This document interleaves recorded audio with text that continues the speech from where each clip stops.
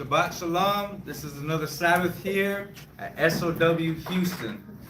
We are located at 1550 Camp Forest Drive, Missouri City. So if you're local, class has started. Come by, you're invited. Come sit with the brothers, come sit with the sisters, come sit with the family, and get this work, get this word. We have a few other schools, Virginia, Rochester, San Antonio.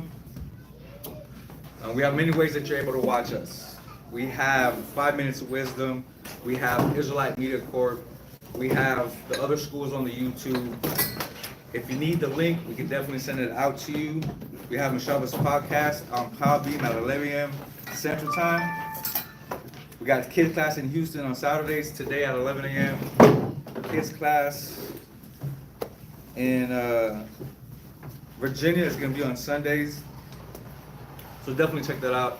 Me, I got 100 kids, so my kids definitely benefit from the kids class for sure. So if I got children that y'all want them to participate, train up a child in the way that they should go, our schools, our camps do offer that option for the children.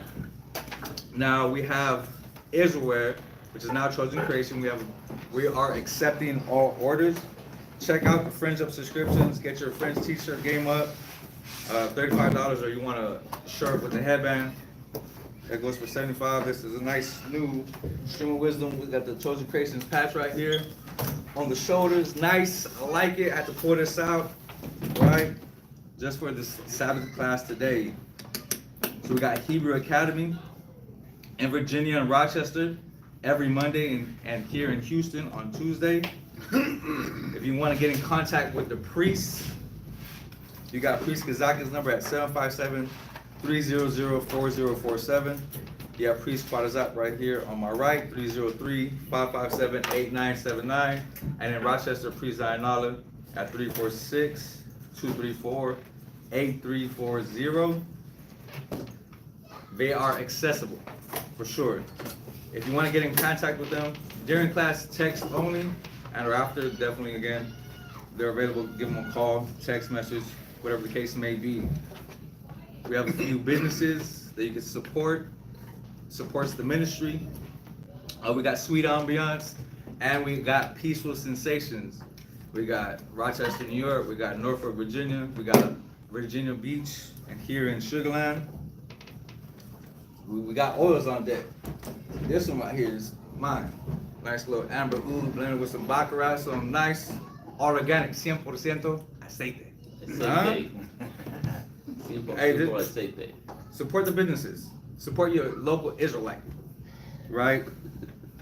Chosen Creations, again, shirts, woodwork, metalwork, designs, canvases, pictures, so on and so forth. You can go shop on our Etsy store at chosencreations.com.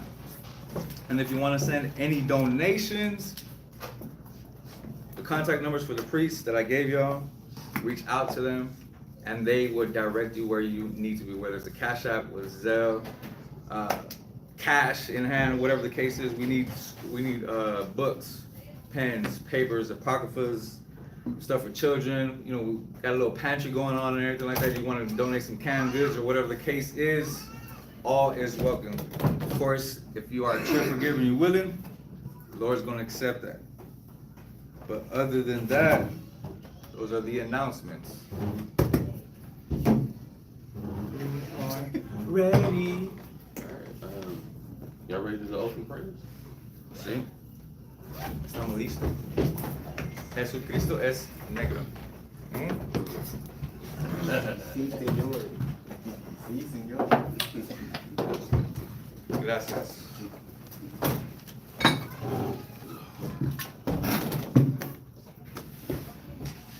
Barakatah Yahweh. Barakatah Yahweh. Ba'ashem Yahushai. Ba'ashem Yahushai. Hawa'ah. Hawa'ah. Nathanawa. Nathanawa. Award. Award. Zayawam. Zayawam. Tawada. Tawada. Aman. Amen.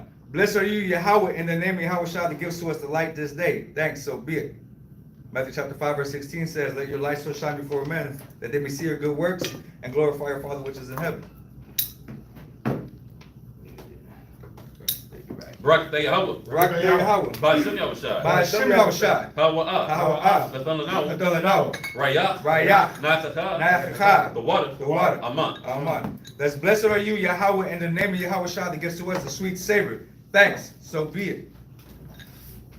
The frankincense and myrrh represents our prayers going up to the Most High as a sweet savor. Almighty upon you all, Yerushalayim. Rise and face Jerusalem.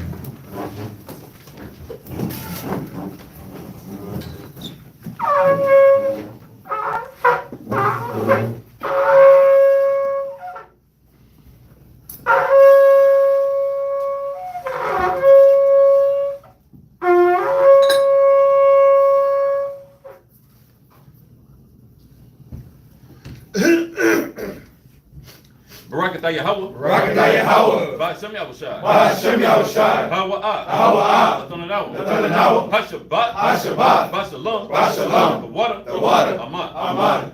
Blessed are you, Yahweh, in the name of Yahweh Shah that gives to us a Sabbath in peace. Thanks. So be it. Psalms 121 in Hebrew. Ayin Shad. Ayin Shad. Ayim Yim Yad. Ayim Yim Yad. Al-Haharim. Al-Haharim. Na'ayah. Na'ayah. Yabuwa'ah. Yabuwa'ah. Isaiah. Isaiah. Isaiah. Isaiah. Yabuwa'ah. Yabuwa'ah. Ma Yahweh. Ma Yahweh. Sha'aisha. Sha'aisha. Shemayim. Shemayim. Wa'aratizah. Wa'aratizah. La'ah. La'ah. Lenathan. Lenathan. Lamawat. Lamawat. Regalia. Regalia. Yala'ah. Yala'ah. Nawam. Nawam. Shashawamar. Shashawamar. Yasha'allah. Yasha'allah. Yahweh. Yahweh. Shemaria. Shemaria. Yahweh. Yahweh. Tazaliah. Tazaliah. Al. Al. Yayum Yad. Yayum Yad. Yad. Yad. Hashemash. Hashemash. Yala'ah. Yala'ah. Hakayah. Hakayah. Bayawam. Bayawam. Wala'ah. Wala'ah. Halabanah. Halabanah. Balayallah. Balayallah. Yahweh. Yahweh. Yashemaria. Yashemaria. Makol Rad. Makol Rad. Yashamar. Yashamar. Napashia. Napashia. Yahweh. Yahweh. Yashamar. Yashamar. Awalakia. Awalakia. Wawa'ayah. Wawa'ayah. Ma'aitan. Ma'aitan. Wa'ai. Iwalam. Iwalam. Aman. Amen. Psalms 121. I will lift up mine eyes into the hills, from whence cometh my help. My help cometh from the Lord, which made heaven and earth. He will not suffer thy foot to be moved. He that keepeth thee will not slumber. Behold, he that keepeth Israel shall neither slumber nor sleep. The Lord is thy keeper. The Lord is thy shade upon thy right hand. The sun shall not smite thee by day, nor the moon by night. The Lord shall preserve thee from all evil. He shall preserve thy soul. The Lord shall preserve thy going out and thy coming in from this time forth and even forevermore. Shema Yashallah. Shema Yashallah. Yahweh Allah Noah. Yahweh Allah Noah. Yahweh Chad. Yahweh Chad. Shema Yashallah. Shema Yashallah. Yahweh Allah Noah. Yahweh Allah Noah. Yahweh Chad. Yahweh Chad. Shema Yashallah. Shema Yashallah. Yahweh Allah Noah. Yahweh Allah Yahweh Chad. Yahweh Chad. Hear Israel. Yahweh our power. Yahweh is one. It's the Lord's Prayer. Abanawa. Abanawa. Shabbat Shabbat Shemayim. Quadak. Quadak. Hayah. Hayah. Shemkat. Shemkat. Yahweh. Yahweh. Malak with God. Malak with God. Taba'ah. Taba'ah. Ratizaka. Ratizaka. Hayah. Hayah. Aisha. Aisha. Ba'ratiza. Ba'ratiza. Kawah. Kawah. Hayah. Hayah. Bashamayim. Bashamayim. Lathananaw. Lathananaw. Lacham. Lacham. Ko. Ko. Yawam. Yawam. Wasalak now. Wasalak now. Kabawat now. Kabawat now. Kasalak now. Kasalak now. Kabawat yinaw. Kabawat yinaw. Wala'ah. Wala'ah. Tabiyanaw. Tabiyanaw. Manisai one. Manisai one. Abo. Abo. Hawashai now. Hawashai now. Mayan. Mayan. Rad. Rad. Kayat. Kayat. Lakat. Lakat. Amalakwa. Amalakwa. Wa'ala. Wa'ala. Wa'thapara. Wa'thapara. La'aiwalamya. La'aiwalamya. Aman. Amen. This is the Lord's Prayer, which can be found in Matthew chapter 6, verse 9. Our Father, which art in heaven, hallowed be thy name. Thy kingdom come, thy will be done in earth as it is in heaven. Give us this day our daily bread, and forgive us our debts as we forgive our debtors. And lead us not into temptation, but deliver us from evil. For thine is the kingdom and the power and the glory forever. Amen. Amen. Ha'aishara. Ha'aishara. Matazawa. Matazawa. The Ten Commandments. La'ah. La'ah. Yahya. Yahya. Lakat. Lakat. Alahayim. Alahayim. Aharim. Aharim. Alpanya. Alpanya. Thou shalt have no other powers before me. La'ah. La'ah. La'aisha. La'aisha. Lakat. Lakat. Fasal. Fasal. Wala'ah. Wala'ah. La'ibadam. La'ibadam. Thou shalt not make unto thee any graven image. La'ah. La'ah. Talakwak'at. Talakwak'at. Shum. Yahweh. Yahweh. Bashawa. Bashawa. Thou shalt not take the name of Yahweh thy power in vain. Zakar. Zakar. Hayawam. Hayawam. Hashabat. Hashabat. Lakwadashwa. Lakwadashwa. Remember the Sabbath day to keep it holy. Kabad. Kabad. Abaka. Abaka. Wa. Wa. Amaka. Amaka. Honor thy father and thy mother. La'a. La'a. Laratazak. Laratazak. Thou shalt not murder. La'a. La'a. Tana'a. Tana'a. Thou shalt not commit adultery. La'a. La'a. Laganab. Laganab. Thou shalt not steal. La'a. La'a. Ta'ina. Ta'ina. Shakur. Shakur. Thou shalt not bear false witness against thy neighbor. La'a. La'a. Lakamad. Lakamad. Kol. Kol. Asherah. Asherah. Lara'aika. Lauraika. Thou shalt not cover anything that is thy neighbor's. Ba Shem Yahushua. Bashim Yahushua. The water. The water. From Yad. From Yad. Aman. Aman. Yeshavi, which means to be seated.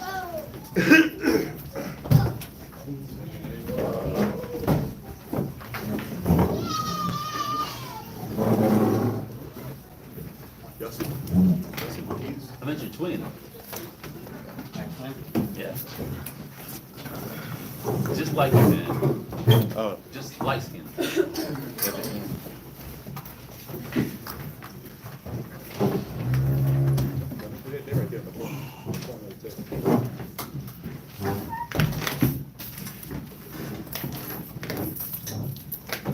Yeah, how's everybody feeling? Everybody online, y'all good? Shalom, shalom, shalom. So, yeah, real quick, just so nobody's thrown off in the next couple of weeks.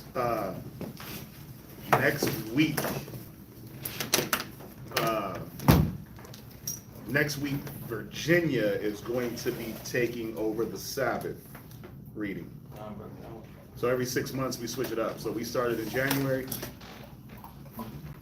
Shit, it's about to be June 1st. Next week is the 31st. So next week, not that we're not gonna have Sabbath class, but it's not gonna be Live. live online. It's gonna be Virginia. So just so nobody's, where's the Sabbath class? Nah, Virginia is gonna be doing it not this week coming, but the week after. All right, so just so everybody's kind of aware of that. We switch it up every 6, and then after Virginia for 6 months, January is going to be Rochester. They do for 6 months, then we go. And we've been doing it like that. Try to rotate it.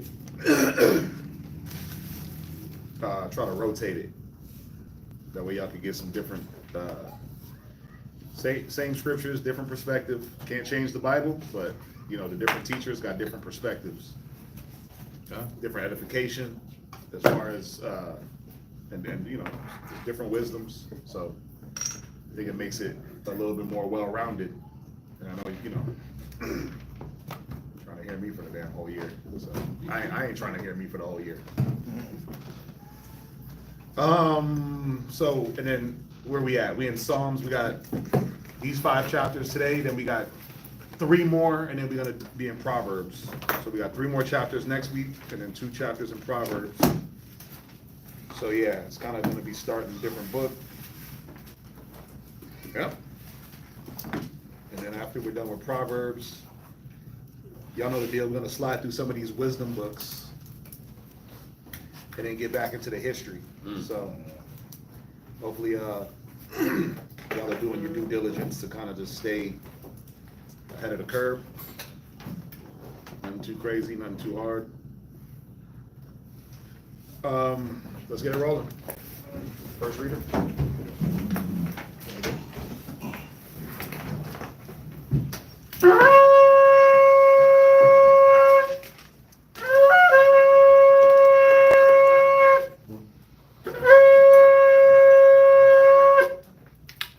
Abashah, Shabbat the Shah, Yahawda, Bun Yasharala. Abashah, Shabbat the Shah, Yahawda, Bun Yasharala, Men of Israel, Amadi, Barak. Yahawba, Shimei Shah, Barakathum. How about Shem Yahushua Barakatah?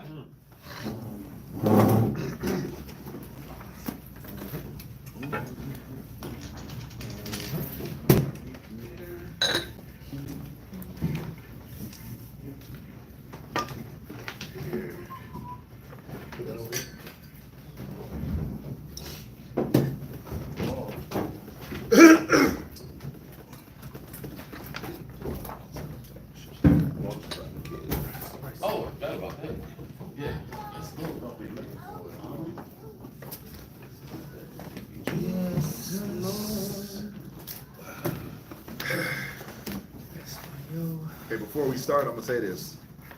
Jesus loves. That's all I'm gonna say. This outcome peaceable. Jesus Jesus loves and God is love. all the children of the world. All the Yes, Jesus. Black and yellow, yes, red and white. Jesus loves me.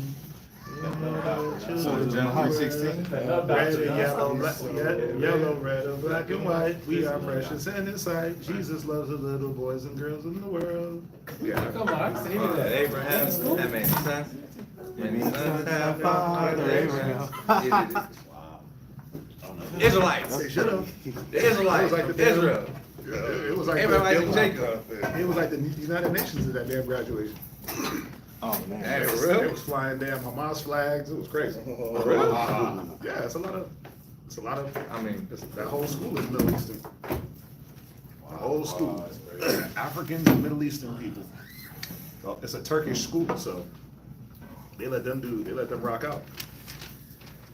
They let them rock out. They let them have fun, represent their countries.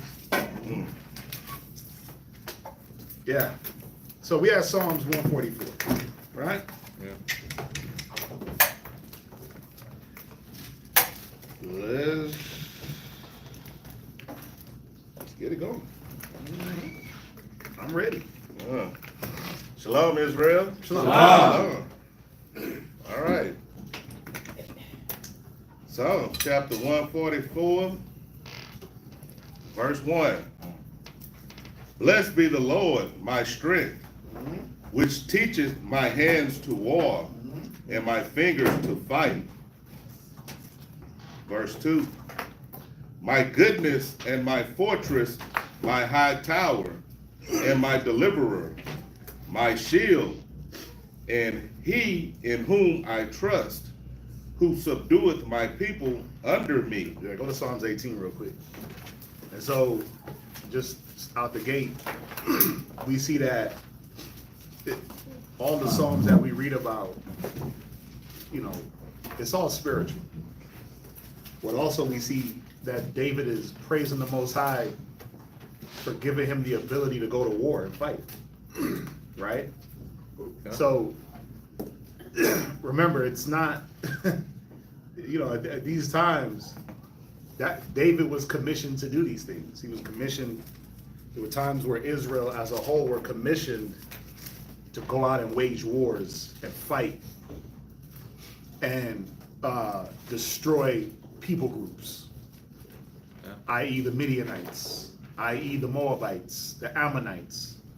Different times and different periods of history, the Most High used the people to subdue, when I say the people, us, Israel, to subdue other nations.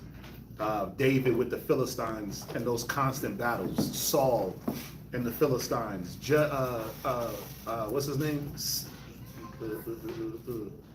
Samson and the Philistines. There was constant battle because the Most High wanted to remove them from the land, the Canaanites, out of the land. Read Psalms 18 and 34. Psalm chapter 18, verse 34. Uh-huh. He teacheth my hands to war. You do what? Teacheth my hands to war. Yeah, the Most High. You can teach your hands to war. He's a man of war. Right? So even us in today's day and age, you got to know how to defend oneself. I'm not saying go out there and just start, putting hands on folks. But we do, as men that are out in those streets teaching, you do got to have some level of defense in combat. Right. Right, you do have to have some kind of gun preparation as far as know-how. Or at least know how to, who in here ever shot a gun? Sisters? Yeah, y'all gotta get to the gun range and at least understand that, what if a situation calls for it? The whole class is, shot a gun?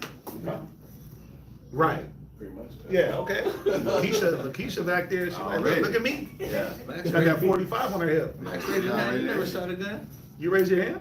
He ain't never shot no I'm gun. about to say, everybody's a shot again. Where's you? What house he living in? Yeah, you know what I'm saying? In his dreams, talking about Call of Duty.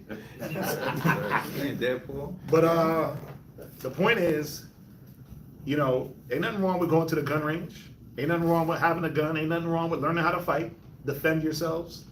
There's nothing wrong with it, right? Because you just never know. Now, do we make that our staple? Stacking up 50 million guns and being ninjas? No, we don't. Because there has to be a spiritual element that guides all that. But physically, you should know how to shoot a gun. Because you just never know. Never know. You just never know. You should at least understand how guns work. You should understand how to block a punch and just not get punched in the face. Or how to restrain someone to calm them down and not kill them. Like these things, they could be important, right? And just because you know how to do it, you may never use it. That's the thing. Like, anybody ever shot anybody in here? Should I even? Damn. Hey, what? That man was like, but that's my point. Been 7 years. Right. Gotta wait. Gotta wait. Gotta wait. Gotta wait for that statute of limitations. Well, incriminate Don't somebody. incriminate nobody, right? That's all. It's kind of like. But the point is, just because you know how to shoot one, don't mean you're gonna have to use it. But it's good to be ready, right? It's good to know. It's good to have a little bit of prep, being prepared, right? Read on. So that a bow of steel is broken Right. by my You're arm. gonna read the 36. Go ahead. Thou hast also given me the shield of thy salvation.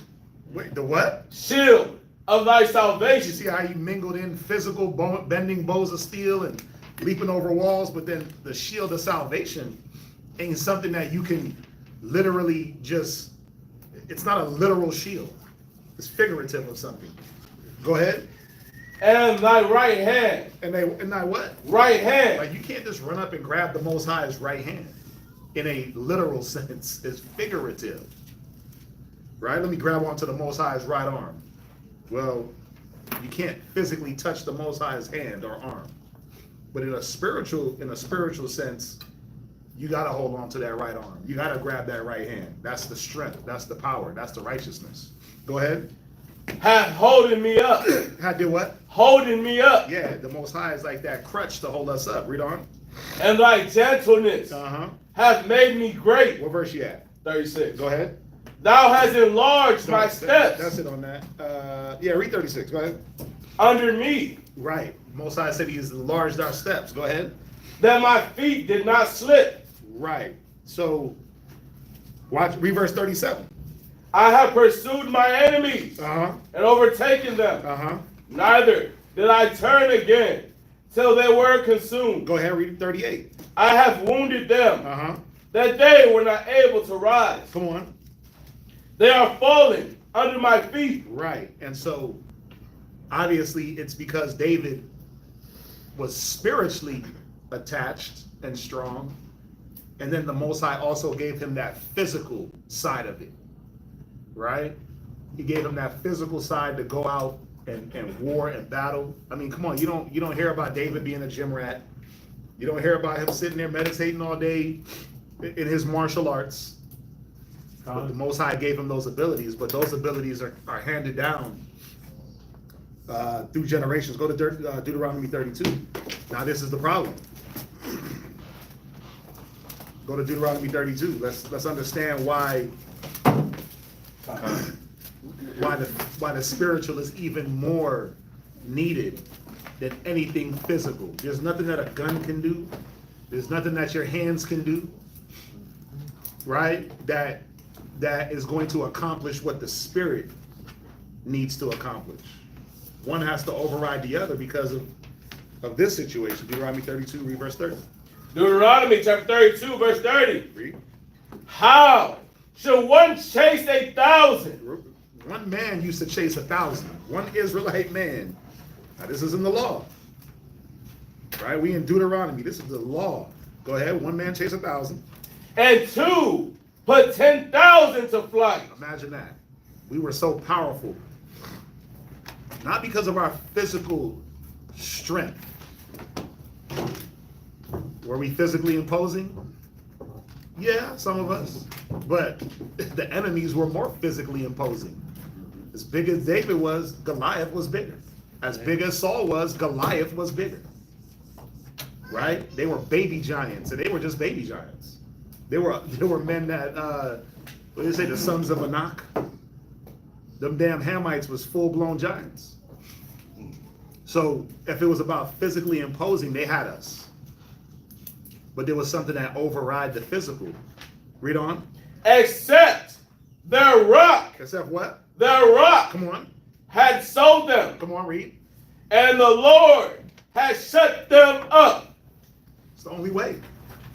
We put 10,000 to flight with 2 men, except for the Most High don't be with us. Read. For their rock is not as our rock, Come on. even our enemies themselves being judges. Read. For their vine is of the vine of Sodom, Ew. Mm-hmm. and of the fields of Gomorrah. And that's what tended to happen to our men and women, right? Instead of being attached to that vine, and the husbandman, the husbandman being the Most High, the vine being Christ. He said it, I'm the true vine. Yep. Right? Instead of being attached, what do? We said, nah, we want to go attach ourselves to the Sodomite grapes, to the grapes of Gomorrah, right? Just showing that what? It's about a mind state. And once you break away from the true husbandman, which is the Most High, your strength dissipates, right? Because the true strength is in the spirit. It's the spirit that quickeneth. And everything else follows. You hear it in the world, mind over matter, right? Mind over matter, and what is Esau constantly trying to conquer? Your mind. He's see the trick is he gives you everything in the physical because he knows that's the downfall. He gives you everything physically first, but what he's doing, he's conquering your mind. He's literally breaking your mind down with the physical. Where what is the Most High about? A restraint, holding back, moderation, breaking the flesh to build the mind.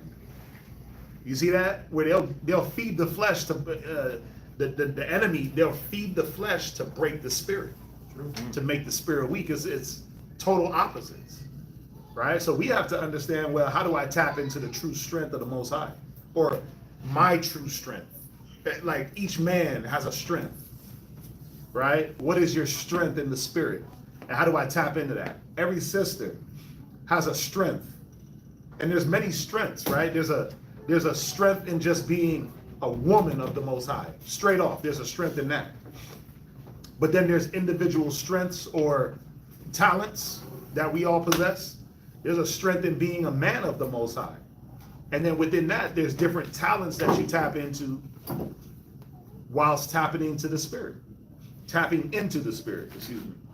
But you can't tap into the strength or the talent until you tap the spirit. But what do most want to do? Yeah, they want to be talented first. You don't want to be spiritual first. You want to be able to fight wars with your hands and beat people down and beat up problems physically before you approach them mentally and spiritually. And that's why a lot of the times when it is time to wage war, right? When it's time for you to go on the offensive in your battle, you don't know how. You're constantly having to be on defense. And while you're on defense, what's happening? You're getting beat up a little bit. They're sneaking in a punch.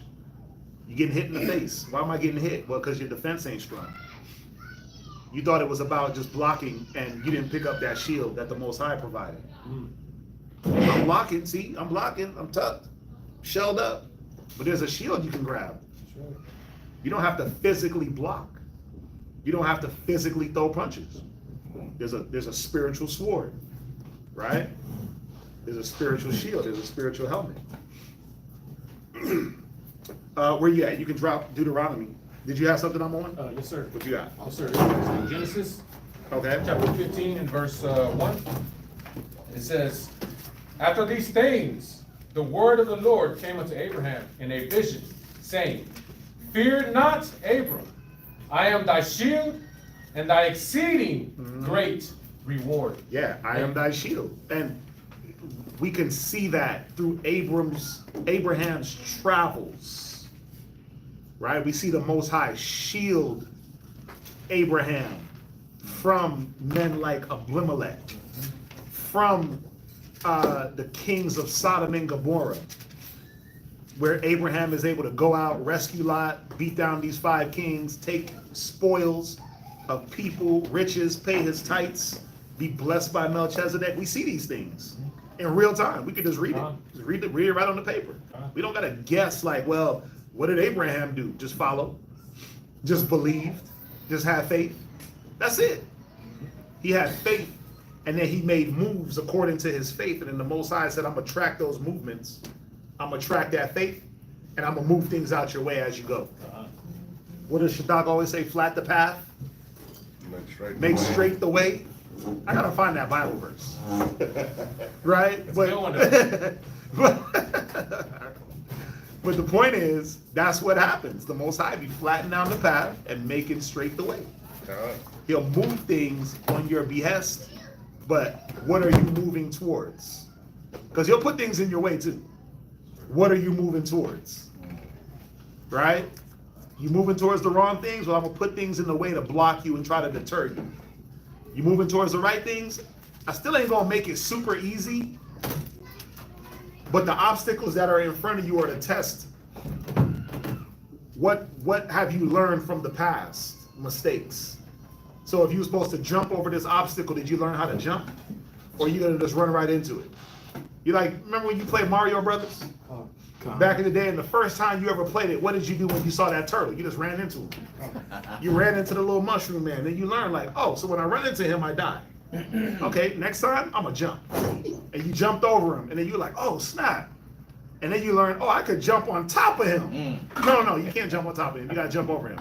The turtle man, you can jump on The turtle, top. the mushroom man, no, you can't. You can jump on top Yeah, of it you can too. jump on top. Okay, that's it. I ain't played Mario in a while. Jump on top of all of them. But see, once you learn those things, you're like, oh, okay, I gotta time my jump, because it's all about timing, Alright. right? But then what happens if you didn't pick up? You kept dying at the same man every time, right? And then you learn all the different traits. It's no different, right? Your past literally dictates the future, right? And if whatever you pick up in the past is gonna show if you're ready to move towards that future. So the Most High, he sets the stage, he sets the path, and he'll make it to where, you know, if you're paying attention to you and examining you and understanding that there got to be a spirit behind the way you move and what you're going towards, he'll make it easy because you're learning how to make it easy. If that makes sense. Did you, somebody else have something? McGunn? Yeah, what you got? First Maccabees, chapter 4, verse 8. Then said Judas to the men that were with him, fear ye not their multitude, neither be ye afraid of their assaults. Remember how our fathers were delivered. Do what? Remember how our fathers. Right, so it's about going back into the past. Remember how our fathers, how did they move when they were faced with the enemy? What did they apply? What tactics? But when you look at a lot of the battles that we fought in the book of Judges, we literally didn't even have to kill nobody. The walls of Jericho came down and we didn't even physically fight anyone. The 300 men didn't physically, the 300 men with Gideon, they didn't physically pick up swords and kill people. It was like making noises with pots and pans. And that's all a construct of the Most High. Go ahead. Remember how our fathers were delivered in the Red Sea when Pharaoh pursued them with an army. Yeah, none of our fathers literally had an impact on that Red Sea. Now, yeah, Moses raised up the staff and he had the power and the faith through the Most High, right? To be able to get that Red Sea to part. But that's all the Most High first and foremost. None of the forefathers had anything to do with that, but to walk through it clean. No water. You walking on dry ground. Go ahead. Now therefore, let us cry unto heaven. Let us do what? Cry unto heaven. Come on.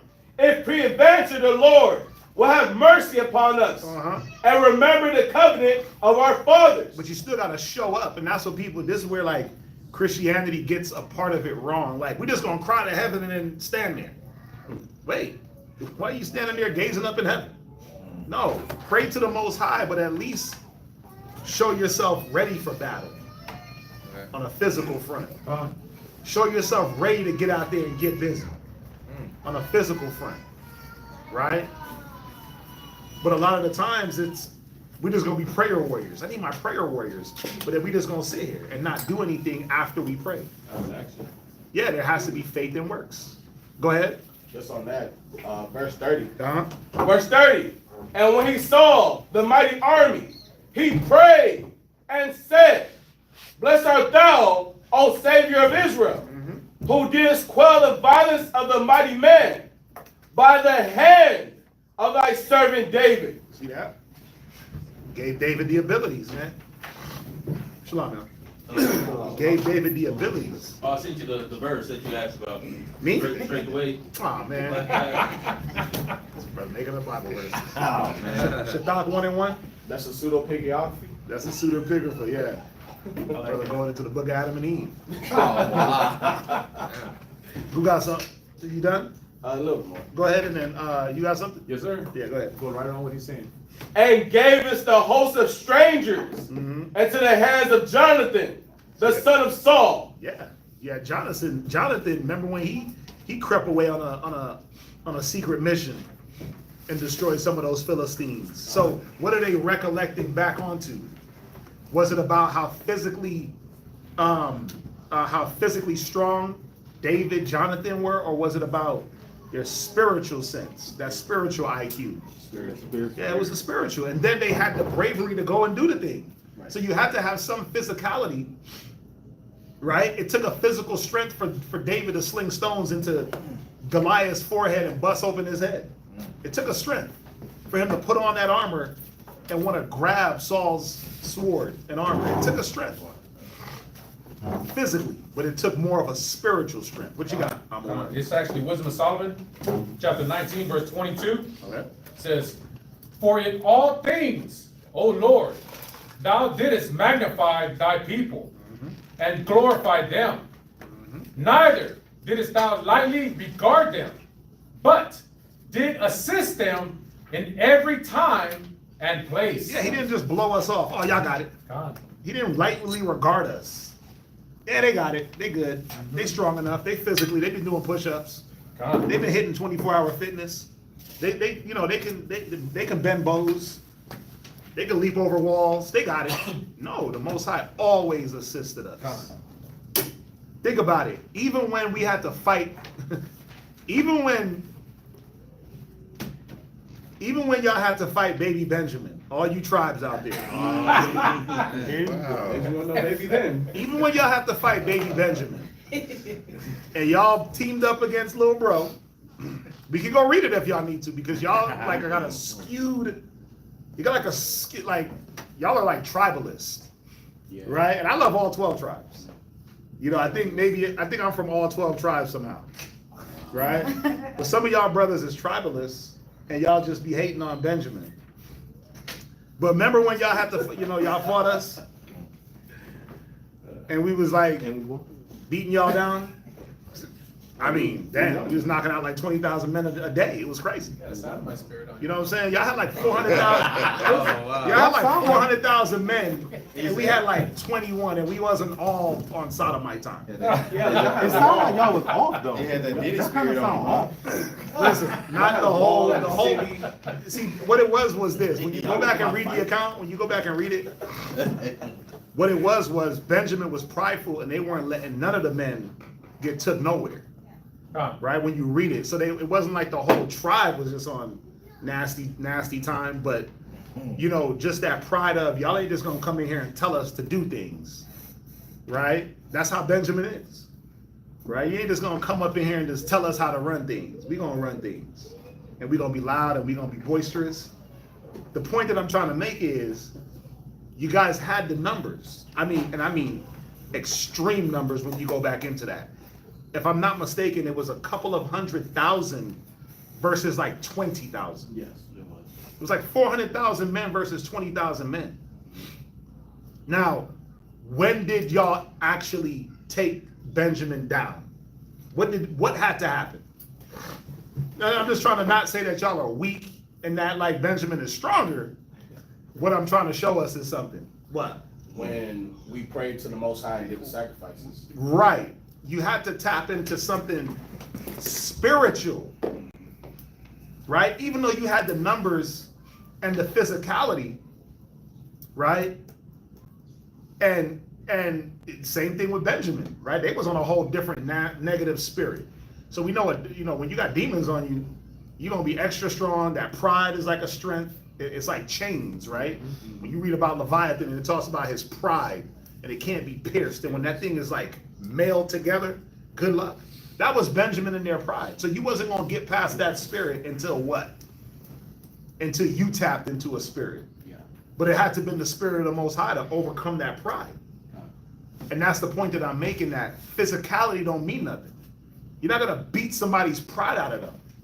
But guess what you can do? You can pray the pride, and then you can show in a physical way to not be prideful in an example. That's how you destroy pride. Well, you prideful right now? Well, I got the Most High, I'm not gonna be prideful. Oh, you're jealous right now? Guess what? Well, guess what? I'm gonna show you how to not be jealous through my examples. And I'm gonna pray on it. So I'm doing a faith act, and I'm doing a physical work, right? And that's the point. You know, not saying that like Benjamin is, you know, superhumans, but I mean, damn, it you know, it took the Almighty God to take us down. Y'all hate that story. What? Y'all hate the way I tell that, don't y'all? That came out of nowhere. No, that's right on point. It's on It's right on point. I hate the way I tell that because the way I spin that so nasty. Because y'all be trying to come for me, It's man. a little good fight, man. I feel like the little brother sometimes. But y'all was so off. Damn. That was the point. Yeah, I know. The whole nation was off though. No, but y'all Y'all was was off in this instance. The whole nation was off, brother. But y'all was off. Y'all wasn't trying to put away the evil. Think about how off y'all were though. When y'all just came to kill us. Yeah, we're gonna slay all of Y'all just came to kill us and didn't even pray to the Most High first. You didn't even ask the Most High like, yo, should we go kill him? Nope. Y'all just pulled up like, okay, it's time, and that's why y'all got whooped on. It's funny because it's like, yeah, well, you were there. Yeah, y'all. Yeah, y'all. Oh, what? I'm putting cases on all y'all. That's hilarious. Ain't this Judah? All 12 tribes mounted up against Benjamin. Wasn't just Judah. Even themselves. Get y'all out of there. Because y'all was so off. Y'all had that That's the baby oil in the point. cave. But look how on we were. Y'all couldn't stop us. That's right. Y'all was so Where were we at? Cases on. All y'all do is go back and read it. We can read it together. Y'all don't want to read it. A time in history, huh? This guy. Ecclesiastes chapter 47 and verse 4. Mhm. This is talking about David. Slew he not a giant Right. when he was yet but young? Yep. And did he not take away reproach from the people? Yep. When he lifted up his hands with the stone and the sling, Mhm. and beat down the boasting of Goliath? Yep. For he called upon the Most High Lord. First thing. He didn't go out and sling the rocks and then start praying. He already had the Most High on his mind. Go ahead. And he gave him strength. Wait, And- what? And he gave him strength. So his prayer did what? Gave him strength. Oh, damn. I mean, ooh. That's cold right there. Brothers think it's about gym and this and that. No, are we saying not being healthy? Are we saying not to take it? No, we're not saying that. But it said he prayed and the Most High gave him the strength. Right? Go ahead. And his right hand to slay the mighty warrior, Yep. and set up the horn of his people. Yep. Benaiah wants to fight. He said, nah, Kwanzaa. Hey, listen, you just go back and read it. I mean, you can give Benji his due. Like, it was a good fight. We still won, but it was a good fight. It was a good 3-day battle. Yeah, it was good. Good job. Yeah, if it wasn't for them prayers, man, that third day would have been Whew, there would probably be no Judites around. I wouldn't say all that. Luckily, we got favor. I wouldn't say all that. If there was no Judites, Issachar would have been in there. We would have started Issachar would have been in there. I'm just saying. I'm just saying. Hey, what We would have had some mariachis. Circle the you know what I city. mean? We had that Also, favor Christians. though. That's what Chris says. Negro. Huh? We had that favor though. Jesus Christ. El Benjamin. Benjamin. All I'm saying, Mount. all I'm saying is this. If y'all didn't start slaying calves and praying, the prophecies would have been a little bit different. It would have actually said that Shepta would not depart from Benjamin. Wait, what? It would have had to go All the way, Joseph. All the We have to way. go all the way back in time and rewrite Genesis. By the way, we gotta scratch that out, asterisk, Benjamin. Scepter will not depart. Christ would have came from Benjamin. But he didn't though. Yeah. I mean, No, he didn't. I mean, wanted battle. y'all did the right thing. Y'all, this is the point that I'm trying to make. The point that I'm trying to show y'all is y'all did the right thing. You called on the Most High. You set up the sacrifices that he wanted. You faced the east, right? You cried in the shower. You see what I'm saying? Y'all shed tears. Y'all were blessed. Y'all begged the Most High. Y'all laid on y'all stomach, sackcloth, all types of ashes. Ash in the hair. Yeah, y'all made everyone fast. Nobody, not a drop of water. Right? Had babies out there starving so y'all could win that war. So, Had the animals. yeah, the animals out there parched. It's fine. That's what it took. Right? And that's what I'm saying. That's what it should always take. Never rely on the physicality in a physical sense, but rely on the spiritual strength. Right? And we're learning that lesson through the faults of, looking at the different examples of just that situation, Benjamin. I always go there because not to clown and be like, oh, Judah's weak and everything, but just to show that, first of all, we all physically strong as a people, right? But then when we tap into certain things, it makes us weaker, right? And if we tap into the right thing, it doesn't matter your numbers, you can overcome anything, right? So, it's a good story to read, it's a good story to read, so you can always just go back, read it, fact check me, come with your discrepancies. Brothers is tribalists. Where we at? I got one more. What you got? Ecclesiastes chapter 49, verse 28.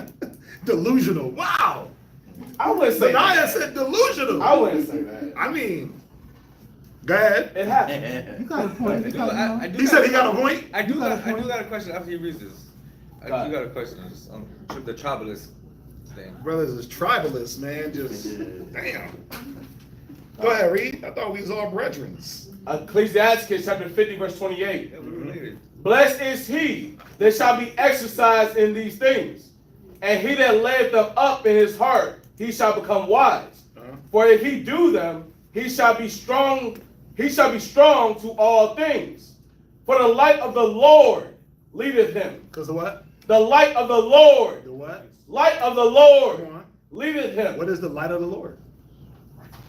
What is the light? The light represents what? We say it all the time. The wisdom, knowledge, Yeah, understanding. the wisdom, man. Go ahead. Who giveth wisdom to the godly? Who doing what? Giveth wisdom to the godly. Right. Go ahead. Blessed be the Lord forever. Right. Amen. Blessed be the Lord forever. Right. So we know that wisdom and knowledge shall be the strength and the stability of thy times. That's what it boils down to. That's what it boils down to is the wisdom, knowledge that I want to use. You know what I'm saying? To be able to fight these battles.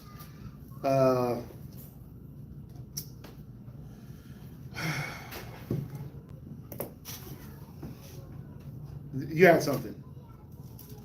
You were asking something? Oh. Tribalists? I'll ask after class off camera. I don't want to because it's hilarious. But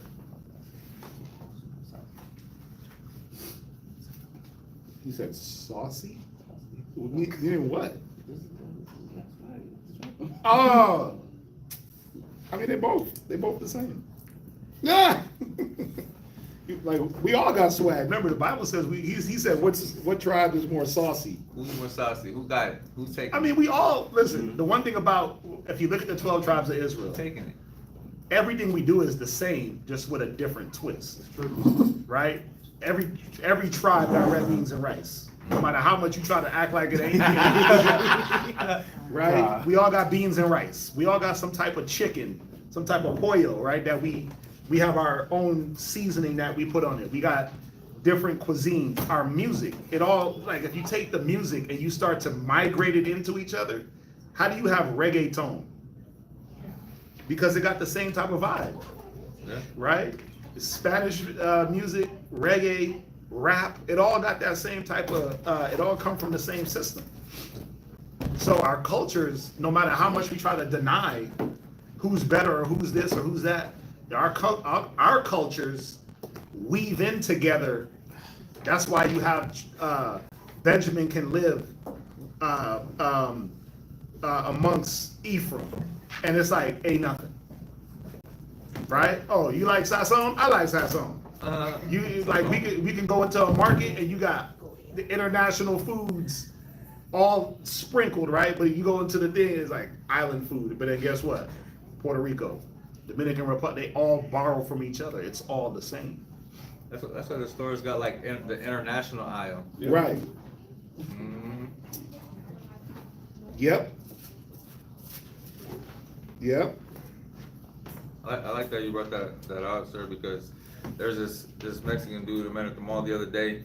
He had an interaction with some Israelites, not us, but some other Israelites, and he blew his mind because he read the 12 tribe chart, and he was upset that Issachar was number 12 on the 12 tribe chart. So he was like, "Well, y'all better than us? Is Judah better than us?" I was like, "Bro, you missing the point, bro." But just on everything you explained, like we're all the same, have our own little twist. We're all united. We're together. You know what I mean? But again, I like that you brought that out because people really think that, like, no, you just all the way off. You have an Esau Edomite mindset, like, damn, you Mexican, but you think you're Spaniard, or you think you're white, and hate against your own people, and then hate against all these other tribes, which are your own culture. Like, man, it's crazy. Yep. So,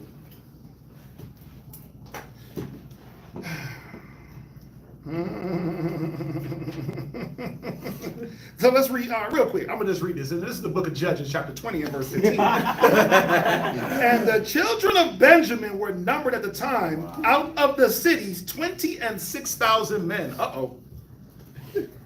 That drew sword, besides the inhabitants of Gibeah, which were numbered 700 chosen men. So you could call that what? Let's just call it 2,700 men. 26,000, right? So let's just say 27,000 men. Verse 17. Verse 18. And the children of Israel arose and went up to the house of God. Verse 17. And the men of Israel, besides Benjamin, were numbered 400,000 men that drew sword. These were all men of war. Damn.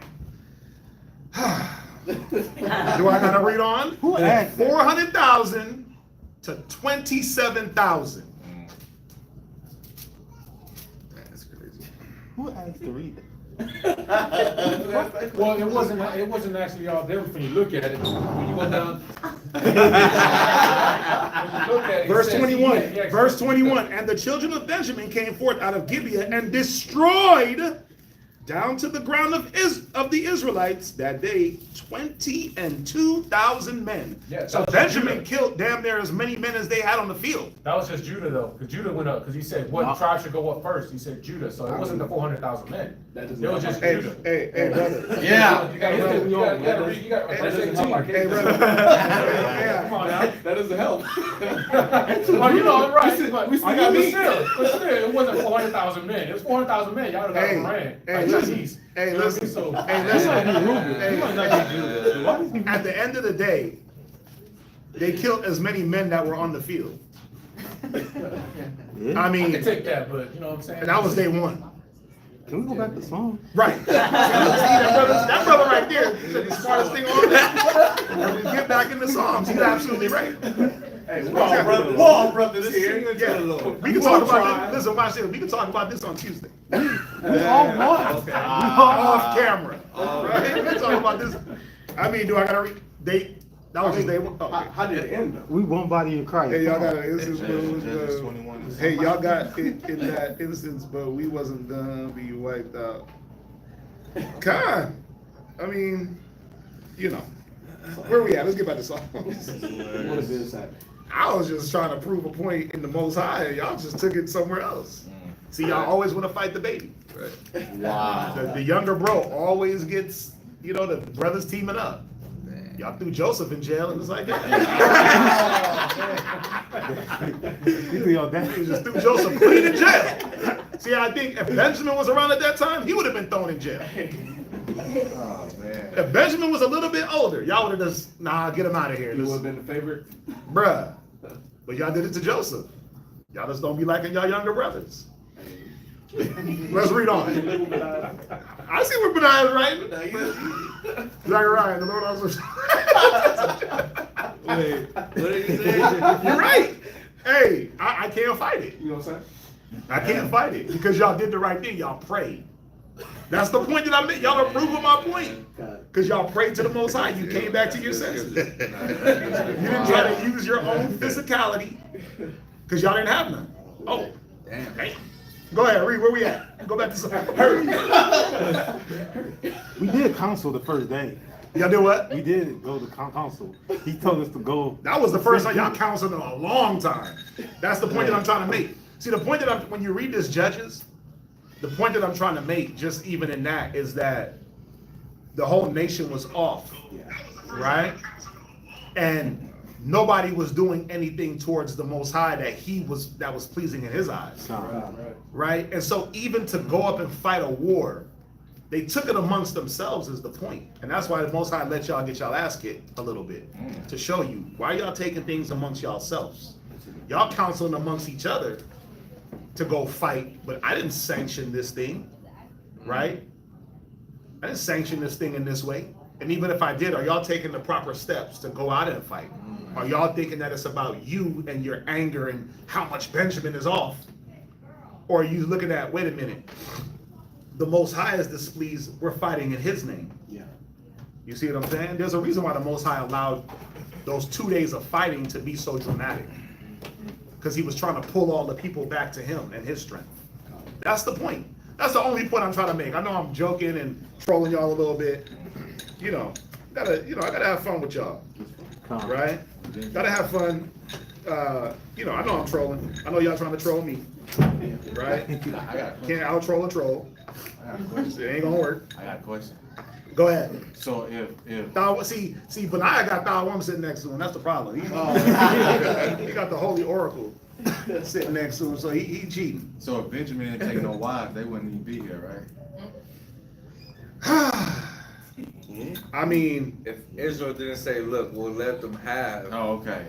But they no, was dancing and was snatching them up. It wasn't no let them have anything. Benjamin is like a ravening wolf. They was We went and snatching took what we them up. needed. Yeah, but Hey, we took what we needed. Listen. All I'm saying is, y'all wasn't supposed to wipe us out to the point where we had like 600 people left. That's crazy. 600. It just goes to show how ruthless y'all were towards us. Again, Unjust. to where we had to just get wives. Damn. Y'all couldn't even like look out for us. Yeah, the sanction y'all to get wild. Damn, brother. It just shows you how mean y'all are. The big brother overtaking the little brother. Y'all know that we was the young bro. Y'all know that we was stubborn. It is crazy. Just See, look, nobody wants to talk about that part. Nobody wants to talk about how mean y'all were to Benjamin. it was me. I mean, it was me. It was me. Yeah, because to bring out the point, it's definitely me. I could just imagine, just as far as like the actual. Wait. Go ahead. They got a side counsel going on. What? They teaming up. What you got on one? I said, well, if the men had to go get women from other tribes, where y'all women at? Did they get wiped out in the war too? Dang. I gotta go back and look at that. But I think if I'm not mistaken, it got kind of brutal. Yeah, it got very It got bloody. Yeah. So they went But I gotta go back and look and see what I forgot exactly why. There's some nuances in that. Yeah, they had to go. But they had to definitely get women because the tribe was wiped down. What happened with the women? They got. I think they got took. Times. Because they had to sanction them to go. They had to sanction them to go get wives. Remember they let Yeah, them they let the attack dog, they city? let the girls go out and dance, and then we went out and took them. Yeah, that was a different tribe though. That wasn't. That was the Benjamin. That was Benjamin that took the tribe, the women of the other tribes. Yeah, the other tribes. So But I'm trying to, Benjamin- I forgot why our women We're weren't gonna in. kill y'all, like all the way. Huh? We're gonna destroy Benjamin. Yeah, y'all were trying to, that's what I'm saying. Y'all, Okay, that's what I'm saying. Y'all were so evil and wicked, y'all were trying to wipe out your own brethren. Yeah. 11 tribes. Evil and Yeah. wicked. The 11 Y'all tribes was of in y'all Israel. right mind. Y'all were trying to make it the 11 tribes. See, he said it. Look at that brother right there. Co-signing the wickedness. Now, The 11 tribes of Israel is crazy. Dan would have been there. Dan would have been there. Oh, wow. Dan would have been there. Dan was still here. Yeah, Dan would have stayed. Dan was still there. Dan See, Yeah, y'all keep proving my point. Y'all keep proving my point. Let the Lord have You trying to cap on me. No, I ain't trying to cap, but I ain't trying to cap. Truthfully, you trying to cap on me. All y'all teaming up. I ain't got no Benjamite in here to help me. Yeah, knock around in here. In the Oh, back. this is how it I got this how it was.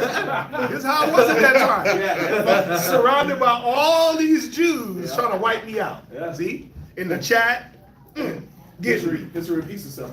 See, that's What what has been will continue to be. Ain't that what I said? Nothing new under the You gotta sun. look back to know what you're gonna do in the future. Damn. Bryce might be a Benjamite. Be quiet. Bryce might be riding with me. I don't have the cheat codes next to me. But I am standing up. He said, I ain't got no cheat codes. I'm studying. It's all me. God, Barakatayala. That's what it needs to be, right? But no, that's a good question. We got to go back and look at that about why Benjamin didn't have their women. I think, if I'm not mistaken, I think they had wiped out the women. I mean, again, it just goes to the, how the levels that brothers are stooped to. Just wipe out the women too. I forgot though. I have to look. Somebody can look in the meantime while we read it. I forgot exactly what that story, But yeah. Where we? Let's go. Let's go back to Psalms. Y'all funny as hell. Man. Go back to Psalms 144, verse 3. Whew. Brothers, man. Kick you out the sanctuary saying they're doing the Lord's work. Bam. All right. The visual is crazy though. Huh? The visual is crazy. Verse 48 in Judges. I think that tells you. Verse 48? Yeah. What chapter?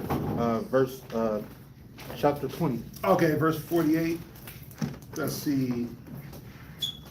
And the men of Israel turned again upon the children of Benjamin and smote them with the edge of the sword as well as. Ooh.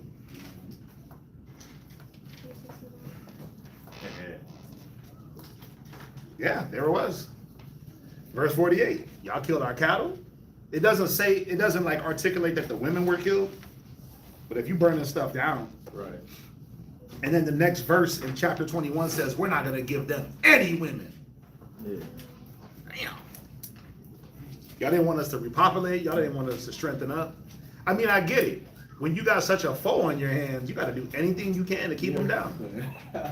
You know what I'm saying? When a cat is so strong, what you got to tie his hands behind his back. You just so mighty. You got to hang up. I mean, It's the white man towards Israel. now the men of Israel, this is 21:1. Now the men of Israel had sworn in Mizpah, saying, there shall not any of us give his daughter unto Benjamin to wife. Yep. Yeah. Think about it. Y'all was gonna kind of like offset the prophecies. Like we supposed to have the scepter. just That's the like you point. said. That was the point that I was trying to make. It was You going to have to be know, like- rewritten. The scepter shall not depart from Benjamin. Oh, we gotta- Hebrews 7:15 would have 7:14 would have said, it is evident our Lord sprung from Benjamin. Oh, wow. Y'all don't like that. That don't even sound right. That don't even sound right. I know, because that ain't what happened. But we was getting it in with y'all. That's probably what it would have said. Yahweh Shai would have had that Benjamin accent. Right? The son of man came eating oxtail and drinking red stripe. Oh, wow. Wagwan. Eating oxtail, jerk chicken, drinking red stripe, and Guinness. Anyway, come on. Shai walk Let's, around with Hold a on, machete. hold on. Hold on. let's go back to something. Why y'all want to keep talking about this? Judges chapter 20, verse 35. Okay, And the Lord smote Benjamin right. before Israel. Yeah, say it again. Judges 20, verse 35. Right. And the Lord smote Benjamin before Israel. That's the point that I'm making. Why? If you read up, because because Israel now had to enact the spiritual parts of the battle. Right. So Y'all prayed, y'all fasted, y'all set up sacrifices. So but that's the whole point that I'm trying to make. I know, like I said, I'm having some fun with it. We joking a little bit, but that's the whole point that I'm trying to make. The only reason why y'all beat us, not because it was a physical thing. The Most High wanted to see a spiritual thing happen. Right? They going in on the chat. We're going in, but I. See, look. This is what y'all do, Benjamin. That got right. See, you want to turn. Why you gotta bring that point out? Let's read it though. Let's read it. We know what happened. Read it. That's not the point that I'm trying to make. Right. They was on a high spiritual wickedness. I know that. Now you're gonna say the whole tribe of Benjamin was on that? No, let's not say that. Benjamin had gotten into sodomy and rape so much that they weren't really dealing with the women. And it was the other tribes who said, let's give them some women so they could still be a house in Israel. Well, no, they said that they weren't gonna give them any women. That's the point. Benjamin had to go out and take women because some men did set it up. Let the women go out there at the festival. Benjamin gonna come through the bushes, snatch them up, run back up north. That's what happened. But then verse 6. Verse 6, what chapter? Chapter 21. Right, and the children of Israel repented them for Benjamin their brother and said, there is one tribe cut off from Israel this day. Yeah, because they knew that at the level that Benjamin got beat down to, because y'all beat us down. Y'all are proving my point. Yeah. Right? I know I'm just having fun with y'all, but y'all are actually proving my point. Right? But we got wiped down to a point where now you have to say, damn, okay, we got to do something. We can't just have a tribe cut off. That's not spiritual. Right? That's not what the Most High wants. So what am I trying to prove here? Just in all fairness, I'm proving that, yes, Benjamin was on a high wicked level, right? Overall, the tribe was wicked. They had a spirit on them that the rest of the 11 tribes' physicality could not overtake. You had to have a spirit on you.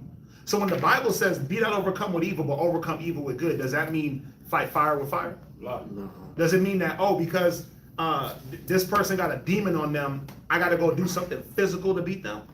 No, and that's the whole point that I'm trying to make. And that's, y'all are proving it. Y'all throwing scriptures, right? Which is, everything y'all saying is true. What he said is true, right? But what I'm trying to prove is that the strength, blesses the Most High who teacheth my hands to war. It's not that I can just go out. It's not that David just went out and just beat niggas into a pulp. It said he prayed and the Most High gave him the strength. That was a perfect scripture you went to in Ecclesiasticus, right? He prayed and the Most High gave him. The Maccabees, they prayed and the Most High gave them the strength. Let's just go to it real quick since we here. Watch, because we've been dancing around the point of how y'all beat us, right? We've been dancing around the point. Let's go there real quick. And they turned and fled, and so did Benjamin. Let's see here. Let's go back to chapter 20. Is it 20? Mm-hmm. Right. And the men of Israel went out to battle against Benjamin, and the men of Israel put themselves in array against it. Let's see here. Israel seeks the Lord at 26. Right. See that? Yeah, you kind of want to skip 25. I get why. So this is Judges chapter 20 and verse 25 and 26. This brother right here, man. I got you, sir. No Yeah, problem. read. 26. Judges chapter 20 and verse 25. Right. And Benjamin went forth against them Right. out of Gibeah Uh-huh. the second day, Right. and destroyed down to the ground of the children of Israel again 18,000 men. So you got 20,000 and 18,000. I mean, let's just round it up to 40,000 total. Go ahead, read. All these drew the sword. Right. Then all the children of Israel and all the people went up and came unto the house of God, Mm-hmm. and wept, and sat there before the Lord, Right. and fasted that day until even, and offered burnt offerings and peace offerings before the Most High. Mm-hmm. And the children of Israel inquired of the Lord, Right. for the ark of the covenant of God was there in those days. Right. So that's the point. They had to start going back into the spiritual. They had to inquire. Even in after day one, think about it. After day one, they inquired of the Lord, and He said, "Go up." Right. But I need to see more. I need to see more from y'all spiritually, right? It ain't just about numbers. That's what always Israel's problem is. We always thought it was about numbers and being big and large, but it was never about that. Right? It was never about that. Remember Achan and the accursed thing? Go back into that account. Right? We had the numbers and lost. Yeah, it was easy. We had the numbers and who was that with Achan and the accursed thing? Joshua. He's like, wait, how the hell we lose this battle? Right, something's off. We had the numbers. We had the numbers. How did we lose this? Well, because spiritually, your strength was weak. When we go into the book of Judith, what did they say in Judith? What does the enemy know? If there's any breach or iniquity found in them, they're easily overtaken. Yeah. But if they're lockstep with the Most High, guess what? Ain't no beating them. Yeah. It don't matter if it's one, because one can put 1,000, 2, 10,000 to flight. But then when you go back into Deuteronomy, what does it say? At the damn wind blowing of some tree leaves, you're gonna and you're gonna be dancing around like, what's going on? Yeah. Right? Because that's the curse of not having your strength. That's the curse of being sold. Right? That's the curse of detaching. So I know you, like I said, we having fun with it, right? We having fun with it, but y'all gotta get y'all facts straight, man. Brothers just wanna, brothers wanna fight. Right? Fight Benjamin, y'all because y'all want to be like Benjamin. I get it. Right? We all can't be ravening wolves. Somebody got to be The raging lion. somebody got to be the lion, right? Somebody got to be the lamb. Somebody got to be the ass.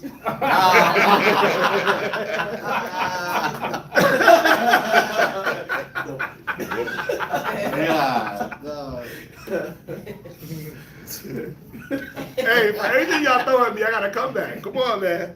I got this. The point was that we was all off. Right, and that's the point. Yeah, the point is that we was all off. But then when we got on, when y'all had the presence of mind to tap into the Most High said y'all got it. Right? And Benjamin had never tapped into the Most High in these instances. They were just doing off things. Snatching up women, that wasn't correct. Right? That wasn't cordial. That wasn't the way the Most High intended it for us to move. But then now, because y'all create a circumstance, another circumstance got to be created based off the prior circumstance. Right? So, again, it's lessons to look back on to see how we're supposed to be moving. What do we lock into? What do we call strength? Right? What do we call faith? What do we call belief? Hey, it takes a very special type of person to be an ass. Not everyone. To be one. I know. You're right. You're absolutely right. Very special individual. Because I mean, y'all hard workers. Yeah. Y'all hard workers, man. You know, that's how I look at it. I'm like, Issachar's, they're an ass. They can carry that burden. See. But it's two sides to every coin. The ass is also stubborn. To a fault. I ain't moving. I ain't going nowhere. To my detriment. To a detriment, right? We all got our back and forth. But let's jump back. Let's jump back. Nice. We leave at that before we go back to something? Yeah! Like that. What the hell? We leave it just like that. Yeah. I'm gonna take off. I'm gonna take off. Mike, Yeah, I'm gonna take off. it's ours to stop and ass. Lay all your heavy burdens on. They take all heavy burdens, man. Y'all are the ones. Go ahead, where we at? We're in Psalms 1. Psalms. Wow, but who's the world waiting on? Damn. This brother right here, that brother right here is just not playing games with me today. Go ahead, where we at? Read. Chapter 144 and verse 3. The world is waiting for the sons of Israel, the whole 12 tribes, to manifest. That's what the Bible says. It ain't waiting on one tribe. It's waiting on the sons of God to manifest themselves. All 12 tribes. Go read that in Romans. Go ahead. Go ahead, read. Okay. Mm-hmm. All right. Psalm chapter 144 and verse 3. Mm-hmm. Lord, what is man that thou takest knowledge of him? Mm-hmm. Or the son of man that thou makest account of him? We hear the same thing in Job, right? We hear the same thing in Job 7. You know, what is man? Man is just but dust, right? But remember, he said our frame is light. We got a light frame. And the Most High constantly knows that we got a light frame. We ain't really nothing. And without wisdom, we definitely ain't anything. But what is man? Go ahead. Man is like to vanity. Damn. See? Man is like to vanity. Go ahead. His days are as a shadow that passeth away. Mm-hmm. Bow thy heavens. Where's that bow? Both I have. Mm-hmm. Bow thy heavens, O Lord, and come down. Touch Watch. them. Go to Psalms real quick. We read this.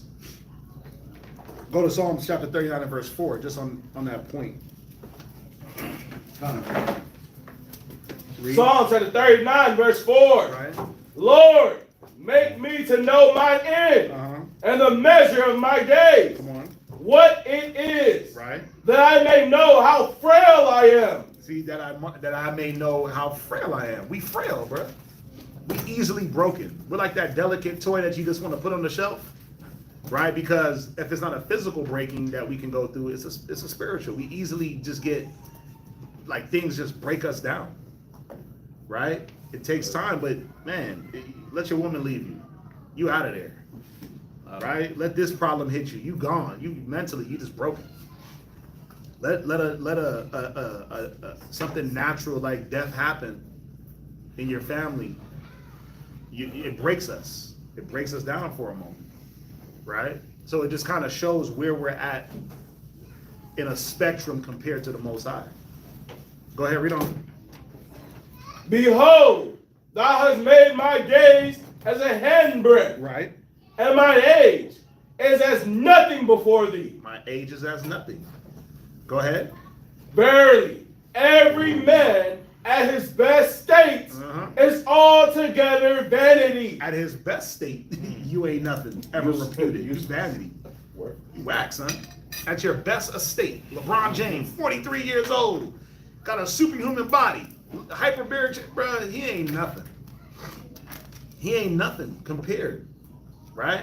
Yeah. At our best state, we ain't nothing, and that's the point, right? Ever a man, what is it? We're saying Wisdom of Solomon. If a man ever be so perfect among the sons of men, if thy wisdom be not with him, he is reputed as nothing.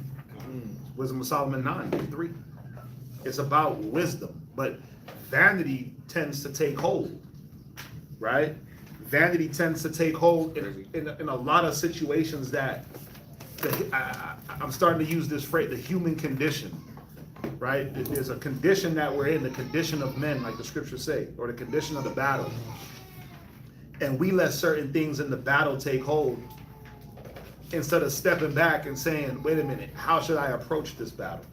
How should I wage this war? We let things grab onto us, and it's usually not spiritual. Salakia.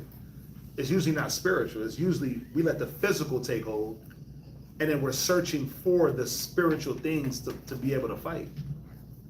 Right? Where as much reading and studying, the Bible should be popping into our heads when we're going through certain things. Through everything. The Bible should be in your head in every situation. Go wash your hands. Go wash your hands. Right? The Bible should be in your mind in every situation, good, bad, and ugly. But we tend to only, when we're going through it, damn, oh man, the Bible. Oh man, the Bible. Nah. Right? What sorrow, what revenge, what clearing of ourselves. Desire. Yeah. What vehement desire? That's not a because I'm going through a thing. That's a always thing. Good or bad. Good or bad. He said I'd rather dwell in the house of the morning than in the house of mirth. Not that I'm a mournful, moving around, sad puppy, no, but that morning keeps us in the mind of I do have to be on point. And I do understand that it's a daily fight. I did a class a while back, and it was geared towards the sisters. And I know my first point I was trying to articulate was that you're constantly being attacked. But the problem is you don't realize it, right? Brothers, we're constantly being attacked. But for some reason, it's like we don't realize that there's an attack all the time until something of a high detriment happens. There got to be something detrimental for you to realize, like the Most High, or that these spirits are around, and that you're constantly being. It's like you're constantly being searched out to find the entryway. Yeah. Right.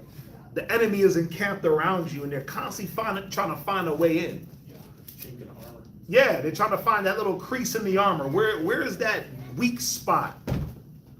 And all they got to do is stand. How do you find it? You stand there and watch. Yeah. And they stand there and watch, and they stand there and watch, and then they we got him.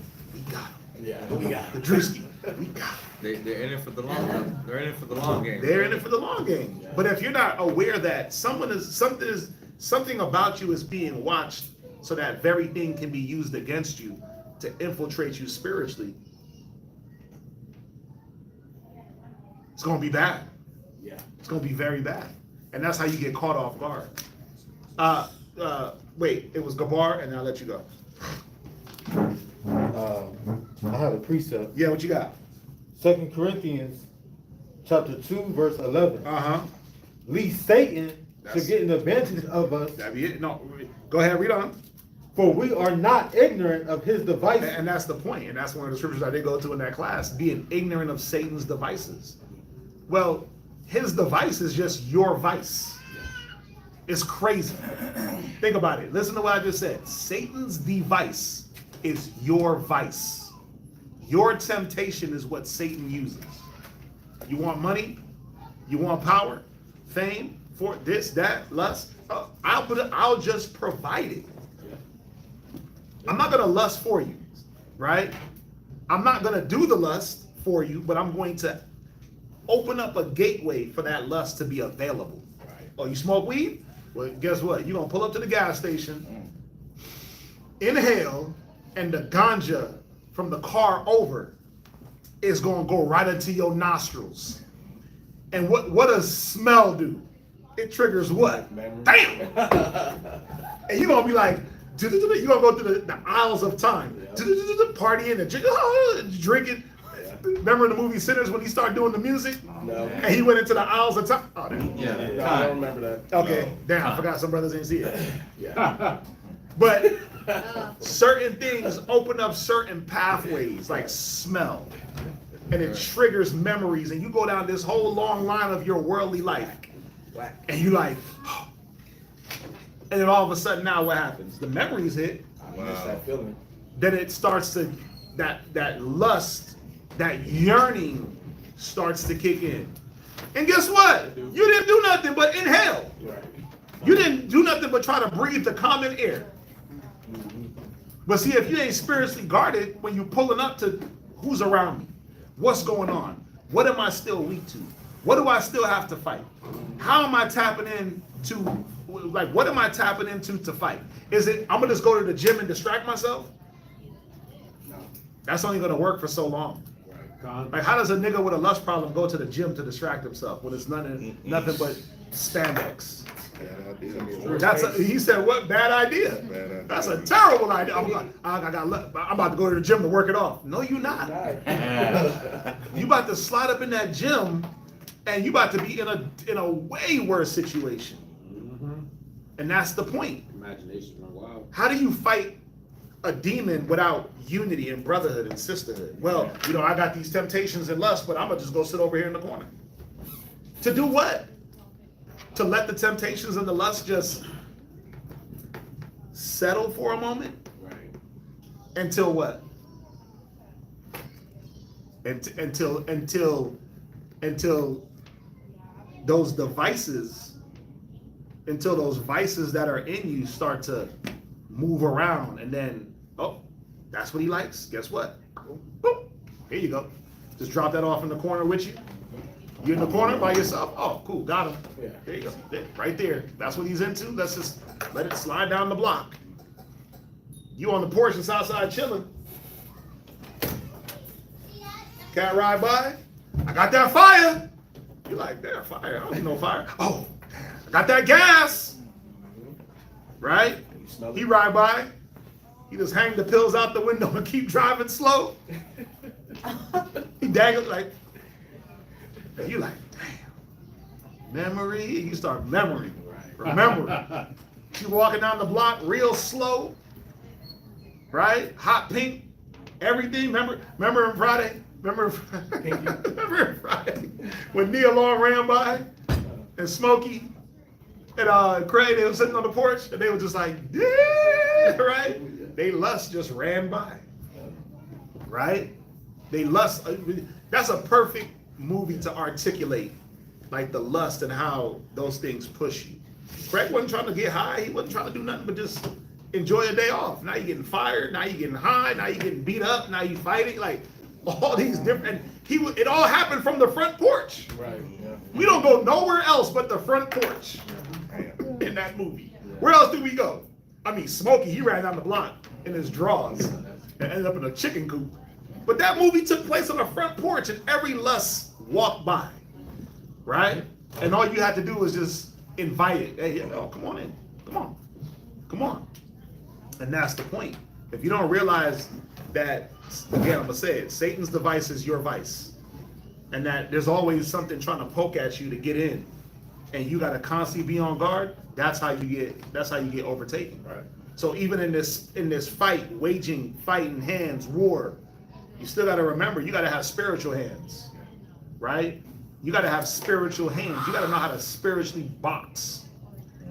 Do you have something else? Nah, just on your point, man. I think the worst thing that can happen is you get blindsided. Like in football, you're running, you're about to go tackle somebody, and you get blindsided. Woo! It's worse. So with this spiritual fight that we're in, it's worse when you're blindsided by the demons or your vices. Yep. It hits harder. It's more detriment. It destroys you more because you didn't have no type of defense up. Yeah, it knocks the wind completely out of you, and that recovery time is longer. You gotta lay on the floor longer, catch your breath, as opposed to being able to brace for impact or knowing I'm about to get hit. Yep. I see it coming, right? I remember I watched, and then sometimes even when you see it coming, I remember I watched Chad Ochocinco trying to go against Ray Lewis. He ran up on Ray Lewis. Boom! Ray Lewis just stood there. Bow! And dropped him. And they had him mic'd up. He said, man, I tried to go at Ray. That boy got up, and you could see him trying to shake the cobwebs from his body. Yeah. He rocked him so hard. He ran into a brick wall. Yeah. So sometimes you got to know, that's a brick wall right there. Go around him. Yes. Go around the brick wall. Don't go face first into the brick wall. But you're vigilant about it. You can see. That's Ray Lewis. Yeah. He's a damn people eater, right? What you got? This is Ephesians chapter 6, verse 10. Right? Finally, my brethren, Uh-huh. be strong in the Lord. Be what? Be strong in the Lord. Go ahead. And in the power of his might. Uh-huh. Put on the whole armor of And God, that's what it is. It's about putting on that armor, being girded up. Right? Go ahead. that ye may be able to stand against the wiles of the devil. Yeah, the wiles, when you go into that, the darts, the arrows. Think about it. If I'm shooting arrows, I ain't close. I'm in the bushes hiding. Waiting for opportunity. Waiting, right? For you to drop the shield. Right? Waiting for you, because it's about an ambush. I'm trying to ambush you. That's correct. And that's the point. I'm trying to ambush you. It says Satan go about like a roaring lion. Who would hear a lion and just sit there? So he does let you know that he's there. At the same time, don't lions ambush their prey? Yeah, they ambush their prey. They creep, they crawl, they go through the woods, they camouflage. But damn, I know he's there. I can hear them. Right. I can smell them pissing on things, right? I can hear them, the babies frolicking. Why am I not making myself or putting myself on guard? What? Yeah, that's the thing. It's like you hear the lion from a distance, so you still think it's in the distance. You understand that it's getting closer and closer to you. It might roar, and you might hear the roar, but you understand it's right there in the bushes behind you, ready to get you. Yeah, and it ain't just one. You might hear the males over here, but who's doing the hunting? The females. Yeah. In gangs. Yeah. And while they running you this way, you got two waiting over here to cut you off. That's how they hunt. Like when you go into like pride life, female life, like that, they'll run you into the other lions on purpose. Right. Then you got one that'll head off the pack, separate it. They know how to divide the pack, divide. Satan is like a roaring lion, looking for whom he can devour. So he's trying to separate you from the pack. Separate you from the pack. Peter, Satan desireth you and wants to sift you like wheat. Sift you from the pack. Sift you from the pack. Now watch this. Just for the context. Go back to this Corinthians and I want you to read the verse up. Just for the context. The 'Cause Second Corinthians. This is how I be working though. Read. 2 Corinthians chapter 2, verse 10. Read it. To whom ye forgive anything. To whom you what? To whom ye forgive Go ahead. anything, I forgive also. See, Satan ain't got to do too much but use what is in you. Lack of forgiveness? Got him. Got her. Oh, you don't forgive? Okay, cool. That's easy. Stage is set. Paul is articulating to whom I forgive. Go ahead. For if I forgive anything, Right? to whom I forgive it, Come on. for your sakes forgave I it in the person of Christ. Right. You forgive in the person of Christ, the household of faith. So Satan ain't got to work too hard to get you out of there. He just use your lack of forgiveness. He use your jealousy, your envy, your hatred, right? Your secret thoughts. He lets you battle within yourself, right? But what are we supposed to be battling? Those same very things. We're supposed to be warring on that spiritual front to make sure that those things don't override the spirit, the fruits of the spirit. They don't choke out that tree, right? So your jealousy, that's going to choke you out. Easy work, right? Your envy, that's going to choke you out. Easy work. Your lack of forgiveness, that's going to choke you out. It's easy because it's already in you. It's already in you, right? Oh, the white man made me. Nah, he didn't. He didn't make you vengeful. You're a vengeful Negro. You're a hateful Negro. You're a hateful woman, right? No one had to do that or put that in you. It was in you. The fight is to remove it from you. That's the fight. The fight is to remove those things from you. The envy, the jealousy, the hatred, the revenging, the, it's funny because there's like a tendency. Some people are fueled by contention, right? So I'm not going to disagree with you, or excuse me, I'm not going to agree with you. No matter what. Obstinance, stubbornness. It don't matter what you say. I'm not gonna see it that way because I'm fueled by something right now. Got him. Satan got you, right? Because don't he blind the eyes? Yeah, he blinds the eyes. He makes things. His whole job is to obscure, bring obscurity to a situation, right? It says the Most High's wisdom brings us clarity. It lightens the path. The law, the script, they lighten your feet. They lighten the path. So if someone's trying to bring the light and shine the light and you're like, nah, get that damn light out of here. Bow! And you smack the light out the way, what are we doing? Well, because some people move off of being disagreeable. Yeah. Right? They let the other spirits creep in, and then that main thing is, I don't want to agree. I don't want to see it. I don't want to, and let me say it like this too. It's not about just agreeing with a person to agree with them, but can you see where I'm coming from? Can you understand the perspective that I'm trying to bring? And then we say, okay, well, I see your perspective. you see my perspective. Cool. Now you may not agree with my perspective, but can you at least say, you know what? I see the perspective. So I don't agree, but I'm not gonna keep fighting. In the world, I ain't trying to see your perspective, and nigga, we gonna war until the ages.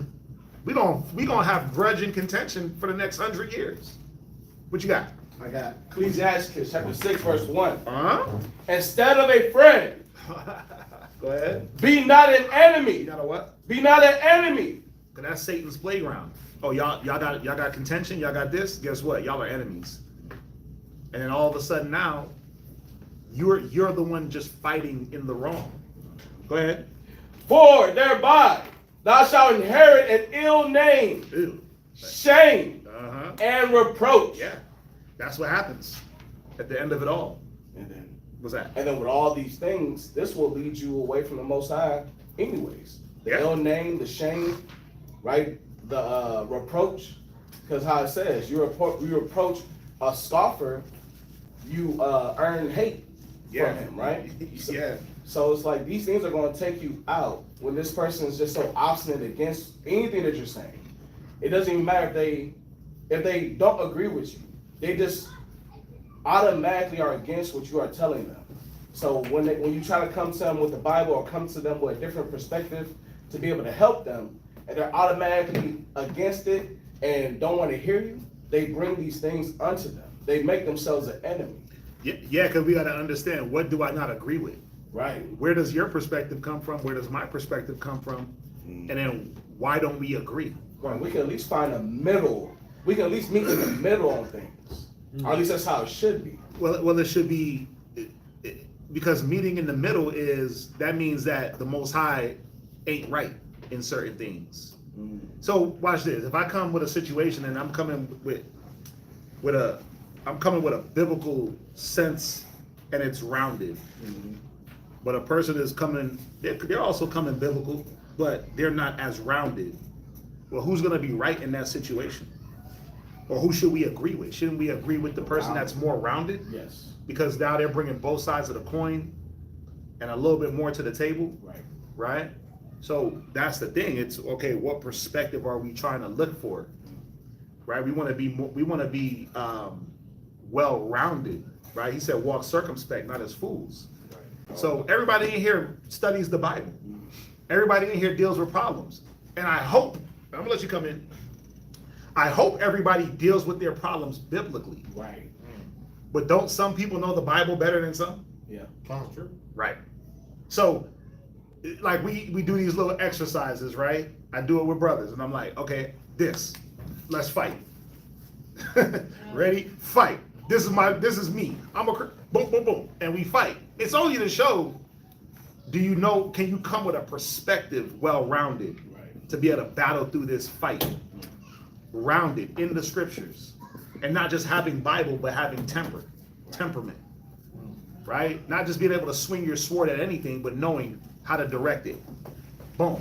It's all these different things that come into play in problem solving that everybody don't have just because you sit in front of a Bible.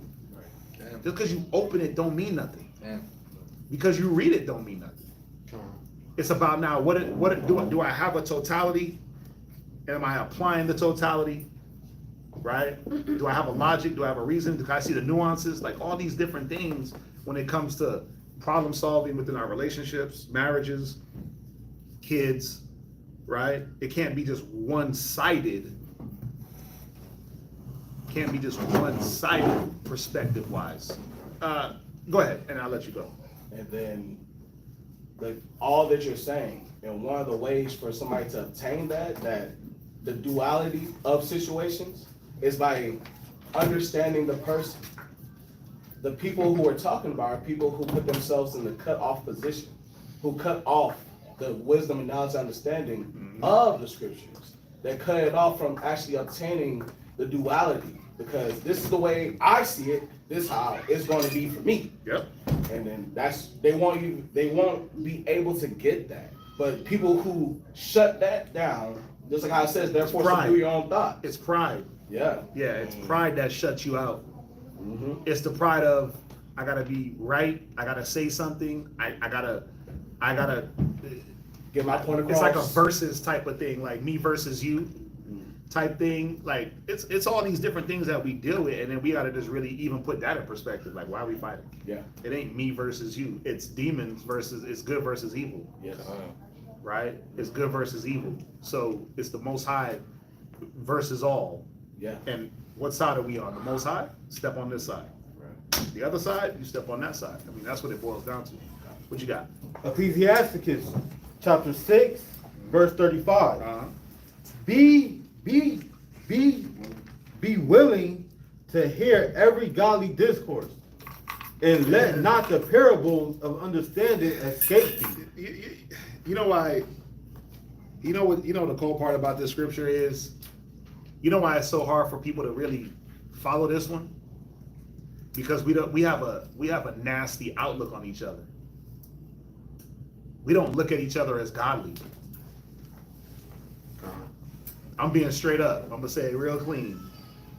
Some of you sisters don't look at your husband as a godly man. You just look at him as a dude that just reads the Bible. And because and husbands too, you don't look at your wife as a godly woman. Like, she can't have anything godly to say. Of course she can, right? Women have godly speech, right? There's many women that we see scripturally. There's sisters in here that have a godly speech, that can say godly things, and we got to give each other that credit. But it's easy to discredit a person, right? It's easy to discredit a person because what are you looking at?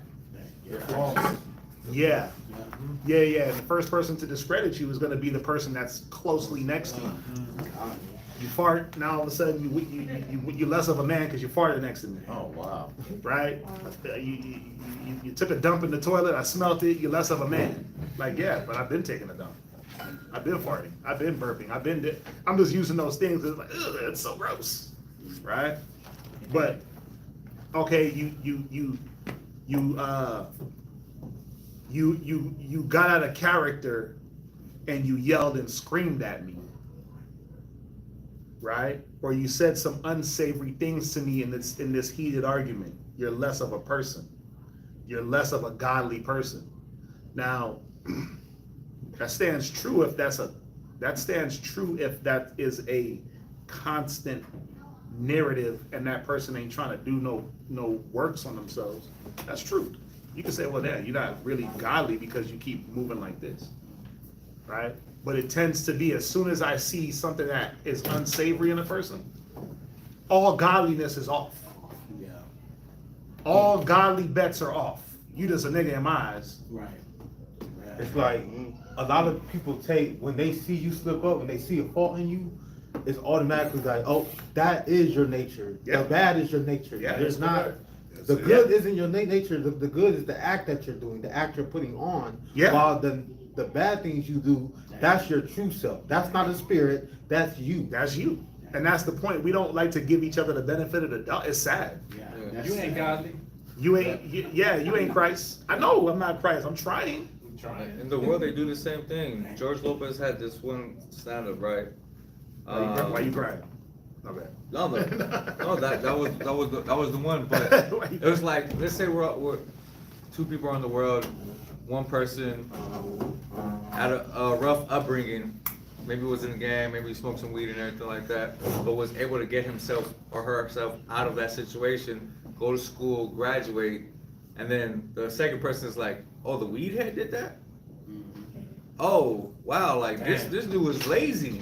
How was that? Or even in the mall, there's this wonderful dude, cool guy, Judite, Army vet, and he just got hired on, and he got ranked up as a supervisor, and everybody below him was like, oh, so he thinks he's good because he went to the Army and now he's overdoing the program.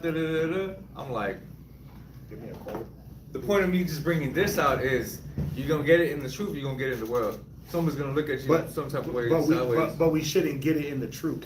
That's the point. Like, we should have the benefit of the doubt of one another because we're fighting in the faith. Yeah. And that's the point that I'm trying to make is like, yo, what are we doing? What are we doing? Yeah, yeah, we're gonna rebuke and correct and we're gonna judge situations and we're gonna examine things, right? And we're not gonna judge unrighteous judgment. When I say benefit of the doubt, you're looking at, damn, this person is here with me fighting, going through the same things I'm going through. Let me at least hear them out or give them, or let me at least not just write them off. Have some grace. Right? Yeah. And that'd be the point, but it's like, hear every godly discourse, that scripture goes over a lot of people's head because you're not looking at anybody around you as godly. You're not looking at brothers and sisters as godly. You're not looking at that because you might have seen a fault in us. Right? You might be calculating the faults instead of saying, well, damn, what are their other works? What are the other things that they do? Right? How's their faith? How is their love for the people, their charity? Well, that don't matter because the things that you do outside of that. What you got? So I have a question on just kind of going on this topic, Right? about it's Philippians 2 verses 13. Right? For it is God which worketh in you both to will and to do of his good pleasure, right? Okay. So I understand that a lot of people feel like, well, it's not us that do good, but it's the Most High. It's only His Spirit that worketh the good in us. You see what I'm saying? I've heard a lot of people teach that. You have to have the Spirit of the Most High is what wills us. So that Spirit. Watch. Go to Wisdom of Solomon. Just on that point before I forget it. Go to Wisdom of Solomon chapter 3, I believe. Let's look at it real quick. It's the last verse. Last verse? I think it's the last verse of Wisdom of Solomon chapter 3. Let me look. No. It's Wisdom of Solomon.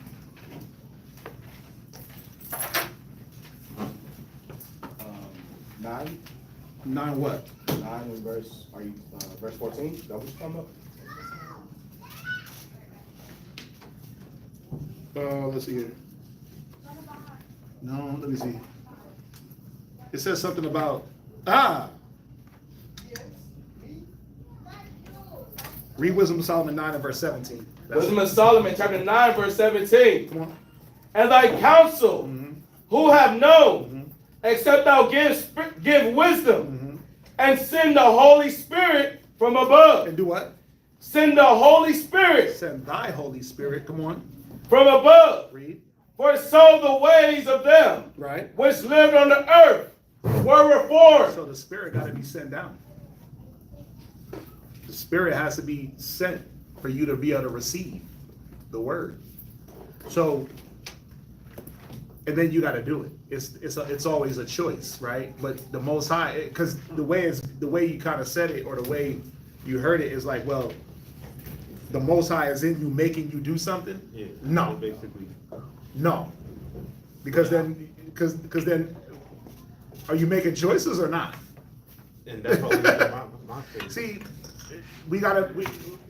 it's this free will predestination thing, and maybe we just gotta do a class on it, because some people teach that there's no free will, and I think because they mix in free will and predestination, we're all predestined for greatness, but you have the free will to make sure that you don't see that greatness or to achieve that greatness. Everyone is free will, predestined. For all Israel shall be saved with an everlasting salvation. Right? But you can make a choice how that goes according to your own actions. Sir, Right? What's that? can I appreciate? Before we go there, you understand? Or does that make sense? Yeah, so According to your question. So with that scripture, could that be why people don't see people as being good, because they just see it as, oh well, without His Spirit we ain't good, and the only good comes from. Well, but it's true though. Without the Spirit of the Lord, there is no good. Without wisdom, what is good?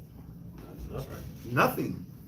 Right? But I still have to approach towards that Spirit. Watch. Go Go back to Wisdom of Solomon chapter 1 and let's just understand it. Wisdom of Solomon chapter 1 and verse 4. Wisdom of Solomon, chapter 1, verse 4. Go ahead. For into a malicious soul, Right. wisdom shall not enter. Right. So just think about it. How do I allow the spirit of the Most High to enter me? I have to start to relinquish that maliciousness that's in me. Yeah, the guile. It's not just guile. It's all the, watch, read on, watch, read. Nor dwell in a body that is subject unto sin. Right. So watch this. When a person first walks in that door, they don't know nothing about being an Israelite. They don't know no nationality. They walking in, smelling like blunts. This guy done doing a fresh line of coke, right? Because that be happening, right? Not, I mean, obviously not here. Ain't nobody coming coked up here, right? But just think about it. When you walked into them doors, you wasn't completely sin-free, right? Now, did the Spirit of the Most High dwell inside of you? No, it was around, Right. but it wasn't in you. Why? Because you wasn't cleaning up nothing. You wasn't getting rid of, you wasn't making space for the Most High until what? You sat in class and it was like, oh, damn, pork, ooh. Okay, let's move that out of my spirit. And then guess what? Wisdom is creeping in now. Oh, damn, let's move that thought out. Oh, Christmas, New Year's, let's move those thoughts out. And while thoughts is being moved out and spirits is being moved, the Spirit of the Most High is slowly creeping in. Go ahead, what?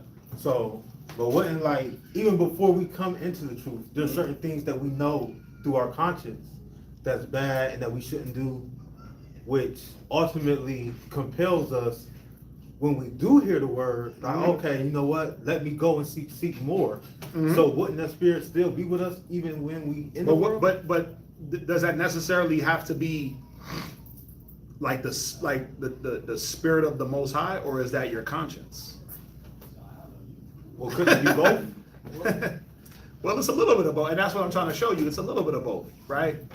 It's things around you that tell you, nah, this is off, this is wrong, and then you get that conscience in. But as quickly as you start to say, well, damn, I'm not gonna eat pork, and the wisdom starts to want to make a home with inside of your tabernacle, inside of you, is as quickly as you can slide to Wendy's and get you a Baconator, and then that spirit is like, nah, nigga, I ain't doing that. I can't stay. It's a very, very tight rope that we walk when it comes to our flesh and the spirit. Paul articulates that in Romans 7, right? So just look at it like this. You have a spirit, right? You got your spirit. You have the things that, you know, I want to do this, I like to do this, but then the Spirit of the Most High is like, well, yeah, you can do that, but you can't do this. So that's automatically a battle. It's automatic in certain aspects, depending on how much you gravitate to what you want, right? That the Most High don't want. Now, does that mean that the Spirit is not around you, or that you have little glimpses of the Spirit in you? I don't mean that. It means that you do, because you're fighting on other fronts, right? You might not be doing certain other things, and the Spirit is helping you to keep that going, right? Now, doesn't the Spirit wax strong within inside of us? It wants to. It should, right? But how does it do that? How does something wax strong? And when something waxes strong, what does that mean? To wax strong. If something is waning, what is it doing? It's decreasing, it's decaying. When something is waxing, what is it doing? It's growing stronger. So, for something to grow, doesn't it have to be there? Yeah. So, isn't it up to what you do, how you nurture it to make it grow? So, if you want to be technical, the Spirit of the Most High is within all of us. Right. But how much of the Spirit is in you, and how much are you nurturing it? What? Right. It's like you gotta make room for the Spirit by getting rid of the things. The that other are wicked. spirits. Yeah. That's the whole point. Yeah. Right? So it's not that the Spirit ain't in us, and maybe I kind of said it wrong in the beginning, right? So I'll make it clear now. The Spirit of the Most High is in everything. It's in all and through all. How much are you nurturing that Spirit? That's the point. But that Spirit is not a spirit of There's a reason why you got to nurture it and make it grow, because it's not fully grown, compelling you all the way. Yeah. So it's not making you do something. Right. As far as moving your hands and feet. Yeah. Right? The Spirit is not like, no, don't walk down that way. Don't go here. The Spirit says it. Right. The Bible, the words gives you the direction, but don't you have the choice to be like, nah, bruh, I'm about to go do that. Right? So who has the choice ultimately? You. And that's the, go ahead. So it's kind of like kind of how I look at it is how they portray in the shows, where you got like the angel on one side and the devil on the other side. But the angel's voice is soft, it's low, you can't really hear it. When the devil's is loud, it's roaring, it's, you know, it's multiple of them until you start to remove some of them and start to add more of the angels around you. That angel waxes strong. Yeah. And he wanes weak. But what it's articulating is that the negative in us is strong in the onset, and it's gonna speak louder to us because we don't have we have the conscious, but then we don't have the things that we can see to back it up. The Jews require a sign. So it's like, when I do certain things, I can feel like, damn, that don't sit right in my spirit. Yeah. Right? But then, wait, the Bible said don't do it? Because I do believe in God. Yep. Let me, oh, damn, the law. Whoa, I'm not supposed to grudge? Damn. Okay, so I kind of knew I wasn't supposed to do that just off of a feeling, right? But now that I've read it in the Word of God, I got to eradicate that from my psyche, from my spirit. Pork, I know it, man, every time I ate the pork, I was getting sick. Right. I knew there was something right or not right about it. Right. But now I got the words to back it up. Israel to be needing to back up. That's the only problem with Israel. We don't do the good that's already naturally in us, right? But that good has to be built inside. We have to be taught. Yeah. Develop.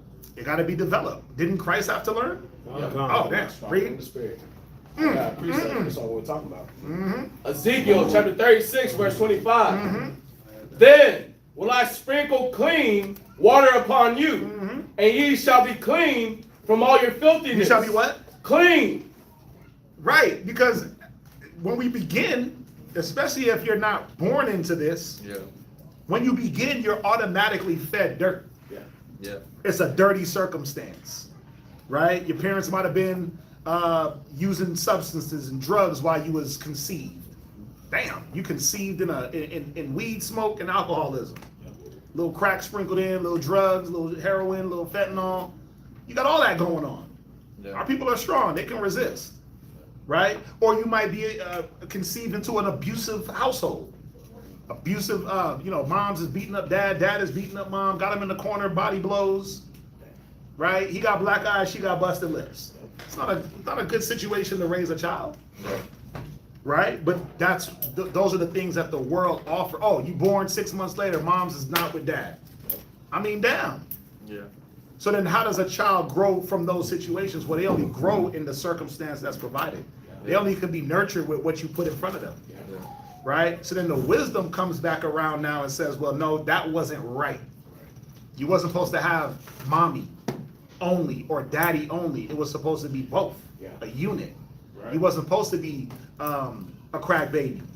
You wasn't supposed to be spoiled as a child. You were supposed to be disciplined, right? There's many things that our people don't know on how to raise children, on how to raise themselves, right? But then the wisdom comes along and says, okay, we're going to amend these things. There's certain good things that you're already doing, keep it up. And then the things that you don't know, let's add. Go ahead. From all your filthiness, and from all your idols will I cleanse you. All your what? Idols will I cleanse you. Come on. A new heart. And you what? A new heart. Why does the Bible tell us that we got to circumcise the foreskins of our hearts? Because our hearts wax pale. They wax stiff, hard, stony. What's that? God. Go ahead. Surely all men are vain by nature. And that's the point. And that's where I'm glad you brought it back to that, because ain't that where we at? where he says, read Psalms, and I'm gonna let you finish. Read Psalms, read the verse 4, 144 and verse 4, where he says that about the vein. Yes. Read it. Psalms 144, verse 4. Man is like to vanity. And that's the point. Wisdom of Solomon tells us that all men are vain by nature. Right? We're given vain things from the onset. From birth, it's vanity. From conception, it's vanity. I was shapen in iniquity, and in sin did my mother conceive me. Right? Now, David is not articulating that his mom and dad was running around committing sins, and no, he's not saying that. It's talking about the condition of man. The condition of man is sinful, right? It's a sinful nature that we have to be born into, look around and say, no, I can't live like that. Right. Yeah. And for some men, you got to be in sin for 30 years out your life before you get the Bible, the truth, the knowledge. You be in sin for 20 years. You be in sin, I mean, you know, look, child, right? How old is Max? 8. So for 8 years of his life, he's been moving around without the wisdom of the Most High. Hey, all praises to the Most High, because why? He ain't got to go the rest of his 40, 50, 60, however long he lives. He can live in more wisdom than he can in folly. Yeah. He can apply more wisdom in his life than he can negatives and the negative bringings and those different things. Yeah. The spirit can Yeah. wax strong only if he allows it, though. He got to allow it. Yeah. That's the thing. He got to be able to put away the lying, the cheating, the stealing, all the childish things to be able to let the wisdom wax strong within inside of him. The folly that children want to adopt into their psyches. And then we say what? Oh, he's just a child. Let him be. Hell nah. Beat that out of him. Con. Ecclesiastes chapter 1 verse 13. Whoop his. Wait, what? Ecclesiastes chapter 1 verse 13. Read it. It says, and I gave my heart to seek and to search out by wisdom concerning all things Right. that are done under heaven. Right? This sore travail hath God given to the sons of men to be exercised therewith. See that? Sore travail. Right? Second Ezra tells us about the conditions of the battle that man may face on this earth. You gotta fight. Gotta fight. Even if you born in this, guess what? You think my kids ain't gotta fight? Yep. You think Manashah ain't gonna have a fight on his hands? Must need be. He gonna have the worst battle. You know why? Because he knows he's going to know better. Yeah, he's gonna roll it. His fight is gonna be extensive because he's gonna go his whole life knowing one thing and then being presented a whole different ideology. Yeah. So Crazy. don't he got a battle to stay on either way he has to battle to stay on the track that he chooses. I know what I want him to do. I know what I choose for him. But guess what? He got to make the choice at some time. And then he got to battle to stay on that. If it's teach the Bible, be that man, priest of the Most High, but he got to fight that. He got to fight the world. Because the world's like, nah, you a black man, go be a damn football crash dummy, go be a dancer, go be this, go be a rapper, go be a thug, go be a pimp, go be all those things. Right? And then guess what? You can become the pimp, the drug dealer, the hustler, and if that's what you want, don't you got to fight to be that? Yep. Because there's always something saying, nah, you can't, you don't got to do that. No. And you're like, nah, I'm going to do that. Yeah. There's always resistance. There's always some resistance on every level. That's the point. It's how you nurtured the thing. Read on. Let's read on and jump back. Verse 26. A new heart also Why do we need a new heart if the heart was already good? Go ahead. will I give you, Read. and a new spirit Read. will I put within you, Read. and I will take away the stony heart. That stony heart, the heart that doesn't want to accept, that heart that can't be penetrated, that mind, obstinance, stubbornness, pride, hate, envy, jealousy, greed, lust, lasciviousness. Read. Out of your flesh. Come on. And I will give you a heart of flesh. Read. And I will put my spirit within you. Because that flesh can be what? It can be pierced. That flesh can be what? It can be reasoned with. Right? The Most High can compel you now with his word. That's the point. what do we call a what do we call a brother that ain't listening? You hard-headed, right? And at one time there was a brother we was gonna name. I came up with a name for a brother. No, nobody in here. His name was gonna be what was his name gonna be? It was like hard-headed. It was like adamant stone. Yeah, that was because brother was hard-headed. It's like you couldn't damn pierce his brain. He had to like literally go through everything that we said he was gonna go through, Wow. and then still not get it. Like, damn, okay, you just gonna be a hard brother. Some of our people are like that. They're just hard-headed. No matter what they go through, no matter what they dealing with, I'm gonna stick to my guns. Right? I'm gonna stick to my guns. Was that it on that? Yeah, I'll just finish it out. Okay, go ahead. And cause you to walk in my statutes, and ye shall keep my judgments, and do them. And that's the point. The Most High is always trying to bring us back to the law, right? Let's go back to Psalms. Y'all, I mean, this is y'all's fault. Y'all come with all the precepts, just so y'all know. The curse of the first reader. Y'all doing this. We make it to 12 every time. I ain't got no precepts. This is y'all. Yeah, where we at? Verse 5. Damn, verse 5. 2 hours later. Corey Fall. You know how it goes though. We gotta get through these little talks and then we slide. We be sliding. We stepping. We step through it. At the end, we start. We start sliding. So we read Psalms 39. Read verse 5 down to verse 8. Somebody get me Isaiah 44 real quick. Okay. Read where you at. Book of Psalms chapter 144 and verse 4. Right. Man is like to vanity. His days are as a shadow that passeth away. Bow thy heavens, O Lord, and come down. Touch the mountains, and they shall smoke. Cast forth lightning, and scatter them. Shoot thine arrows, and destroy them. Wait, but you just blessed my hands to fight. Why don't you just send me to go beat niggas up? That's not what it's about. 'Cause that's not what it's about. It's about giving the Most High the glory. And this is what David is articulating. Read. Send thy hand from above. Send my what? Thy hand. But you taught my hands to fight in war. You taught me to play bully ball. Read. Rid me and deliver me. There's something that's happening here that David is showing us that we got to learn. Read on. Rid me and deliver me out of great waters. From the hand of strange children. Whose mouth speaketh vanity. Come on. And their right hand is a right hand of falsehood. Read Isaiah 44 and verse 9. You're going to read to verse 18. Isaiah chapter 44, verse 9. Read it. They that make a graven image. Say that what? Make a graven image. Go ahead. Are all of them vanity. Read. And their delectable things shall not profit. They're delectable things. Go ahead. And they are their own witnesses. Come on. They see Wait, not. it says they're what? They are their own witnesses. They're their own what? Witnesses. See, and that's the thing. Like, they're their own witness against themselves. All you got to do is just look. See, a lot of the times we want to associate and team ourselves up with vanity and delectable things, but just look at it. Something ain't right. Look at her. Something's off. Look at them. It just don't, you know what I mean? It just ain't. Something's missing. Something missing. You know what I'm saying? Just look at it. Yeah. Shalom, queen. Wait, look at him. Shalom, king. Wait. Dive deeper. Look at her.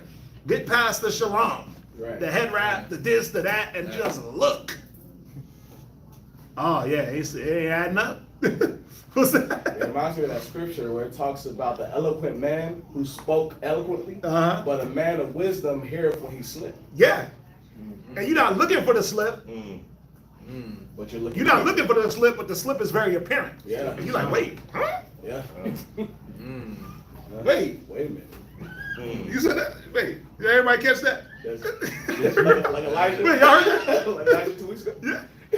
Elijah the week? Yeah. Remember Elijah 2 weeks ago? He was like, yeah, you shouldn't follow the law. Oh!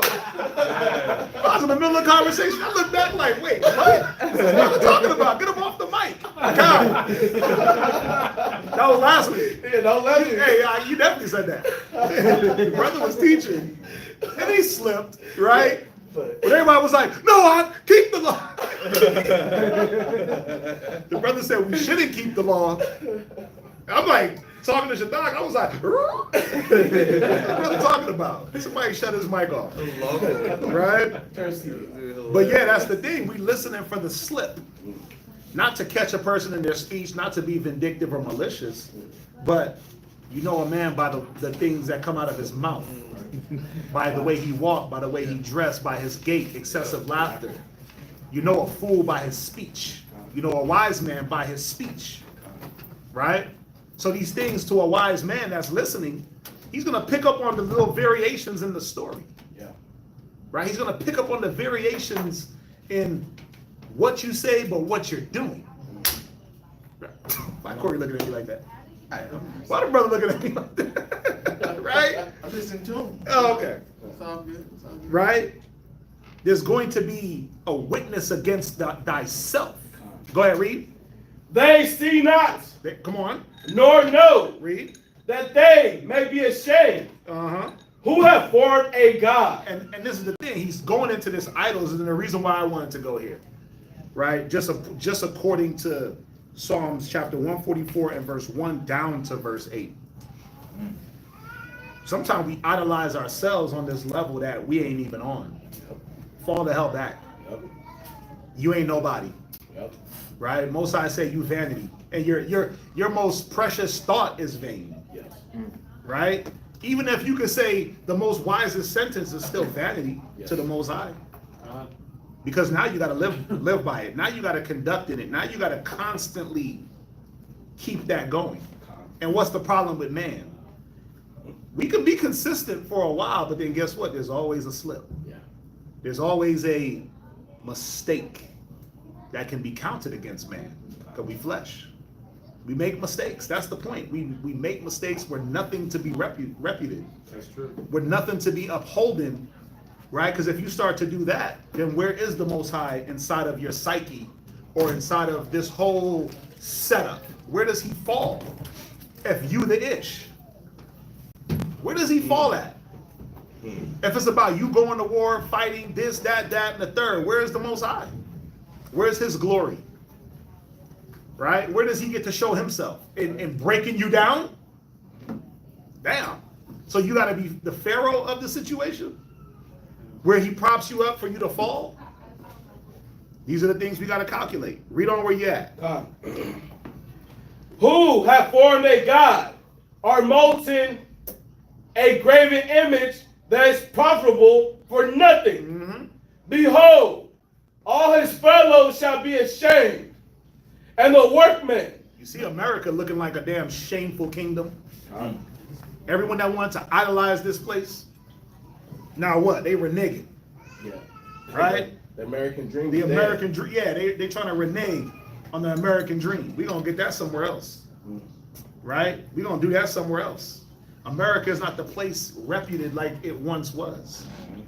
Why? Because their shame is coming out. Most I said, I'm going to lift your skirt and show what you are. Donald Trump is showing.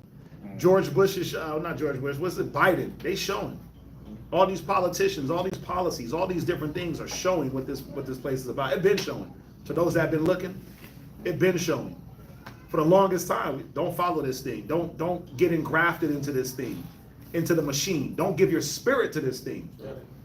And we get looked at crazy like, nigga, what you talking about? I'm proud to be American. I'm proud. I'm this, I'm that. I'm proud to follow the crowd and follow men to riot. I'm good with following vanity. And all we saying is just stay in the spirit, brother. Stay in the spirit, sis. We get it. You got to go out and work and be, you got to rub elbows in those different little sections of work and those different things. You got to go out to eat. You want to go out to the movies, have a little fun. But it's don't stand on this thing. Yes. Right. Because as soon as you stand on it, guess what it's starting to do? It's crumbling under the feet. What do we stand on? Stone, real stone. The law, he said it, the real stone. Right? The real stone. The wisdom. That's the stability. When everything fails, when you're weed smoking, when you're drinking, when your money, when it all fails, you got to still come back and think about what? The next plan, but you got to use wisdom. When you ain't got no money, you got to use wisdom. When things start to crumble around you, what is the first? Man, I got to think. What am I going to do? To make something better, you got to use wisdom. So when everything fails, which we try to articulate to brothers and sisters, right? Unity, I've never really seen unity fail. Because when people unify, it doesn't matter what they unify in, they get the job done. The Bible teaches us that. Tower of Babel, it said they were unified, they was gonna get it done. Black Lives Matter, Black Lives Matter, they unified. We're gonna get it done. We're gonna march, we're gonna prove our point, we're gonna get it done. Anything that is in unity gets done. Is this too much in your face? You're getting christened. Right, brother, getting christened up here. Let me put that down a little bit for you. I mean, you're used to this. It's done. It ain't gonna smother it out. First read. You the smoke man. I forgot you be out here in that damn smoke. It was getting. I love it. Righteous smoke. Right? But this is what we got to remember. This is not to destroy nobody's dreams and hopes and make you feel bad. But you still got to look at things and say, well, what is my God? Is it me, my mama, my daddy, my children, my this, my that? Or is it the actual Most High, the God of Abraham, Isaac, and Jacob? What do I idolize? Because whatever you idolize is going to be broken. It's going to break. That is correct. It's going to, so if you idolize in you, Most High gonna break you. If it's about how well you do this and how well you do that, He gonna break you. He's gonna break that thing out of you. It's gonna be a witness against yourself. Read. And the workmen, they are of men. Let them all be gathered together. Let them stand up. Read. Yet they shall fear, and they shall be ashamed together. What verse you at? Verse 12. Reverse down to verse 18. Go ahead. The smith with the tongues, Right. both worketh in the coals. And we know this is literally talking about men making idols. He's gonna go through it and show. Right? The smith, the coals, the tongs, the different things to create these idols for men to worship. But guess what? The things that you worship, they've been put through a process too. They've been put through a process for you to be able to have something to look at and idolize also. You might not have a statue in your room, looking at it, praying to it, bowing, but did you build it in your head, that idol? Was it given to you through the media? There's something that they ask basketball players that's coming up. All sports figures and music artists, the one thing they ask them in every interview, just go back and watch, who did you idolize growing up? Damn. Right. Oh, well, I had the pictures of Michael Jordan on my wall. And, I had LeBron, and he was my idol. So they automatically know that children are being indoctrinated to idolize things outside of the Most High. And you might, it's so innocent. It's just a role model and this, that, and the third, right?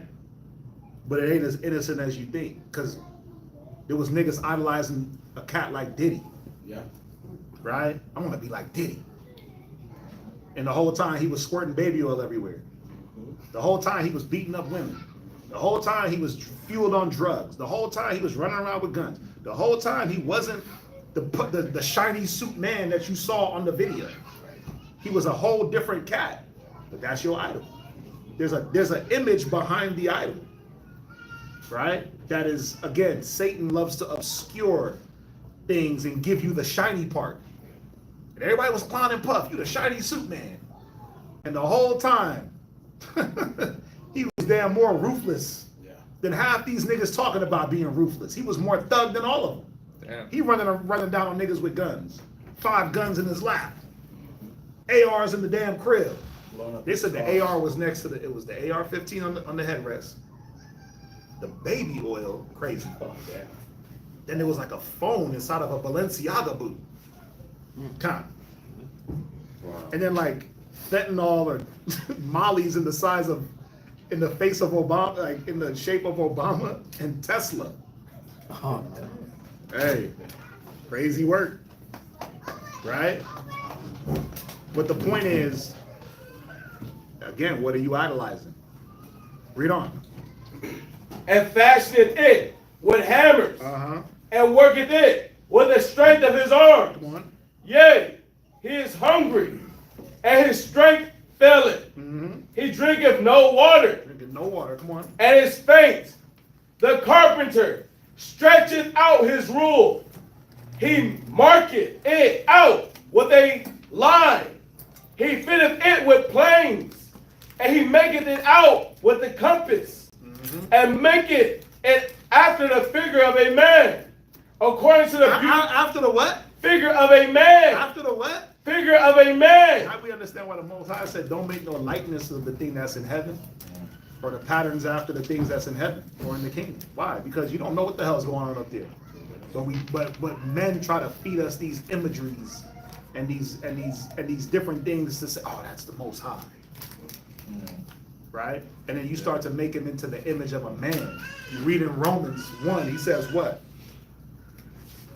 We turn him into the image of a beast. Yeah. Your gods now become damn Medusas and Sphinxes, half man.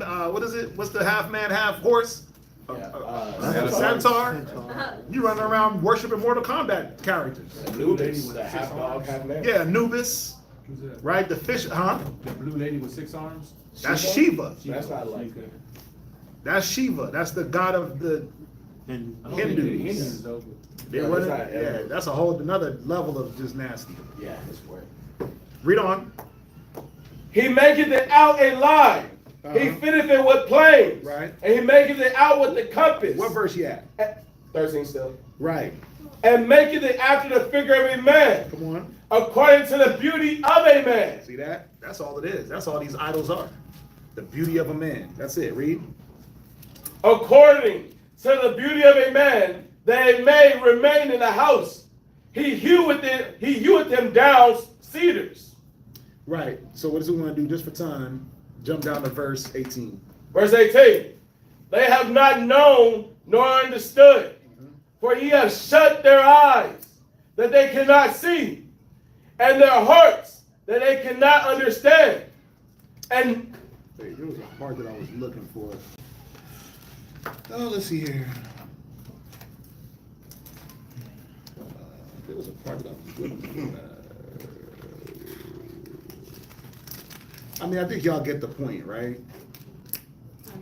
Y'all get the point. Read verse 17. verse 17. And the residue thereof, he maketh a god, Right? even his grave image. Uh-huh. He falleth down unto it, Right? and worshipeth it, Right? and prayeth unto it, And do what? and prayeth unto it. Right. You know, I'm going here to show the idols. What are they? Or the ones that is feeding into these idols? What are you praying to? What are you asking for the strength? Right. It's something that has to be created. Right. It's something that has a beginning. Where we know the Most High got no beginning, no end. He got to be the strength. He got to be the thing that you look towards. Right. Not to idolize him on that type of level of how you would, that vain worship, but it got to be real. Yeah. Right? You're not going to put posters of the Most High up on the wall, but you're going to set up your prayers. Worshiping. Right? You're going to study your scriptures. Right? You're going to apply the wisdom in all aspects, whether it be good, whether it be bad, whether it be detrimental. You're going to apply wisdom. Right? And really it was to articulate the point in Psalms 144, whose mouth speaketh vanity, and their right hand is the right hand of falsehoods. That hand is the works. The falsehoods is the idols. That's what they bring forth. What you got? I was gonna say, you go into this goes right into Wisdom of Solomon chapter 14. Right, and we ain't gotta read it because I get it. Yes, sir. we've been tapping on that 14, but that goes into the idol making, right? Yes, sir. Yes, sir. And then what other scripture goes in Wisdom of Solomon 14? Let's see if y'all remember. I chastised y'all on this last time. You talking about wisdom? Solomon 14. Where did he quote from? Come on, man. Y'all supposed to have this right there. Isaiah. Where did he quote from? Wisdom of Solomon 14 is quoted from somewhere in Psalms. Hold on. Wisdom of Solomon. Oh, is it 14? What does 14 say? Talks about idol worship, right? Right. All right. Okay, so it's not a direct quote. It's Wisdom of Solomon 15. That's a direct quote. But it's Psalms 115. Well, Psalm 115 in verse 4 goes into the idols, silver, gold. Remember? Right. But Wisdom of Solomon 14, it goes into idol worship. 15 goes into idol worship. 16 goes into idol worship. How they're graven images and they make these different things. Wouldn't that also go into the Jeremiah 10? Jeremiah 10, Hail of the Dragon, yeah, all that. Yeah, Jeremiah 10, they cut a tree. Yep. Yep, where we at? Go back to Psalms. Where the book of Psalms, chapter 144, verse 7. Send thine hand from above, rid me and deliver me out of great waters, from the hand of strange children, whose mouth speaketh vanity, and their right hand is a right hand of falsehood. And we know those strange children are our enemies. We know Edom, Moab. We know that. Go ahead. I will sing a new song unto thee, O God, upon a psaltery, and an instrument of 10 strings will I sing praises unto thee. So if you want to know, if we're going to be singing damn drill music in the kingdom, hell no. It's not going to be there. R&B, you're going to be hitting R&B tunes, it's not happening. It's not happening. Trey Songz and Usher, it's not happening there. Right? It's going to be a new song. Go ahead. Go ahead. It is he that giveth salvation unto kings, who delivereth David his servant from the hurtful sword.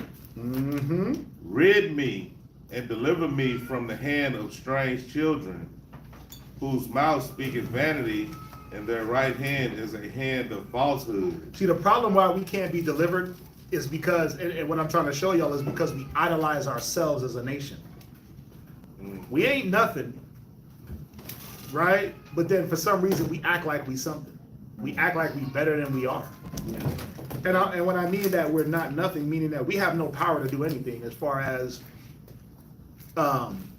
deliver ourselves, take ourselves out of a captivity. We have no power. But we'll move that to the side and act like we something because we can play ball, sing, dance around, right? We'll prop ourselves up like we are something. But look, rid me and deliver me from the hand of the strange children. You're still in the hand of strange people. You still got to send your kids to be educated by your enemy. You still got to eat your enemy's cuisine, right? Every fast food you pull up to, that ain't yours. That's true. That ain't yours, right? You got to wear your enemy's clothing. They got to dress you. Their religion. If you're religious and you go into those churches and Islam and all those different things, they're giving you your spirituality. Your enemy, not a friend. It says them that hate you have you in captivity. Right. They don't love you. They're not giving you Christianity because they all want to hold hands. Remember, the slave master prayed to the same God that the slave prayed to in their eyes. Right? Yep. I mean, damn. Crazy. That's nasty work, right? That they told you to pray to the same God that they believed in. But I'm a slave getting my back broken, and you the master just whipping me. But we got the same God? Yeah, we do.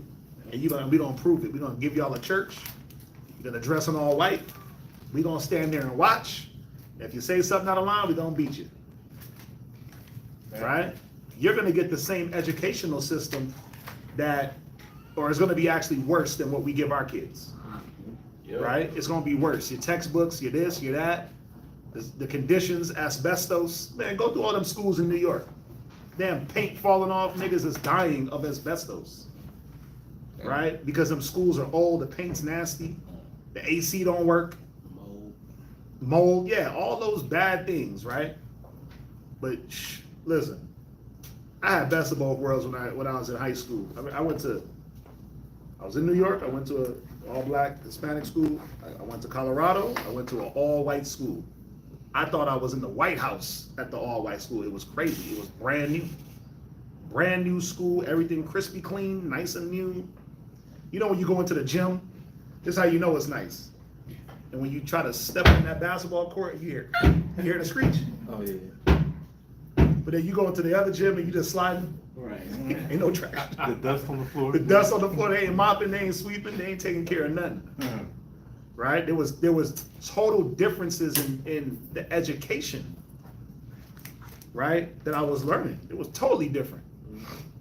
They was offering AP classes and all these different things in the hood school, which it wasn't really a hood school. I went to a Catholic high school, right? But it was a Catholic high school for black people and for Hispanic people. It was Puerto Ricans and niggas up in there. So they wouldn't offer nothing AP or advanced or nothing like that. We barely had desks to sit in. It was crazy, right? The teachers were disgruntled. They wasn't all happy and bubbly, right? Yeah. It was different. It was a whole different thing. They didn't want to be around a bunch of niggas. Yo, you in a Catholic school and cats is going down into the basement to fight, beating niggas to a pulp. I ain't never seen nobody beat to a pulp in the white school. We was the ones fighting in the white school. It was like 5 black kids. We was the ones doing all the dirt. Yeah, we was the ones in there doing all the dirt. We was bringing the niggerisms to the school, right? Our bad habits. The white boys was in there trying to learn something. Doc Martin jeans, little nasty boat shoes they wear till they curl up, little Abercrombie and Fish polo, right? And we in there bringing hood stuff into the white school. It was crazy. That's funny. Yeah, it was crazy. We was teaching them how to do all the negatives, right? But the difference is the point is we have to come back to some type of level of standard. We got to fight for the education of our people because, again, start looking into those textbooks, especially here in Texas, Florida, they're going to start telling you that there was no such thing as slavery. They're already writing it out. Right? They burnt down one of the last major slave houses in Louisiana, the antebellum slavery house. That was like one of the last major monuments out there to depict that there was a slavery going on. They burnt that down so that they could say, well, nah, slavery didn't really happen. There's no evidence. Damn. The vanities, the lies, they're right in your face. But then why you want to team up with them? Why you want to team up with somebody that's lying to you? Why you want them around you? You know, the homeborn slave, his first thing is, well, how come the white man can't get into heaven with me? Because he's a liar? Because he's a deceiver? Because he already in heaven? That's why he can't get in there with you. And why would you want him there with you? He's an enemy of God. Because he hates God. He ain't never in any type of history did anything godly. Right? He killed in the name of his religion, brought a cross and a picture of white Jesus, and slaughtered anyone that didn't want to bow. So why he got to be there with you? He's killing you now. He's killing you now. Why does he got to be there? And those are the questions you got to ask yourself. Right? Who is administering all the hate throughout this damn world? Yep. Who's in control of the war tactics? Who got the nuclear button on standby? It ain't no black man. It ain't no black nation. Right? Who has the military power? We got to ask ourselves these questions. Like, these are the things that we don't like to ask because the answer is going to make you start to second guess and second question your surroundings. Right? Go ahead, read on. Where we at? Verse 12. Psalms 144 and verse 12. Right?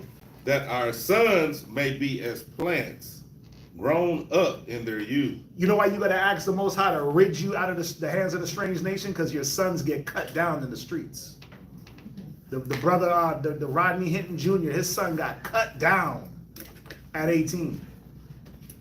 Oh, he had a gun. No, he didn't. Lied. Shot him in the back 6 times. Right? And that's just one of many. Yep. That's just one of many. Come on.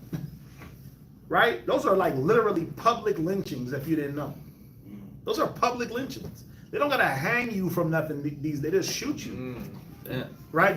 Remember, they would hang in Roman times. They would put you on a cross and degrade you that way and let you hang there for an amount of hours, right? And suffer. And that was a public shaming. And then they would put you to death, right? And then through times they developed different methods. One of their methods was to hang down from a tree.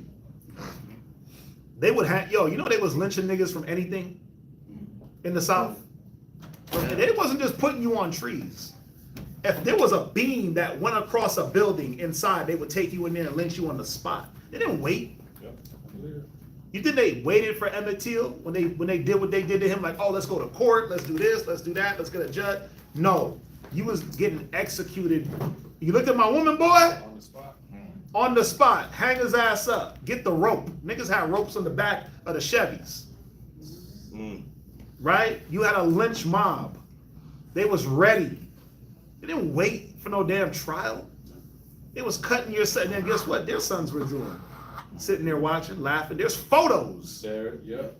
There's photos, man, of little black boys being lynched and the little white boys sitting there laughing, smiling. David said it. He said, get them the hell away from me so our sons can grow. Read. Get them the hell away from me.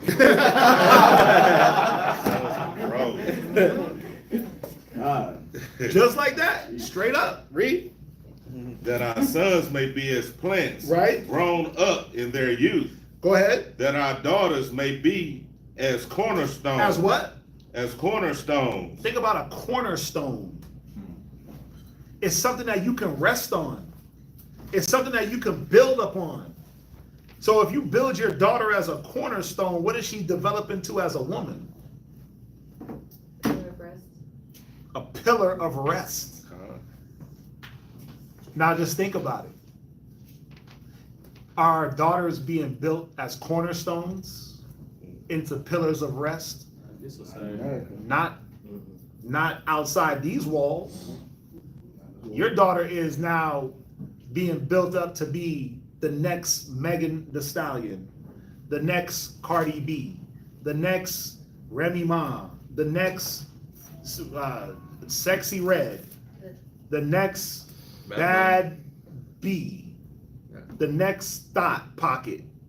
Thought Pocket. Right? She's the next Jump Off. Yeah. No matter how you slice it and dice it, you can say whatever you want. Well, it ain't that bad. Yeah, it is that bad. It's damn terrible. It's terrible because just look at our women. Look at the estate. Look at the mentality. And then as they develop and they're in a certain mentality that the world is feeding, there's a reason why they give you, I know I sound like a broken record, but just think about it. As much as I don't really subscribe to like a Queen Latifah and that her nonsense, because she was just gay the whole time talking about unity, damn homosexual. But at least her message was one of unity and not one of whoreism. Let me go out and be a hoe, right? She wasn't talking about pulling up to abortion clinics and letting 10 niggas knock her down and having 11 abortions. You got chicks that's rapping about that. Like in front of Planned Parenthood with the whole video and everything. It's crazy work. Wow. Yes. Yo, Glorilla's first music video was her in a car at the light doing 360s with her pregnant homegirl drinking a bottle of Hennessy. Go look it up.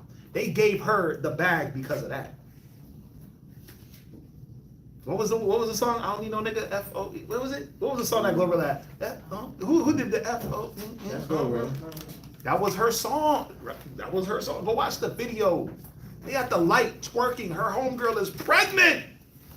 That nigga is 9 months pregnant, drinking the Henny, twerking outside of a car window.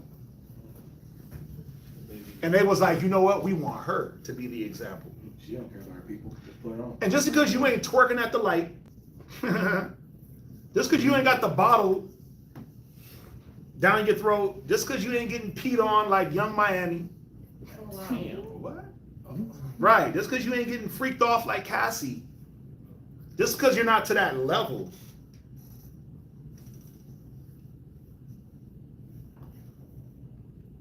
They started somewhere. Bruh, just because you ain't to that level, it don't mean a damn thing. Because all you're doing is getting to that level. All you did was hit a milestone and say, you know what? I'm gonna just stay at that plateau. You just plateaued off. So you might not be on trial like Cassie, going through your whole background, but it's probably nasty. It's probably a nasty background. It's not a background of righteousness. Can you build on it? Can you stand on it? Are there regrets in it? And that's the point. We're supposed to be building ourselves in a way that when our children look at us, they don't got a second question, what the hell you doing? Right? Again, you got like a woman like Cardi B who raps to young girls, but she tells you that her young girl daughter, she don't let her watch none of her music or listen to none of her music. You got all these rappers talking about how many niggas they done killed and this, that, and the third, but then you go on Facebook and they at graduations with their sons while they teach your sons to kill your sons. Right? You got all these rappers rapping about certain things. You got like a cat like Busta Rhymes, right? He had a damn birthday party sitting there crying. 53 years old crying because his kid's doing a birthday party. Nigga sitting in front of the cake, balling. But he'll rap about certain things and feed certain things to the algorithm, which is you. You're the algorithm. They'll feed you a certain mind state, but they putting their kids through college on you dying, on your death, on your destruction. Right? They'll give you an image while they're living a whole different image. Beyonce, single ladies, but she was married the whole damn time. She didn't teach you to get married. She taught you to be single and be prideful in that. It's crazy. And then she came back like, put a ring on it. She already had a ring on it. She already had a ring on it. Now she's the family woman. I'm on tour with Rumi and Blue Ivy, right? I'm a good mom. No more Sasha Fierce, but she taught you how to be a damn witch. She taught you how to be an evil witch and how to transform into Sasha Fierce. She ain't Sasha Fierce right now. She doing mommy mode. She doing mommy mode on y'all. Y'all about to do mommy mode? Nah, you two in Sasha Fierce mode. You two in single lady mode. You got trapped in that mode. You plateaued. They keep growing, and guess what? The ultimate thing is, well, I gotta be a mom. Cardi B is a mom, right? She spends time with her kids. Do you? It's crazy. As much as you see them on tour and doing that, they spend time. Look what Rihanna said. I don't want no damn nannies. I didn't wait 36 years to have kids to have somebody else raise them. But you can't wait to get rid of yours. Think about that. Now go back and listen to Rihanna's music. One album is called Rated R. Ain't it called Rated R? Right? And just listen to the tone of the music. Bashing men. Right? Feminist ideas. Right? Money, fame, this, that. She ain't talking about being a mama. Show me a song where Rihanna talks about being a mom. Couldn't do it. But when she became one, she being one. And they don't show you that. They don't show you Rihanna with her kids. Positive. They don't show that. They show you with her ass out and nipple pasties. Well, no nipple pasties. They show you her nipples. And you like, ooh, I want that butt naked dress that she got on. The one where she had no panties on. Where do I get that? I want to dress like Rihanna all the time. When Rihanna ain't dressed like Rihanna all the time. It's crazy. So they give you one narrative while they live in a whole different narrative, and you caught up in the negative narrative. And now you're no longer a cornerstone and a pillar. You're no longer the strong plant that turns into a tree. You're a waste. You're a waste person. You're a waste woman and a waste man. And then you develop waste children. And then they become waste. Because there's no wisdom. Where we at? Read verse 12 again. Psalm chapter 144, verse 12. Uh-huh. That our sons may be as plants, Right? grown up in their youth. Right? That our daughters may be as cornerstones. Come on. Polished. What? Polished. When you polish something, don't you gotta put a friction to it? Don't you gotta rub against it? And you look and you're like, it's not good enough. What does that polishing represent? Or that refining? I just gave it away. It's a refining. It's a pushback against ideas. No, I'm gonna refine that thought. Watch this. I don't want to be pushed back against. I just want to be able to think and do what I want. Nah, I'm gonna offer some pushback. You ready? No, I'm gonna refine you. You ready? No, I don't want to be refined. I want to be the dross. Go to Lamentations. Go to Lamentations real quick. What is it? Lamentations 3:1? Lamentations 2:1? How does the fine gold become dim? It's one of those. It might be Lamentations 2:1. And this be the problem. This is the main problem.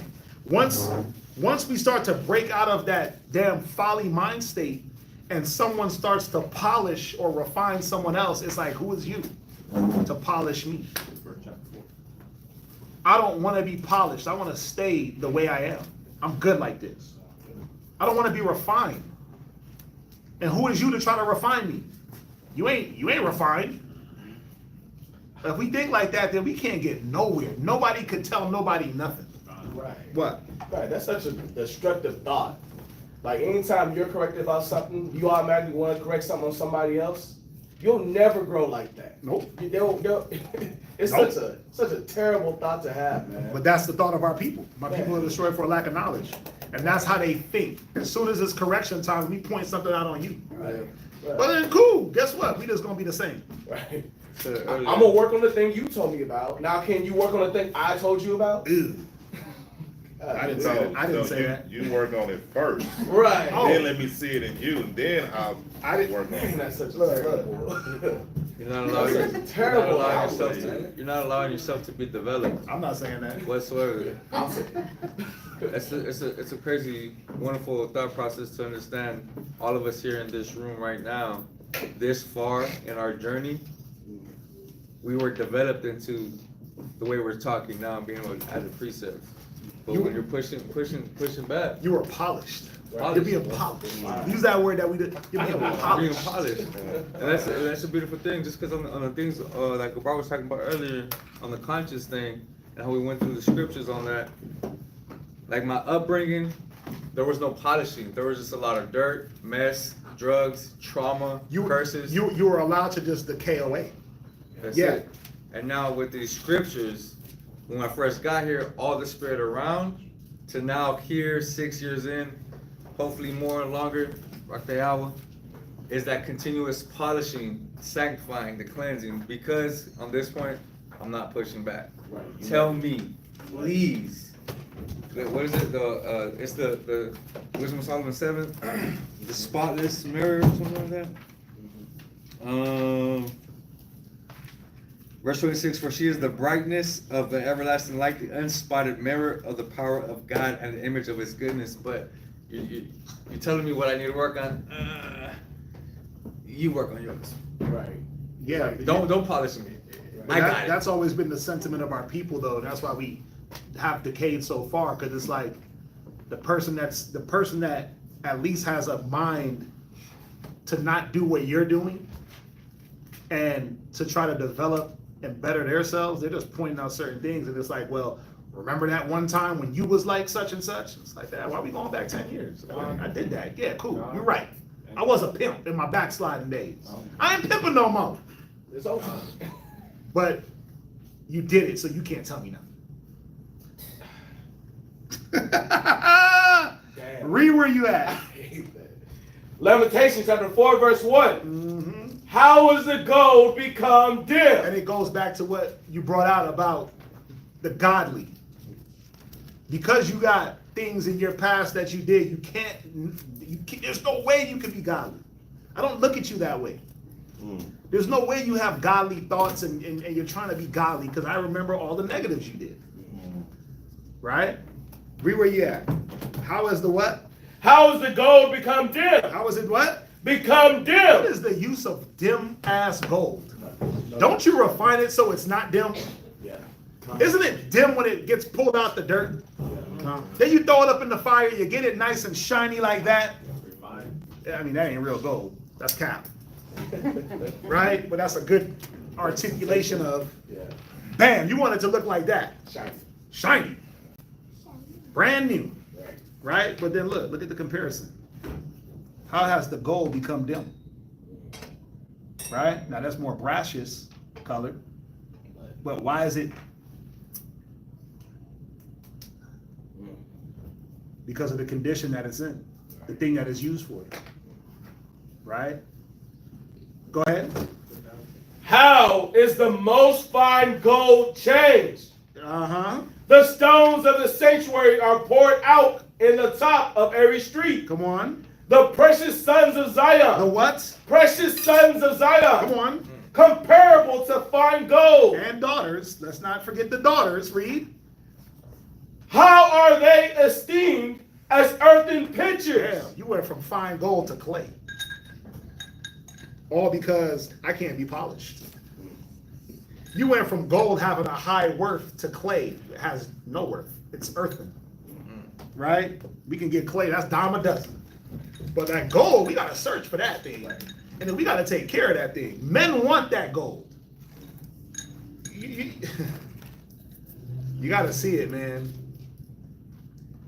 You can be gold and not even have the value of the gold based on what you're used for, right? Like think about it. You got our young women out there that the scriptures is articulating something about them, and young men, right? The scriptures are saying they're precious gold, they're fine jewels, but they lose their value based on what? How they're used, what men use them for. Now you're gonna have people that come around and they want to do what? They want to have you as the gold, but they want to diminish you down so that you appear less in value and you feel less in value, but you're valuable to them. They know your worth. Right? Why do you think what's the thing they say? Know your worth, girl. Girl, you gotta know your worth. Well, the person that's diminishing you knows your worth. They don't want nobody else to see it. So they'll give you what? Right. Like Esau knows the worth of the children of Israel. He knows our worth. He knows that we're gonna build, we're gonna maintain, and we're gonna supply his kingdom. He knows that. But I'm gonna beat y'all down and keep y'all down and destroy your worth. You're gonna be valuable to me because you're a body. You got hands, you got feet, you're gonna run for me. You're gonna do my holidays, you're gonna shop in my stores, you're gonna keep my feasts, my festivals, you're gonna keep my ideology going. It's gonna lower your worth, right? You're gonna kill each other, I'm gonna give you the music, it's gonna lower your worth. You're gonna kill each other, rape, rob, steal from each other. We might get a little bit of that too, right? Because it's just a spillover. We can take it though. Because as long as you're building us up, it's value to us. Long as you keep our kingdom going, long as you run to our Walmart to get all the cheap plastic stuff, long as you run into the Cartier store and the Louis V, and long as y'all are doing that, Met Galas, Dolce & Gabbana, this, that, and the third, as long as y'all are doing that, it's building us. Yeah. It's lowering you, but it's building us. And then we know how to ease up a little bit for you to get a little strength. Let's give them a black power movement. Right. Black Lives Matter. Can't be all about Black lives though. We got to sprinkle in like a little transgender. Blue lives matter. Blue lives. Homosexual lives matter too. It can't just be Black lives. It got to be like Black homos for Christ. They matter. Black transsexuals, they matter. Right? Because that's what, if you go back into the movement, Yes. Yep. that's what they ended that on. It started on you thinking like, damn, we actually gonna get something. George Floyd. Nah, nigga. That was about transgender people. And homosexuals getting rights. That wasn't about you. Yeah. Because guess what? What changed for you? They still killing you or not? Yeah. But transgenders, yo, they just passed the law the other day That if you use certain pronouns, you can go to jail. They just passed the law Yeah. in Colorado. Wow. Read. If you misgender someone, it's jailable. Go look it up. Dang.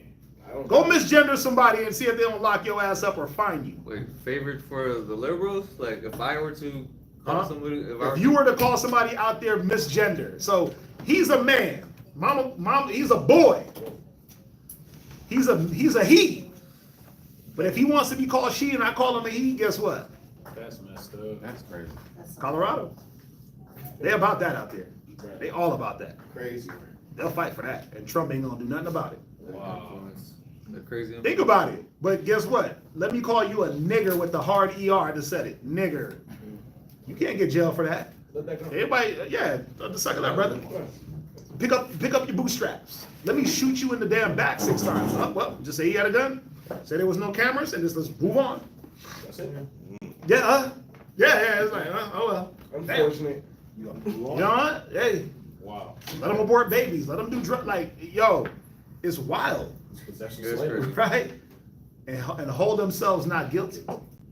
And that's the point that I'm trying to make, is that y'all gotta wake the hell up. You young people online. Because everybody in here is old as hell. Wow. Including me. No. we passed the nonsense, right? That's what I meant by that. We matured. Okay, watch. No, we changed it. Everybody in here is mature as hell. Everybody has the wisdom of gray hair. Yeah. The gray hair is a The wisdom. hoary head, right? Uh-huh. But it's still a few of us that are young in age and young in spirit. That you gotta really wake up to the realities. Just step back for a moment and just look. And just look and listen. And then look and listen. And then try to understand. Right? You don't have to be really fed a narrative. The narrative is already being painted. Right? Go do your history. Right? Everybody talking about that Sinners movie. Yo, just go research the history that movie is talking about. That movie is a history lesson. That's why I liked it so much. It's a history lesson. And if you don't know history, you'll think like, oh yeah, vampires, loves it, and you just get caught up in the dramatization of movie and cinema and the music. And I understand that. But yo, they was teaching you some things in history that are prevalent today. Right? Like, you ever wonder why there's Asians in the black community and when did they get there? Like, how did a damn Chinese man get a laundromat in the hood? Right. Well, you'd have to go back to the South to understand that. You'd have to go back to Mississippi to understand that and understand history. They were put there. Who put them there and why? Go through the history. But you see it in the movie, like, oh, the little Asian chick, oh, damn, I wonder why she, it's weird. Oh well, she runs a grocery store. Right? I know he ain't, bro, might have to bootleg it. Nah, don't bootleg it. I'm gonna sing it. Don't bootleg it. I'm gonna sing it out. But it's a good movie. It's a good movie. The history, the messaging, it was good. They showing you something about music in the damn thing. They showing you something about everything that we've been talking about. But Ryan Coogler said it, so it got to be real. Require a sign. Right? Because the scripture tell you when a famous man speak, everybody hold their tongue. But when a man of low esteem speak, nobody regards it for anything. I know I ain't nobody. That's how I know I ain't nobody. Because I can say all the things that's being said, right? And then somebody else famous come and say it, and it's like, oh, damn. That brother is right. Not that I was right, that brother is right. That's saying ground. Yeah. That was a profound statement that he made. Nigga, it's in the Bible. Talking about, we've been teaching this. I'm gonna wait till he says it. Yeah, we've been teaching you about music and the tones and all. We've been teaching that. Yeah. We've been teaching about what brings certain spirits around and all that. All that. Yeah. But it's in the movies now. Right? And who's letting you now watch movies? Well, white people, they let me watch movies now. They good. So guess what they teaching you? Guess who's teaching you through the movies? White people. You think he could go make that movie and white people didn't sanction it? You think Birth of a Nation could come out and white people didn't say yes? Go do that? Right. Oh, tripping. Well, we've been telling you about Birth of a Nation. We've been giving you the stories on what they was doing, not letting you read slave Bible. And you like, nigga, you making that up. Proof. Book chapter verse. And all of a sudden, movie come out, Birth of a Nation, you want to sit there and cry like, oh my God. I can't believe they did that to us. They punched out our teeth and fed us. They took away our Bible. They only gave us 3 pages. Oh my gosh, I can't believe it. And we like, bro, we've been saying this. We've been teaching this for years, right? Gotta wake up, it's already there. That's the point. It's already there. There's someone that's orchestrating the different things in your life and in your eyesight and in your earshot, your hearing. Start looking, start hearing.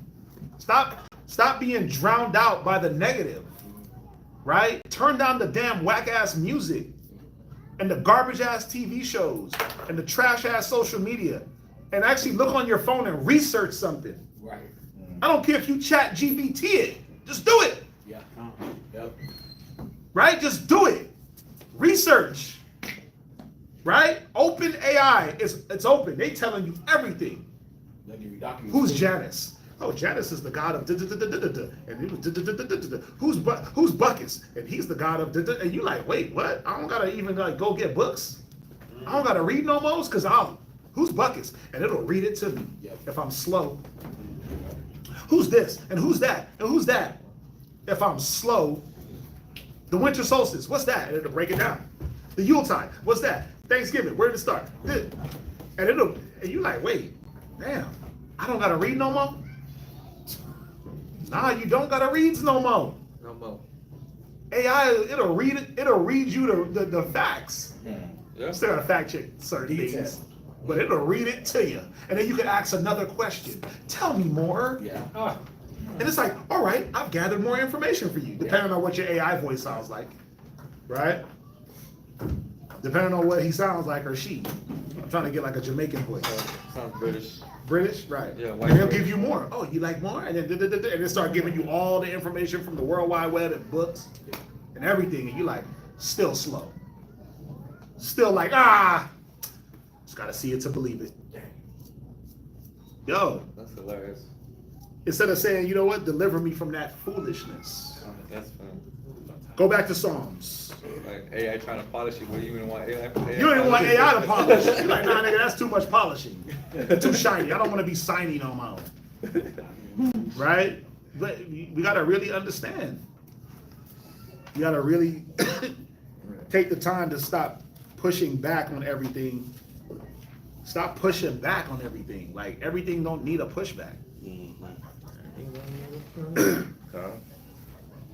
Anyway, where we at? It's up for you. Last priest was a little bit Oh, go ahead. polished. Right? Polished after the similitude of a palace. Yeah. What dross and nastiness do you see inside of a palace? When you think about a palace, what do you think of? Eloquent, elegance. You think about nice furniture and everything is just like, man, should I sit on that or not? Gold. I don't even want to touch it. Yeah, gold, shiny, clean. Right? Everything has a purpose. It's put there for a purpose. Damn, I don't even want to touch it. The Lord is still working on myself. Still working on myself to allow myself to be cut so I can grow. All praise to the Most High, learning Uriah Yashala. It's like the movies was also basically a re-imaging of Robert Johnson at the Crossroads. This is Sister Brianna, by the way. Oh, shalom, sis. Not Uriah. Shalom. Yeah, glad you tuning in. I heard they had voodoo priests pray over the movie Sinner. I wouldn't doubt it. The star actor in the damn movie is a priest. He's an Isha priest, if you didn't know that. Michael? Yes. Yeah. The B? The B is Bakari, Yeah, McCartney, yeah. which means like overseer or I forget exactly. In the movie Sinners? Yeah. Michael B. Jordan is a priest. I didn't know that. He's an Isha priest. Yes. What's that? What's the Easter feast? I'm gonna tell you right now. I'm going to show you right now. Watch this. Ba, ba, black sheep. Ba, ba, black sheep. Have you any wool? Yes, sir. Yes, sir. Three bells. That's a weird song. Ryan said that, Watch this. So Michael B. Jordan called himself a Babalao. Babalao, father of secrets, father of mysteries. In Yoruba language, it is a spiritual title that denotes high priest of not Isha, Ifa. Ifa oracle. Ifa is a divination system that represents the teachings of Orisha Aramlia, the Orisa of wisdom, who in turn serves as the oracular representatives of Oladumer. See, I don't know. You gotta look into all of it. Oh, go ahead, read. that's like, those are African deities. Right, Yoruba, the Yoruba tribe. Right, where's Yoruba at? What country? Nigeria, West Africa. So it's all about African spirituality, right? Right, called himself a Babylon. Right, see, Brianna knows what's up. Sister knows. So you got to go into even watching the movie in a lens, right? Crazy. Wow, Babylon serves not only as a religious figure but also a cultural bridge, helping preserve language, proverbs, ritual customs that are foundational to Yoruba identity. Now watch this. Let me see here. So you're worshiping Orunmila, who is considered the Orisha, deity of wisdom and divination. I mean, this goes into their whole belief system. It's a lot of. They're custodians of knowledge. They play a crucial role in performing Ifa divination ceremonies. So what's that going to go into? You know what they doing. Slit the chicken's throat, spit some alcohol on the damn bird's face, smear it on your face, and then all of a sudden you blessed. We know what is going on.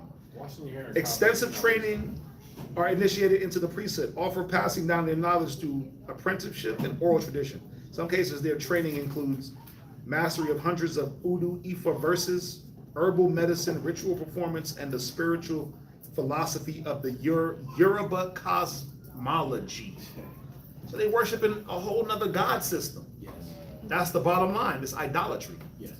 Right? So, God. Of course they had someone pray over the damn movie. Like they got somebody praying over everything that's going on in this world. I'm telling y'all, the sister sent me the article, Abadiah, about the death water. How they had a witch come in and pray over the death water. Yes. They had a witch come in and pray over that. You think somebody ain't praying over your Red Bull? Somebody ain't praying over the chicken that they slaughtered at the Tyson house? Somebody ain't praying over the Nike sneakers? Somebody ain't praying over Reebok for that company to be successful? You think the CEO ain't worshiping a God? The CEO of Nike, is his God the God of Abraham, Isaac, and Jacob? Or is his God the God of money? I think I said this last week. I think I spoke on these things last week or the week before. I feel like a broken record. You think that the CEO of T-Mobile ain't got a God? When they take money and give it to transgender assignment surgeries? Damn, what God is that? Sound like buckets to me. Sound like some Egyptian god to me. That was last Sabbath. Right. So just think about these things. Everything's being prayed over by some other worship of some other god. Right? No. Everything's being prayed over so you can feed into it. But who's praying over you? That's the point. No weapon that's formed against me shall prosper. Why? The weapons of our warfare are not carnal but mighty. Why? Pulling down of the strongholds. Why? Because you don't know what's going on behind closed doors until they get into a courtroom and then you can read the transcripts. Damn. He did what with what? He sat in the corner and did who? Every 5 minutes. And it was warm? Damn. He put it where when it was, huh? Yeah. Spiritual wickedness. High nastiness. And you're like, wait, where did he learn that from? Oh, well, he didn't invent that nastiness. That is correct. Somebody had to show him that. Damn. Who's his God? Ooh. Who else is doing it? Damn. Wait, they got him on the stand? See, you don't know until it's exposed, but you can speculate, right? Because we know what's out there. We just categorize it as spiritual wickedness in high places. But when you start getting them details, you're like, whoa. The reality. And that's the point. It's in plain sight. Those Indian, the weave given to the goddess of that Shiva, right? The weave, yeah. That weave that they cut, that you put up in your damn skull. Go ask where that comes from. I got that real Cambodian, yeah, because they sacrificed their hair to their god, and then some nigga came and scooped it up off the ground, right, along with the goat hair, the dog hair, this hair, the horse hair. They don't even use that no more. Right? All that human hair when them women go and sit inside their temple and shave themselves bald for you to apply it to your skull, and you wonder why you got damn demons on you. You wonder why you got spirits on you, why black and Hispanic women got demons on them. When they put that weave in and they get all weird. You got an extra sass to you. And you're like, well, I don't see anything wrong. There's a whole movie about it. Y'all didn't see the movie when the chick put in the weave and all of a sudden she just went crazy? What's it called? I don't know, but I've seen that. Yes. Possessed, yeah. Yeah, she got possessed. Because what it was, she was a regular, nice black girl. She had the kinky style hair, but it was like long. She's in the workplace and she's noticing that the chicks with the straight hair is getting all the attention. So what does she do? She go get herself a bundle. She apply that thing and all of a sudden her whole spirit changed. Yeah. It's on like Hulu or something. Or Tubi, yeah. It's like, nah, it ain't. I know it ain't Tubi, because I don't got no Tubi. I ain't never subscribed to Tubi. I'm gonna have to subscribe. But I think it's one of them Tubi type. But yo, they was telling, or be right. But they was telling you something that's real. They was showing you, so they was teaching you something that's real. That women, when you put the nails on, when you put that hair in, when you put all that crap on your body, and then you glue it down, bam, right? You start to act different, right? You start to move different. You get a different level of sass. You lose the modesty, right? You can't be the cornerstone. You just the pillar that people piss on. What? I think it's called bad. Bad hair. That's it. Just watch it, and you're gonna see like, damn. Oh well, you know what? He was right. It said it in the movie. How come we just can't be right because we know stuff and we research and we look into things, and the Most High has given us the ability to search through things on a spiritual level? How come we can't be right then? Well, you said it earlier. It's because then I can look at you godly. You did something Right. back in the day, so You can't surely be right because you were mean to me back in the days. 5 years ago when you screamed at me and mistreated me, you can't possibly be right. Like, come on, man. Stop being childish. Stop being childish. We only say these things not to hurt, but to show you, like, look, we understand. We're supposed to understand as a people that a lot of the things you feed into now was never supposed to be you. And then you feed into it for a reason, and then what does it do to your spirit? Now, if you don't care about your spirit, fine. Go be a prop. Go be a prop. That's fine. Go be the one that's now the prop for negative. Go be that. But if you care about your spirit, and you want to understand it, you got to look into these things for your own self. What? Wisdom of Solomon, chapter 5, verse 3. And they, repenting and groaning for anguish of spirit, shall say within themselves, this was he whom we had sometimes in derision, and a proverb of reproach. We fools account his life madness and his end without honor. His life is what? End without honor. Yeah. We're always accounted as madness, our lives. Like, see, y'all don't have no fun. Shit, well, what's fun? What's fun? And what's attached to that fun? Right. What's the cost of that? Am I going to have fun and then all of a sudden I got to rethink my whole spiritual journey? That's crazy. But y'all, see, but that's how I think. Yo, I ain't gonna front. That's how I think. I like to have fun. But I'm not gonna compromise myself in the name of fun. I did that already. I did that for years. My whole teens and damn near half my 20s. I did that already. So now I gotta think on a different level and say, okay, wait, yeah, we can have fun, but damn, it gotta stop somewhere. If there's no boundary, then what? You can just go anywhere. But even that be looked at. See, you're boring. You're this. You're that. Cool. Cool. I'm boring. Yep. You're damn right. Every day I know where I'm supposed to be at, and I'm there. And guess what? Ain't no police involvement. Ain't nobody running down on me. Ain't no niggas in the street trying to kill me. Ain't nobody trying to come after me. Ain't nobody trying to do nothing. I know where I'm supposed to be at, and I'm there. I ain't got the drama, and I'm good with that. I'm fine with that. I like to go home and be able to sit on my couch, sit in my office, sit upstairs. I like my kids to be safe. Yeah. I like for them to be able to run around in the backyard and not have to worry about something running down because of something that I did. I like that feeling. So guess what? I'm gonna be boring as hell. Yeah. You're the safe guy. You damn right I'm gonna be safe. Cause it ain't just about me. That's the point. It ain't just about me. It's about everybody around me. Right?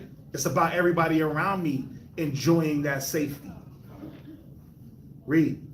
How is he numbered among the children of God? Right? And his lot is among the saints. See, you just over righteous and just always judging. Well, I judge myself first. I judge myself first, and I judge things around me. What? And then it's like you're numbered amongst the saints, the children of God. So you're gonna have wisdom, knowledge, and understanding of such. So when But no, but we're not godly. Exactly. Like how? Like that's their mind. Their mind's like, how? How? I probably should have listened to him. I probably should have That's heard him. after the ass whooping comes. But that's where the anguish of spirit. Okay, watch this. Real quick. Watch this. Show of hands. Let's honesty. Honesty hour.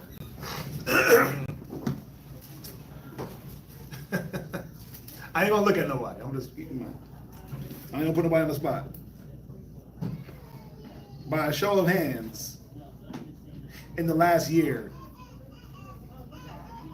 after you've spoken to me, Shatak, or Lafarab, you've said, I should have listened. Show of hands. Don't lie.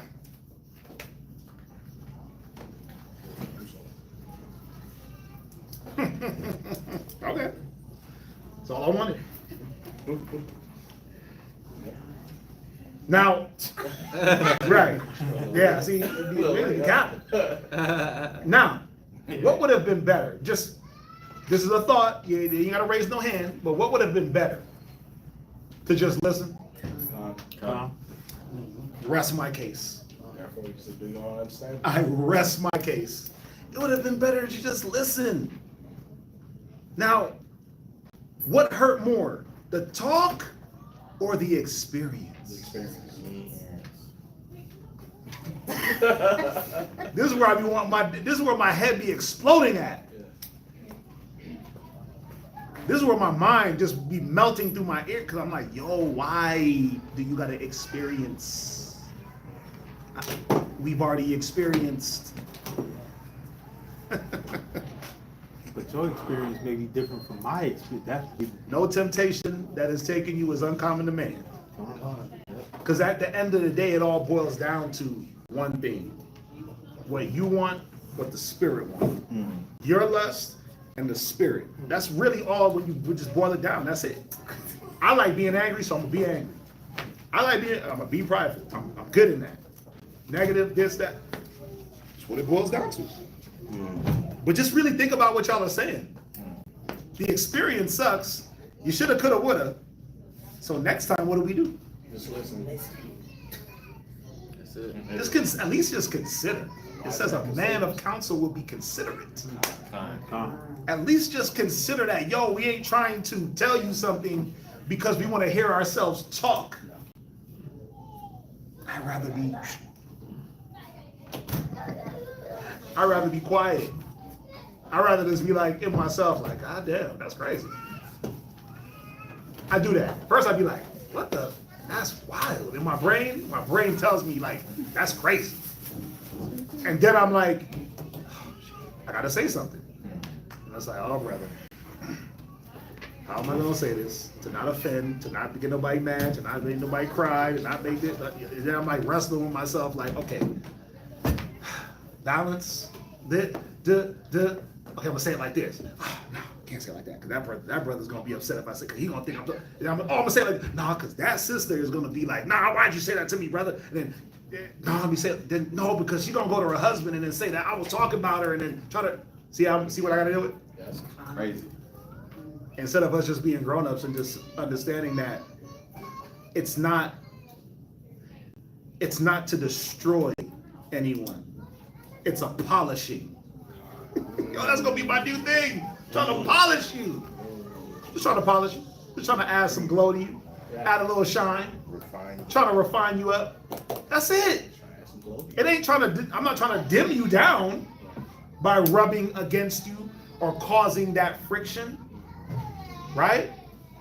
I'm trying to, I'm not just squirting the oil on you and then leaving it. That's what Diddy did. He just, You're shiny, right? no, I'm trying to shine you up a little bit. Not like the Silver Surfer type shine. No, we ain't doing that. Oh, wow. The baby oil surfer. Right? No, we ain't doing that. But we trying to get you to be like the precious gold.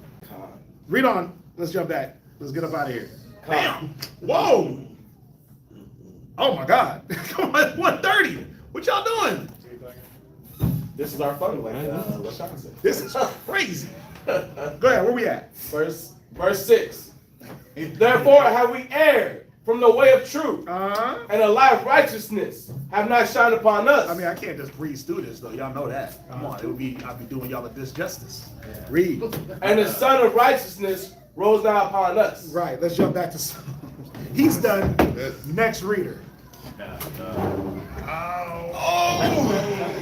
Yeah, bro. Brother done stepping up in the chair. So you gotta bring a snack.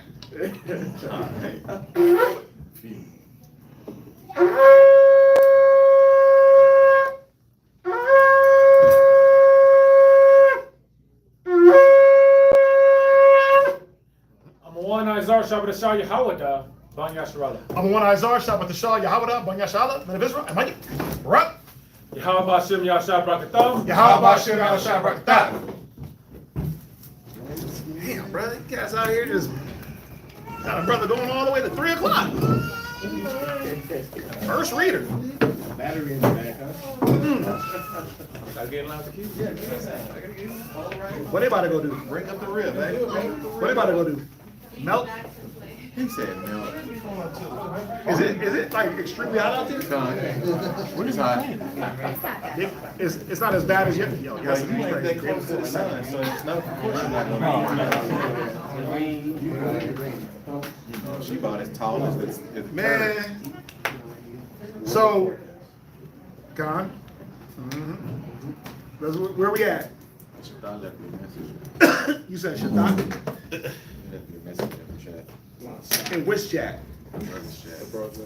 His scripture? Yeah. He's making things up. That brother reading from the Geneva Bible. That brother reading from the ESV.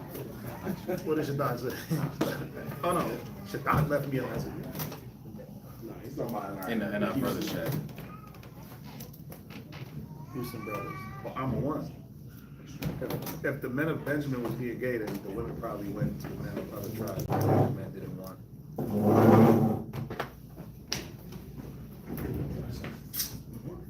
I mean,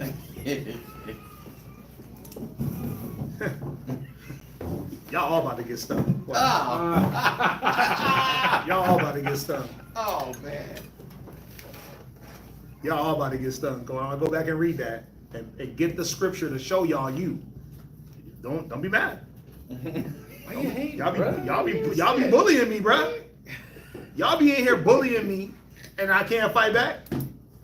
Yeah. Okay. Just like Benji did. They lost. Fight back, Quadazat. Fight back. Where we at? Psalms 144 and verse 13. That our garners may be full, affording all manner of store. That our sheep may bring forth thousands and 10,000s in our streets. So what he's saying is we need to be removed from the enemy so these curses can be pulled up off us. Pulled up off us. Go ahead. That our oxen may be strong to labor. Uh-huh. That there be no breaking in, nor going out. Read. that there be no complaining in our streets. Happy is that people that is in such a case. Damn. Yep. Yea, Yep. happy is that people whose God is the Lord. Yeah. And we see the whole world. The whole world is not happy. There's no happy place in the earth. Why? Because every people group has to deal with one of these things. What's that? And verse 13, what is garners? Our gardens may be full according to the manner of store. That's probably gonna go into like grains and silos. Let's just look real quick. Earnings or something? Garners, let's look at what the word is. I'm pretty sure it's gonna go into like storage houses for grain. I could be wrong. Psalms 144. If anybody gets it before me, 44 and 13, y'all slow. Garners. Right. Yep. Grain. To gather in. Granary, garner.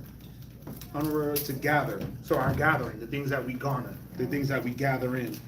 So that our garners may be full, our gathering, or our storehouses. Yeah. Remember, we used to have silos with grain, Okay. and we'd have storehouses. Joseph, Right. Abraham, they taught us about storehouses. Right. So that our storehouses may be full, Yeah. and that our sheep may bring forth thousands and 10,000. So it's talking about our agriculture, Yeah. our livestock, our food sources. Okay. Yeah. Garner 1828 says, a garnery, a building or place where grain is stored or preserved. Right. Preservation. We know it as a silo today. You know, Yeah. water silos and grain silos. Right. Good question. Where we at? Psalms 145 and verse 1. Mm-hmm. I will extol thee, my power, O King, and I will bless thy name forever and ever. Mm-hmm. Every day will I bless thee, and I will praise thy name forever and ever. So we in Psalm 145. Okay, so everybody good on 144? Okay, go ahead. Great is the Lord, and greatly to be praised, and his greatness is unsearchable. One generation shall praise thy works to another, Mm-hmm. and shall declare thy mighty acts. I will speak of the glorious honor of thy majesty, and of thy wondrous works. Right? And men shall speak of the might of thy terrible acts, and I will declare thy greatness. They shall abundantly utter the memory of thy great goodness, and shall sing of thy righteousness. Psalms 44:1. Somebody else get Isaiah 38:19. Somebody else get Psalm 78:1. And remember, we were commanded to, when we rise up, when we lay down, to do what? With our sons and daughters. Teach our children. Teach them. To teach them. It's a commandment. You're not teaching your children, you're breaking the commandments. Read the first one. Psalms chapter 44, verse 1. Go ahead. We have heard with our ears. Right? Oh God, Uh-huh. our fathers have told us. Our fathers did what? Have told us. Go ahead. What work thou didst in their days, Mm-hmm. and the times of old. Right? So, we're not going to read the whole thing down, right? But you can read it down. But the point is, our fathers were supposed to teach us this thing. Our mothers were supposed to teach us these things. They were supposed to be as cornerstones and plants, built it up, right? A plant builds up into a tree, which now gives fruit and shade to the comer. A cornerstone becomes this pillar that now is able to give shelter and stability to the person that sits underneath it, right? Nurture, right? Go to the next one. Isaiah chapter 38, verse 19. Read it. The living, he shall praise thee. He shall what? Praise thee, So as we live, we're supposed to be praising the Most High. Go ahead. as I do this day. Come on. The father to the children. The father to what? The father to the children. But the children gotta want to hear it. That's the point. Y'all gotta want to hear it, children. Well, I'm grown. Yo, the one thing is this. My pops is, I'm a grown ass man, right? In my own eyes, I'm grown. Right? but I'm still a son. So I still treat my father as my father, regardless of how grown I am. Right? I'm my father's son until the day he dies. That's right. I can't be above him in that stature, right? So I expect my kids. Like I always tell my kids, I'm your dad no matter what. It don't matter how old you get. I'm getting older too. Yep. Right? So that's the mind we gotta keep. Where just because you're older in age, or even in wisdom, the people before you, they're getting older in age and in wisdom also, and you gotta respect that. It's not to take away from the wisdom that you've learned in your 20 years, 15 years, 18 years. Nah, we can't take away from that. But some of us is double y'all age. Right? How old are you? 14. Damn! 3 times your age. You 14, I'm about to be 44. Right? I got you by 30 years. Think about that. 30 years is crazy, right? Am I tripping? 30 years is wild. I got 30 years on you. Right? I got 30 years of experience in life. Right? You got Noah. How old is Noah? 11. Same thing, like 30 plus years. It's like, come on now. You gotta get an old man some credit. My pops is damn near, what is he? 70? He got 30 years on me. I don't really argue with him too much, right? I don't really fight when he got something to say. He got 30 years on me, right? Just in life experience. I don't fight his experiences. Now, if he can't fight me in the Bible at all, right? He can't fight me there. My mom can't fight me there, but she got experiences on me. I don't fight her too much. I'm just like, yeah, cool, whatever. You got it. I don't fight too much against their experiences. I get it. Right? I give them that because they old. They older than me. 30 years is a lot. 40 years is a lot. Right? 20 years is a lot. 10 years is a lot. You said what? It ain't that old now. No. What I'm saying is the gap. Yeah, the gap. But think about it. 40 years of life. Think about it. My daughter is 3. I got 40 years life jump start on her. 40 years, and she tries to come acting like I don't. Like she's gonna manipulate me in her 3 years. Just think about it. She uses 3-year tactics to try to manipulate a 43-year-old man. And they do It be working sometimes. I'm like, but I'm like, no, I get it. I know what you're doing, right? But she tries to manipulate me in her 3rd year. I'm like, I got 40 years on you, daughter. What you doing? Noah, y'all know Noah. He's the smartest dude in the room. And I'm like, come on, son. I got you by a lot. And then you kind of ignorant in a lot of things too. Like just relax. He's like, what? And I'm like, okay, bro, you got it. Right? But that's the point. The point is we're supposed to be declaring these things to the generations under us, but the generation under us gotta want to hear it too. Right. You gotta want to be able to at least be available to listen and say, okay, well, I heard it. I ain't rocking with that. I'm gonna go do my own thing. And then now the choices that you make, they're really your choice because you heard both sides. Right? Read on. The father to the children Come on. shall make known thy truth. Uh-huh. Keep going. Shall make known thy truth. What else does it say? The Lord was ready to save me. That's it on that. Go from there. The next one. Psalms chapter You gotta 78. speak up. Psalms chapter 78, verse 1. Right? Give ear, O my people, See that? Give ear. That's the point. Give ear. Be ready to hear. Go ahead. to my law. Come on. Incline your ears to the words of my mouth. Right? I will open my mouth in a parable. Come on. I will utter dark sayings Uh-huh. of old, Uh-huh. which we have heard and known, and our fathers have told us. Wait, where'd they come from? Our fathers have told us. Read. We will not hide them from Salah. We will not hide them from their children. Yeah, and that's the point. We're not hiding this from our children. We telling y'all plainly this is what it is. We've been hiding for too long. Right? Trying to acquiesce to everything else. Nah, I'm not hiding this from my children. You're gonna learn or not. It's your choice. Right? That there has to be standards. There gotta be rules in government. Right? You gotta govern yourself in a more spiritual manner and not just be tossed back and forth in the world. Okay. Go ahead. Showing to the generations to come. Showing to the what? The generations to come. Because it's not about just you, it's about the generations to come. What do you want from your generations? What do you want from your children and their children and their children? What name do you want to leave? Go ahead. The praises of the Lord. Come on. And his strength. And his what? And his strength.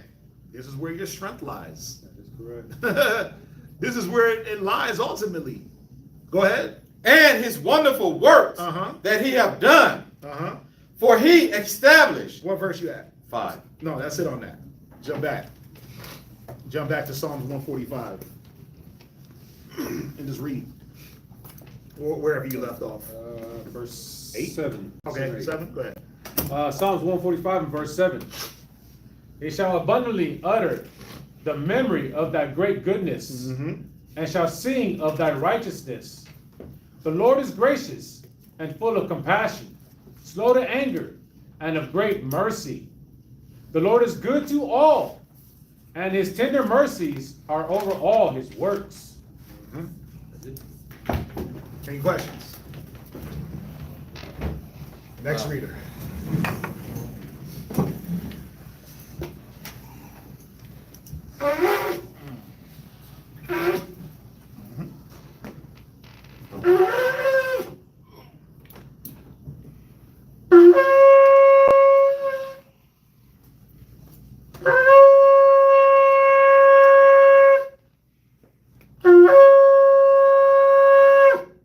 Who is it?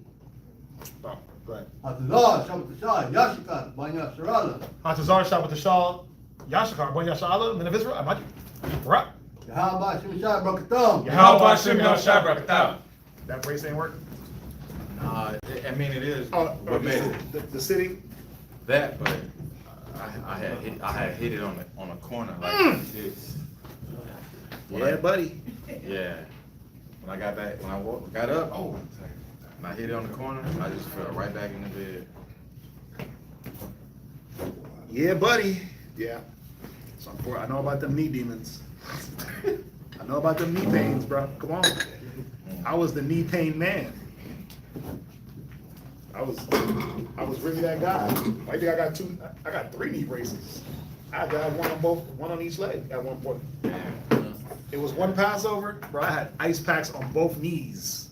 I couldn't even bend down and get anointed. Oh wow. I had to bend like this. Brothers had to stand on the stage and do it. Yeah, I couldn't bend. That was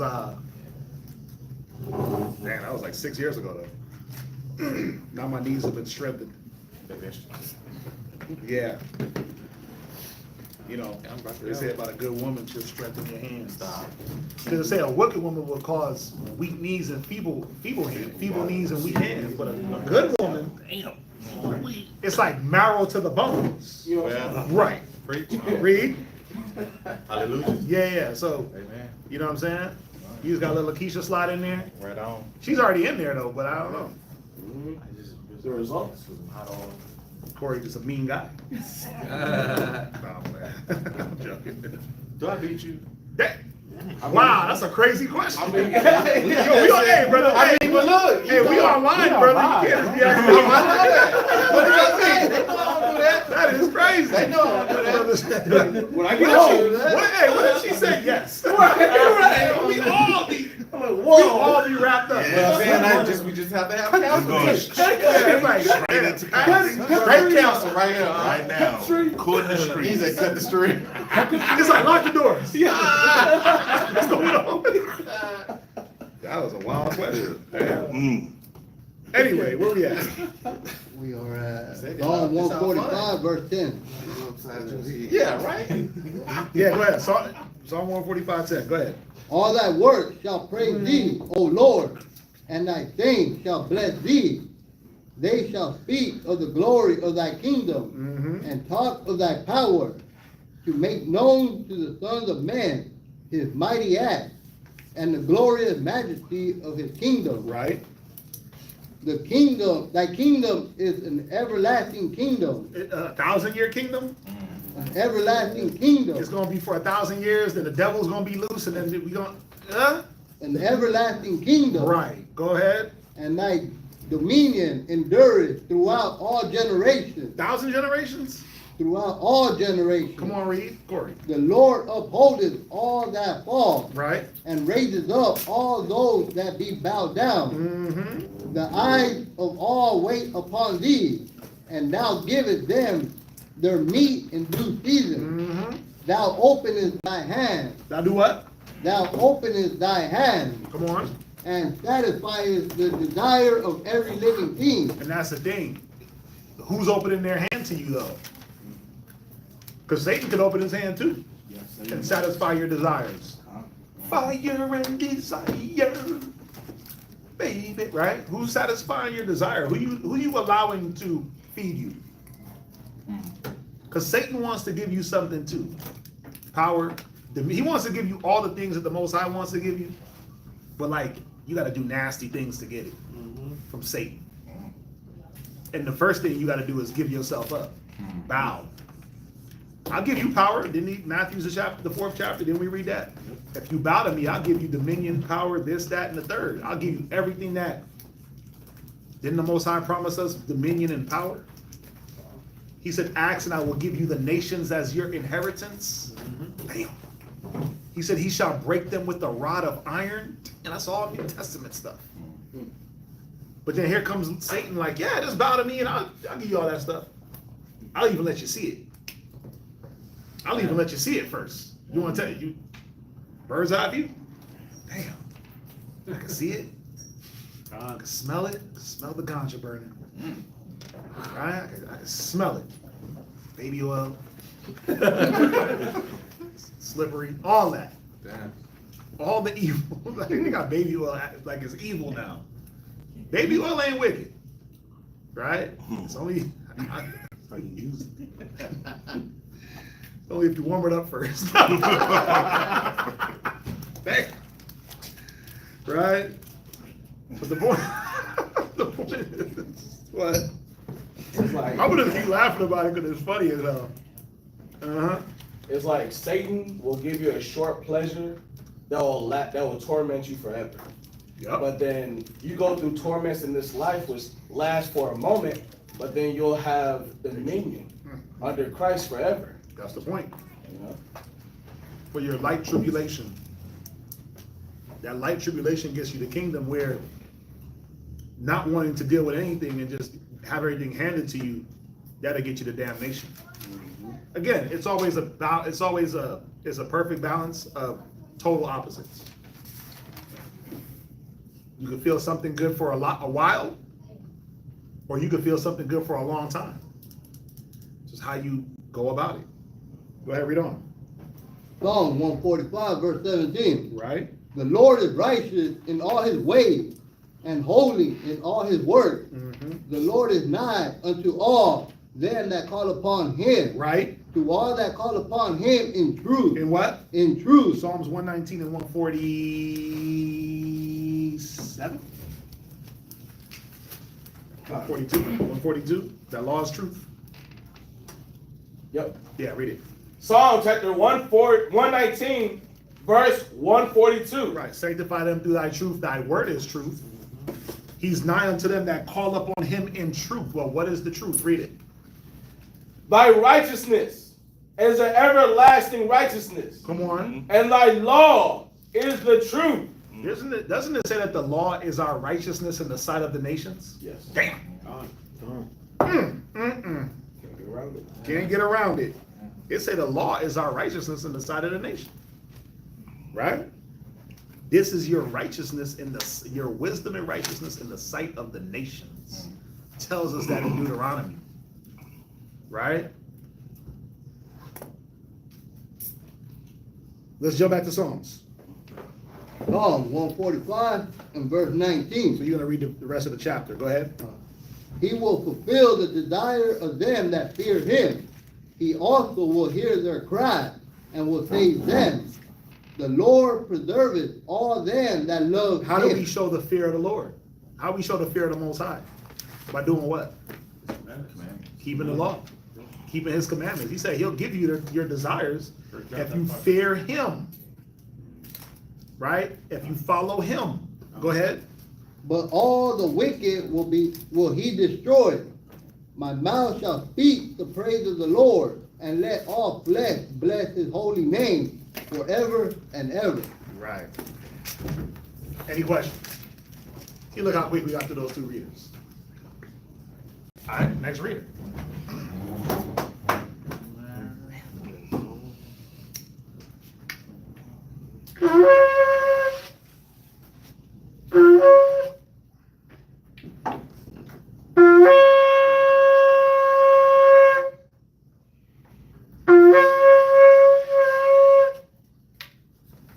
Elijah Shabrashah, Yashikar Banya Shala. Elijah, Shabbat Tashal, Yashakar, Ban Yashala, men of Israel, and Micah, Barak, Ihaba Shimya Shadrachtam. Yahweh Shem Yahushua Barakatah.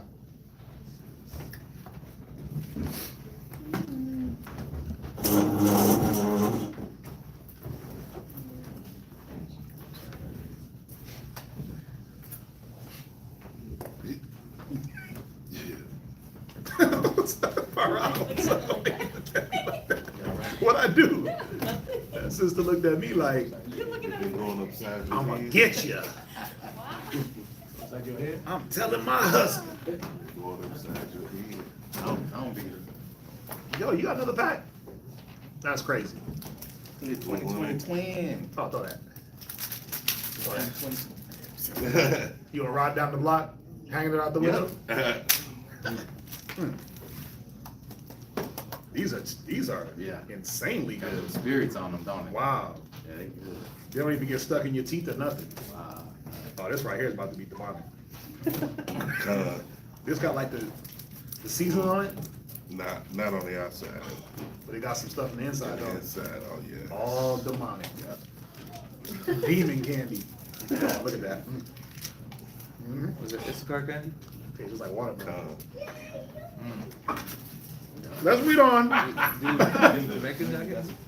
Do Jamaicans that candy? Yeah. Yeah, we got it's called we got like something called tamarind balls. So it's like the tamarind that grows off the tree. Tamarindo? Yeah, and then so they make that into a candy, but they'll because tamarind is sour, they make a ball out of it, then they wrap it in sugar. Bang it. They wrap it in what? Sugar. That's They roll called- it in sugar. So it's like, Sugar? it's just like Issachar candy, but not spicy. That's literally just Bless is not his hands. Bless is his hands. Somebody bless his hands so you can learn. You seen everybody in Israel caught it, right? You might not be Israel. Okay, so do Jews got candy? Yeah. Those candy. No, I'm sorry. Oh yeah. Yeah, we do. What kind of candy y'all got? The boogie. Oh, they got. Wow. Oh no, we don't got No, they got the peanut brittle. Yeah. Ain't that? Is that? Is that? Hey, peanut butter is a whole. Pecan candy. Praline. Like Peanut butter is a whole family. Yeah. Yeah, we have a. Yeah. Chicken. Yeah, because even in Jamaica we make peanut brittle. Yeah. We make peanut brittle in Jamaica. There's candies, We got chicken. but it's like more. Oh, Oh, he got it. He did catch it. you almost fell in that bag. Hey, it was almost a fumble, but I ain't gonna lie. I was like, nah, I can't. It was But you a, secured it the For all bag. Israel. was a fast ball. I got it. Hold on. He defense though. Hey, hold on. Let's get back to the reading real quick. Y'all be forgetting we on. Con. Come on, where we at? Psalm 146 and 1. Psalm chapter 146, verse 1. Mm-hmm. Praise ye the Lord. Praise the Lord, O my soul. Mm-hmm. While I live, while I praise the Lord, I will sing praises unto my God. Yeah, because while you're dead, you can't praise the Lord. You can't praise from the grave. And I like this song because this Psalm 146 and 147, they basically saying the same thing. And then it kind of goes into the prayer of the three holy children. Right? You know how the prayer of the three holy children ends with a certain tone? It ends with a certain sentence every time. That's what this is going into. Pray, praise this, praise that. I believe it's what am I tripping? Did we already pass that? So We already went through that. I think we already read through that. Yeah, I might be wrong. Might have been a different one. But go ahead. I will sing praises unto my God while I have any being. Put not your trust in princes, nor in the Son of Man. Right, we read in the book of Jeremiah, cursed be the man that trusted the man and make flesh his arm. The carnal things. Some may trust in chariots, some may trust in this, but I'm going to trust in the Lord. Right? You can't put the trust in the thing that's created because it can break and be broken down and be taken and rust. Trust in the creator. It doesn't make sense. Now, how you going to trust in the computer and not in the program that runs it? And then how you going to trust in the program and not the person that created the program? How can you have more trust in the thing that was created above the creator? It just doesn't make sense. Nobody thinks like that until it's the Most High. Yeah. Nobody thinks like that. Because guess what you do when something is broken? What do you go back to? The thing that's broke or the person that created it? You go back to the instructions. Oh, damn, the instructions say. You go to the manufacturer's website and they said how to fix it, right? Right. But for some reason, we only do that when it's those things. We never go to the creator when it's that time. We always do it like that for some reason, and that's not the way to do it. Go ahead. In whom there is no help. His breath goeth forth. He returneth to his earth. In that very day, his thoughts perish. Happy is he. Right, because why is he saying this? Because do what you can while you're here on earth. Right? We're not going to go to it. We go to it all the time. But what is it where it says, when you praise the Lord, praise him with all your might? Because there's no praise in the grave. Right. So you got to keep that in mind, that you got to be doing these things while you're yet alive. Because once you get into that dirt nap, it says what? It says his breath goeth forth and he returneth to his earth. In that very day his thoughts perish. What? This is Isaiah 38 and 18. Right. So you can note that down. Isaiah 38 and 18. Right? It's a classic. We go there all the time. I don't want to exhaust it. Go ahead. Verse 5. Happy is he that hath the God of Jacob for his help, whose hope is in the Lord his God, which made heaven and earth, the seas, and all that therein is, which keepeth truth forever, which executeth judgment for the oppressed, which giveth food to the hungry. The Lord looseth the prisoners. You do what? The Lord looseth the prisoners. Yeah, that sounds like something that we talk about all the time. That's that gospel. Right? He said he's going to loose the prisoners. Right? Now, there's more than one prison. There's a mental prison that our people are in. You shall know the truth, and the truth shall make you free. Go ahead. The Lord openeth the eyes of the blind. The Lord raiseth them that are bowed down. Right. The blind is the spiritually blind. It's not that they don't have eyes, that they're physically blind. It's a spiritual blindness. Right? It says the God of this world has blinded the eyes of the people. You see that? Binded down or bowed down, that's that servitude. Our people are in a servitude posture where we just want to serve everybody around us and hate each other. Yep. Nigga, I hate you, but guess what? Hey, what you need, Whitey? Need some help? Need this? Need that? Like, that's the problem. That's part of the problem with our people. You be so ready to help everybody else, and then you have a slanted eye towards your own people. Like if I ask this question, watch this. What do you fear more? 3 a.m., cop pulls up. It's not cop. Two cars pull up. You in the middle lane, 2 cars pull up. 4 passengers, black. 2 passengers, white. Homies from the hood, cops. Cops. What's gonna make your butthole pucker more? What's gonna tighten you up more? You got 2 cops on Hell yeah! Hell yeah! I'm gonna be more puckered and more like, They're looking at you. right? I'm gonna be more like, let me let them go. The niggas I ain't worried about. But some of our people are more geared towards, oh, the cops are on my side. They're protecting us. They're protecting us. And them niggas in the car, it's 3 a.m. They're automatically trying to rob me. How about they just trying to get home from the club and they chilling? They on a girl mission. They out in the world doing their thing. They might not be doing all the right things, but they really worried about you like that, right? The cop is more worried about you. You should be worried about them. They're not always trying to protect you and serve you. They're trying to protect their interests and serve their interests and make their quota. Right. So I get more fearful when a cop pull up behind me than a car full of Negroes. Very, and I don't really be that fearful, but y'all get what I'm saying. Especially now, since in Houston the thing that's going on is Houston PD got a raise, Harris County Police got a raise. Meaning what? They're gonna get some quotas, but it'll be tight. They got money. 1.6 billion was passed for the Houston. Wow. And all the surrounding counties got a 10% raise. Just to go out there and arrest people. And radar detect you and pull you over for a damn headlight. I remember me and Lock Rob did a delivery like some years ago when we was on tracks. And the gentleman who we had stopped by, he was a SWAT officer. Okay. And he was saying that, yeah, the cops, they pull people over at such a high rate because that rate determines their pay. That determines how much they get. So when they have high rates of arrests, it's like your precinct is doing good. You're on your job.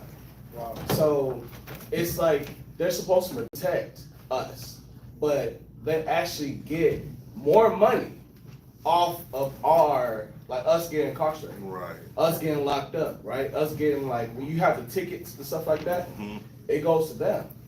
So the whole idea of the cops being on your side, man, that's not functional. It's never been functional. It's not accurate, right? Commission. Right. It's commission based. It's like the more I look, and they're only going to look for certain people over other people.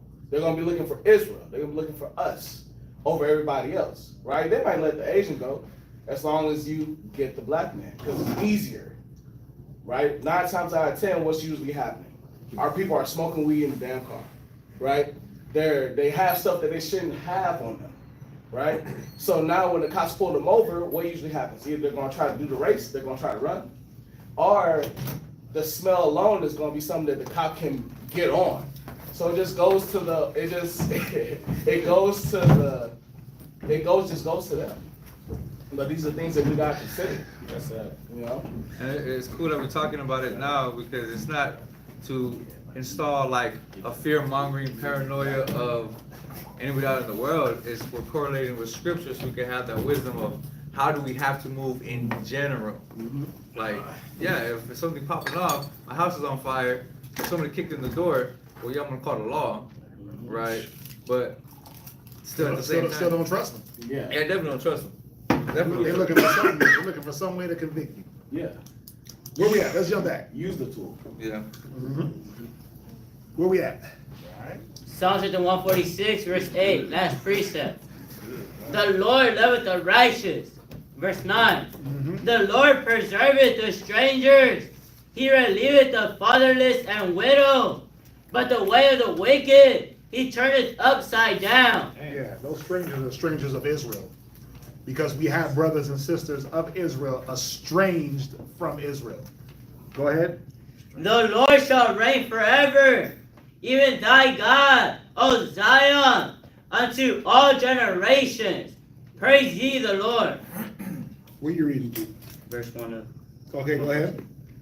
Psalm 147, verse 1. Praise ye the Lord, for it is good to sing praises unto our God, for it is pleasant, and praises calmly. And what? You said that those strangers are strangers. Next verse next verse is gonna teach you. The next verse is gonna teach it to you. Watch. Man, he said, like, nigga, I ain't finna tell you. I already know what you about to ask. What about that? We're gonna answer. We gonna answer the next verse. The next verse is about to teach you. Watch. All right.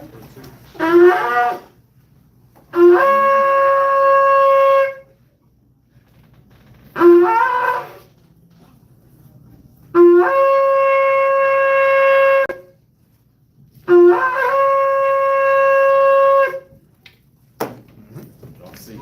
Magana War, Shabbat Shal, Yahawada, Banya Sharala. We're gonna war. Shabbat Tashal, Yahawada, Banya Shalom, and of Israel. Right. Yahawah Shem Al Shai Brakdam. Yahawah Shem Al Shai Barakah. Right. So ask your question. No. Ask your question, man. Come Cause on. I ain't do it to you. Do what? No, ask your question though, so everybody can get the question. That way everybody can understand what we're about to talk about. Well, I'm just going. In verse 9, we was talking about the strangers. I Right. was just trying to go, like, if you would, repeat what you had said. You said, I said the strangers are the strangers of Israel. Of Israel. It's not talking about, because it would be very, first of all, it would be contradictory that the strangers be the strangers of the other nations when he's asking to be removed from the nations. Right? Watch.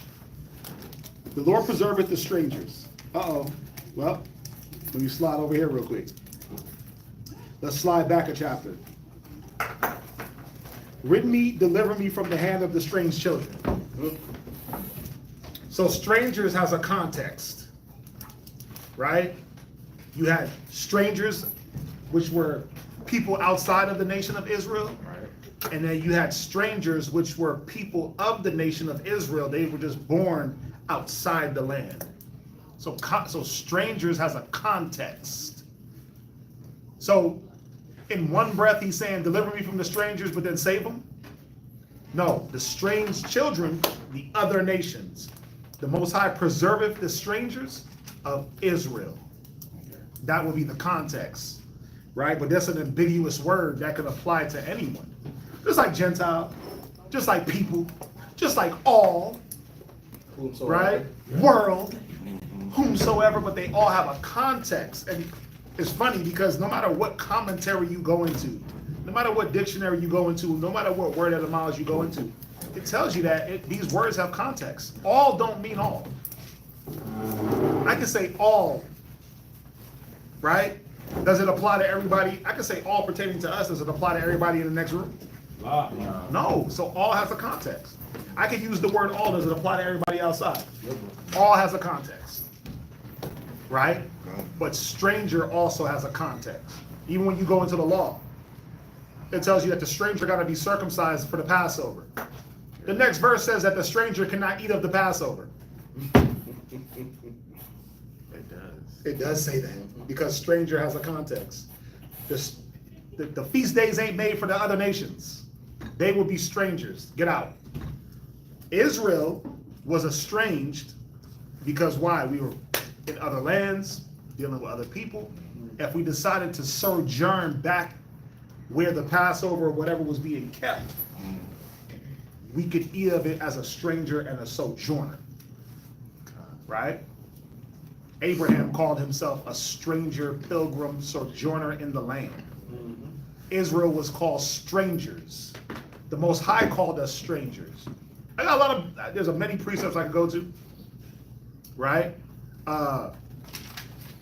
Even dealing with the priests, he said no stranger should do certain priest jobs because it would be a strange thing for a non-priest in Israel to go do the priest job. They would be considered strange to that. So the word has a context. I mean, y'all get that, right? Right. These are the things that people don't want to deal with in just language. Right? Not saying you, obviously. Watch, sir. Yeah, no problem. So, and then verse 47 and verse 2 is going to kind of show us something. Watch, read it real quick. Psalm chapter 147, verse 2. The Lord doth build up Jerusalem. Right? He gathered He gathered together the outcasts of Israel. The what? Outcasts of Israel. Right. Wouldn't an outcast be considered a stranger? Yep. Right? The word estranged, what does, oh, that's my estranged wife. What does that mean? We're estranged right now. Y'all separated? Separated. Does it mean that it's for like a time? It could be for a time. It could be that we're in limbo trying to figure out our thing, but we're estranged. We're not together. Right? Israel was estranged from Israel. The northern kingdom was estranged. Guess what? The southern kingdom was estranged. A lot of the southern kingdom was doing what? In Babylonian times when they took us, some of us remained in Babylon. Right? As what's the word? Not outcasts, exiles in Babylon. We were exiled. And then we became estranged to our customs, language. This is teaching us something. Right? Now watch this. Deuteronomy 30, verse 1. Deuteronomy chapter 30, verse 1. And it came to pass, when all these things are come upon thee, Right? the blessing and the curse, Right? which I have set before thee. Now pause real quick. Who are the blessings and the cursings applying to? Israel. Who else was there with Israel? In Deuteronomy 1:1? Nobody. It was just Israel. Even if you want to try to cap it, oh, the mixed multitude, they all died off in numbers. Chill out. Yeah, they died. They died off in numbers. Deuteronomy is the second telling of the law, which is with the new generation of Israelites, the children that raised up in the 40 years, right? Anyone above the age of 19 was considered, anyone below the age of 19 was considered a child. So the people above the age of 19, they all died off in the wilderness, right? So you have this new generation that's going to be coming into the promised land. He's reminding them of something here. Read it. Which I have set before thee. Come on. And thou shalt call them to mind among all the nations. Come on. Whither the Lord thy God hath driven thee. And shall return unto the Lord thy God. And shall obey his voice according to all that I command thee this day. Come on. Thou and thy children. Right. With all thine heart. See, and the cool part is in verse 1 where he says, whither the Lord thy God hath driven thee. Wouldn't we be strangers if we're driven to another land? If you have a child in that land, aren't they a stranger to their land? So you could become a stranger in one generation. It's that quick. As soon as you have a child outside the land, they're automatically a stranger. It don't take long. That's what they will be considered. They're not homeborn. They're a stranger. That's how that works. What? So basically, like us over here. Of course, we all strangers, right? We're all strangers, but just imagine this. Let's make it real plain and simple. Let's say,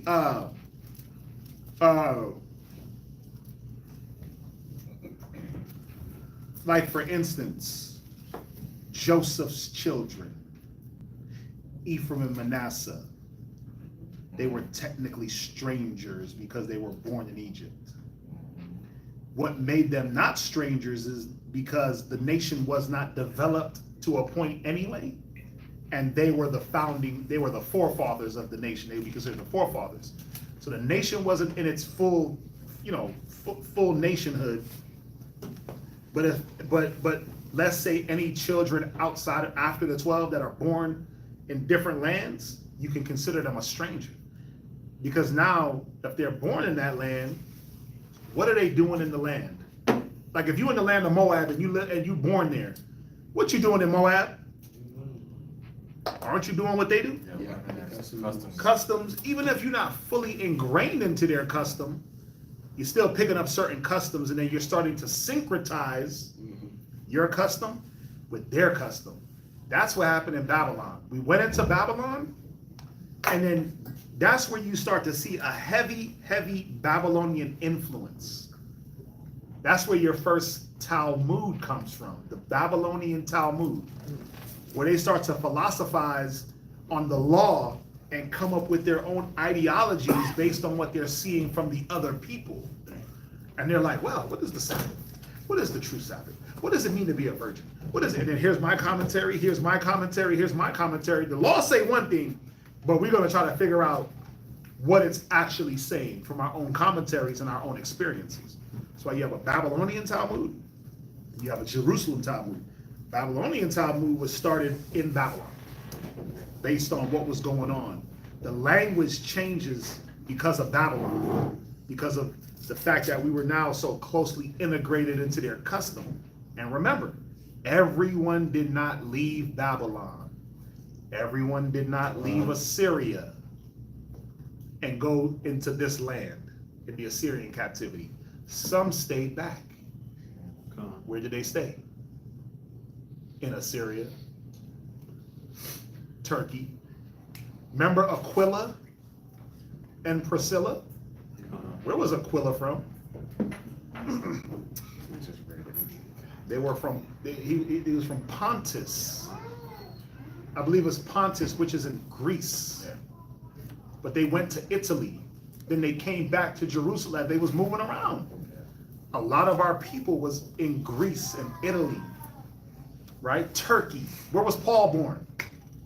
He was a Southern Kingdom brother. Where was he born at? Paul. No.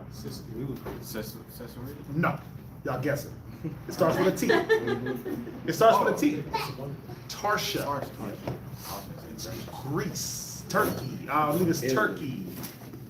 Right? Look at where Paul was born. It's either Greece or Turkey. Greece. He was born in Greece. Turkey. It's one or two, Greece or Turkey. He was sent to Jerusalem to be educated, but he wasn't born in Jerusalem. He was born in Turkey, right? You see that? So even like a cat like Paul, a brother like Paul, he wasn't a homeborn Israelite. He wasn't born in the land. He was born in Turkey. He went and was educated in the Jews' religion. He tells you that. Right? He was educated in the law. The Jews' religion, just, the way they word it. But imagine if he stayed in Greece. He would have been raised in that philosophy, but that's why he knew it. That's why he knew about the Athenians and their Greek philosophy. He taught them through their philosophies. He was quoting their poets. He learned that from being there because that Greek ideology was there. But some of our people were so heavy into it, that became their religion. Paul was able to learn that, but then actually go back to his true roots, his custom. You see that? And then now when he went to places like Galatia, when he went to Athens, Greece, Athenia is just Athens. When he went there, he's able to teach them through their philosophers and those different things, becoming all things to all men, right? So the word stranger just has a context. It's not a broad brush on one people, because then you'd have to fit, well, stranger, what nation is that?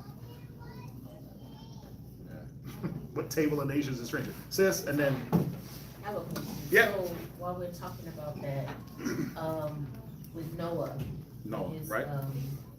His son, right? Ham, Shem, Ham, and Japheth, right? What about them? So what was Noah? Was he considered a Judite?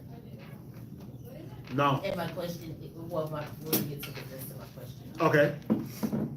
We have Japheth, and we consider them a nation. Right. Ham, consider them a nation. Right. Shem, consider them a nation. So whatever the father is, that's what the children are. Right. So did the Hamites become the so-called Africans or what have you because they started to mingle with those people? Or how did they become those three separate nations? Well,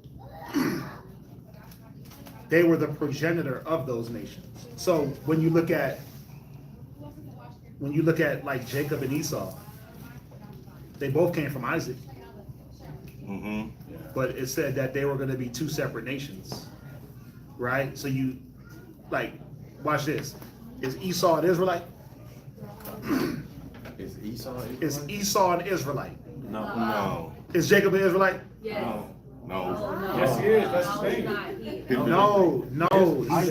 means son. Yeah, the Ite means you descend from the man Jacob. So technically, Jacob was not an Israelite. Right. Israel. He is Israel. Anything that comes from Jacob would be considered an Israelite. So his 12 sons, his daughter, they were Israelites. They're all Hebrews. So if you want to say, well, what was the nationality? Well, there was no nation that, you couldn't say, well, Noah came from this nation.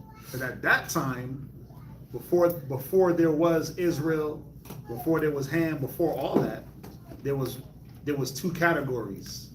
There was just sons of the righteous, sons of the wicked. So Noah would just be a son of the righteous. And then as we start to scale down from Noah, Shem, Ham, Japheth, Shem, Eber, and that line, it's a righteous line that now they develop into a nation. Ham. Ham is the progenitor of the Africans. We see that if we go to Genesis, the 12th chapter. And then we see Ham, the man, now become the father of Mizraim, Cush, Canaanites. We see Japheth. He becomes the father. He is the father. Javan, Tarsha, he's the forefather. He is the father of these nations. So they weren't nations like, he's Japheth. He's the man. He's Jacob. He's the man. You come from him. He's Esau. He's the man, right? Everyone that comes from him would be an Edomite, but he's Edom. That's why the Bible says it. Esau is Edom. But now his 12 princes, and those, they are the Edomites. Then you have Seir. You have the Amalekite. You have all these different now sons and grandsons that come from that man that either they develop into a nation or they don't. Abraham had Midian. Midian becomes a people. You don't read about, out of Abraham's 8 sons? You read about 3 becoming nations. Isaac, Ishmael, Midian. The other ones, you don't really read about them developing into anything bigger than just maybe that man or a few men. You don't read about them on a big scale through the scriptures, right? So there was no nation that you associate Noah to. He would just be considered a son of the righteous. Abraham, son of the righteous, right? Abraham the Hebrew. Because where does Abraham's lineage come through? Man, that's crazy. Where does Abraham's lineage come from? Like, where does Abraham's lineage come from? Wouldn't it be through Shem, going down through Eber, Terah, Nahor, Abraham, and then Abraham, Isaac, Jacob? So we see that if you go through like this book that we got right here, when you spread it out, because it spreads out. But what I like about it, it gives you the line from Adam all the way to Christ, right? Before you get to Christ, when you go from Adam to Noah, there's a lot going on where you see a lot of lineage. The family tree goes like that, stops. Go like this, stop. But then in one place, for some reason, it just keeps going and keeps going and keeps going and keeps going and keeps going all the way to Noah, Shem, Ham, Japheth, all the way to 12 tribes, Judah, all the way to Christ. And then we see that in the book of Luke with the lineage. We see that in the book of Matthew with the lineage. But they're not associated with a nation because, watch this. Okay, I ain't gonna go there. I mean, do you understand that? No. You don't understand that? Because Okay. I know when we talk about that 12 tribes, Right. we talk about the 18 nations. Right. And we do have the what is it, Right, let's go there real quick. It's Genesis, the 12th chapter, right?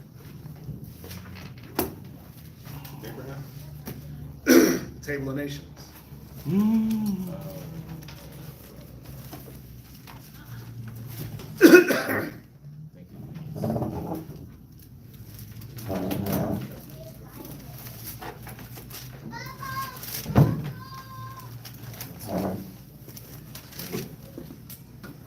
And Gabar, you had your hand up.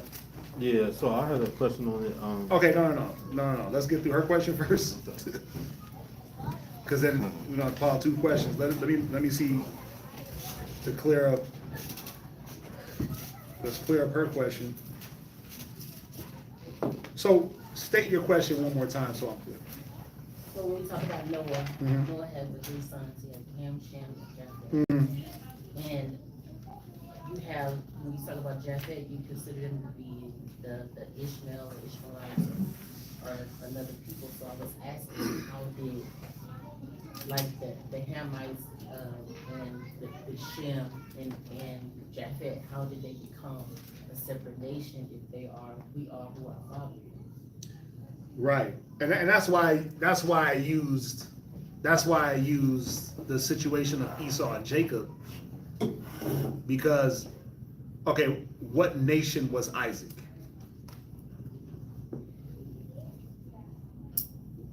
What nation was Isaac? Is that for everybody? Anybody. Son of God. Right. Well, there wasn't a nation at the time to associate with him with. He was just from a people group, which would be Shemites. They would be Shem. Now, is Esau from Shem? So is he a Shemite? He's Shemitic, right? Is Jacob from Shem? He's Shemitic, right? Watch this. Is Esau a Hebrew? Yes. Yeah. Is Jacob a Hebrew? So at that time, before these nations start to develop, we weren't called a nation of people. It was just Shemite, Hamite, or Japhite. Because when Noah gets on the scene, his 3 sons start to propagate 3 sets of people on the earth. They were a nation within, if you want to call them a nation, you could say the nation of Shem. Or what we say is a Shemite. Why? A man that descends from the man Shem. What are you? I'm a Japhite. I descend from the man Japheth. What are you? I'm a Hamite. Now let's go there real quick. Somebody go to the Zondervan, get me the word Ham in the Zondervan. I haven't been here in forever. Yes. So let's go here to Genesis. We don't want 12. Get me where, right, Genesis chapter 10 and verse 1. Excuse me, sir. Huh? So would Ham be considered a Canaanite as well? No, because Canaan comes from Ham. That's his grandson. Right? So that's what we're about to go through right now. Right? 10 verse. 10. Now look at the generations of the sons of Noah. Right. Watch this. Chapter 10 and verse 1. See, chapter 10, and we're not going to read the whole thing, but what chapter 10 does is starts to go through and show you now the nation starting to develop from these 3 men, Shem, Ham, and Japheth. So read that real quick. Genesis chapter 10 verse 1. Right? Now these are the generations of the sons of Noah. Right? Shem, Ham. So what would Noah's nationality be?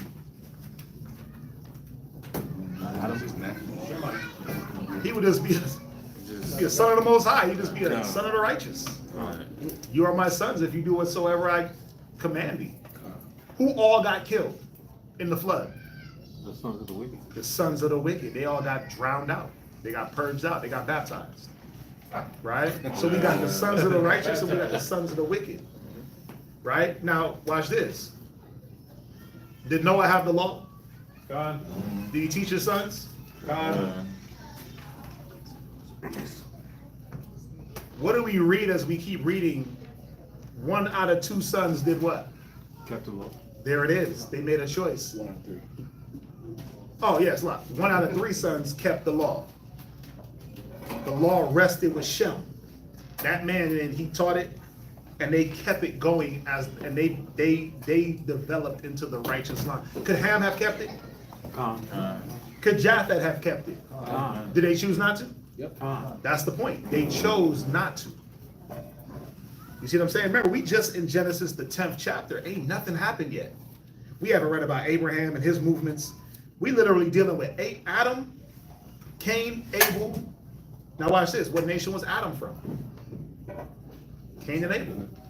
They would just be Adamites. They come from the man Adam.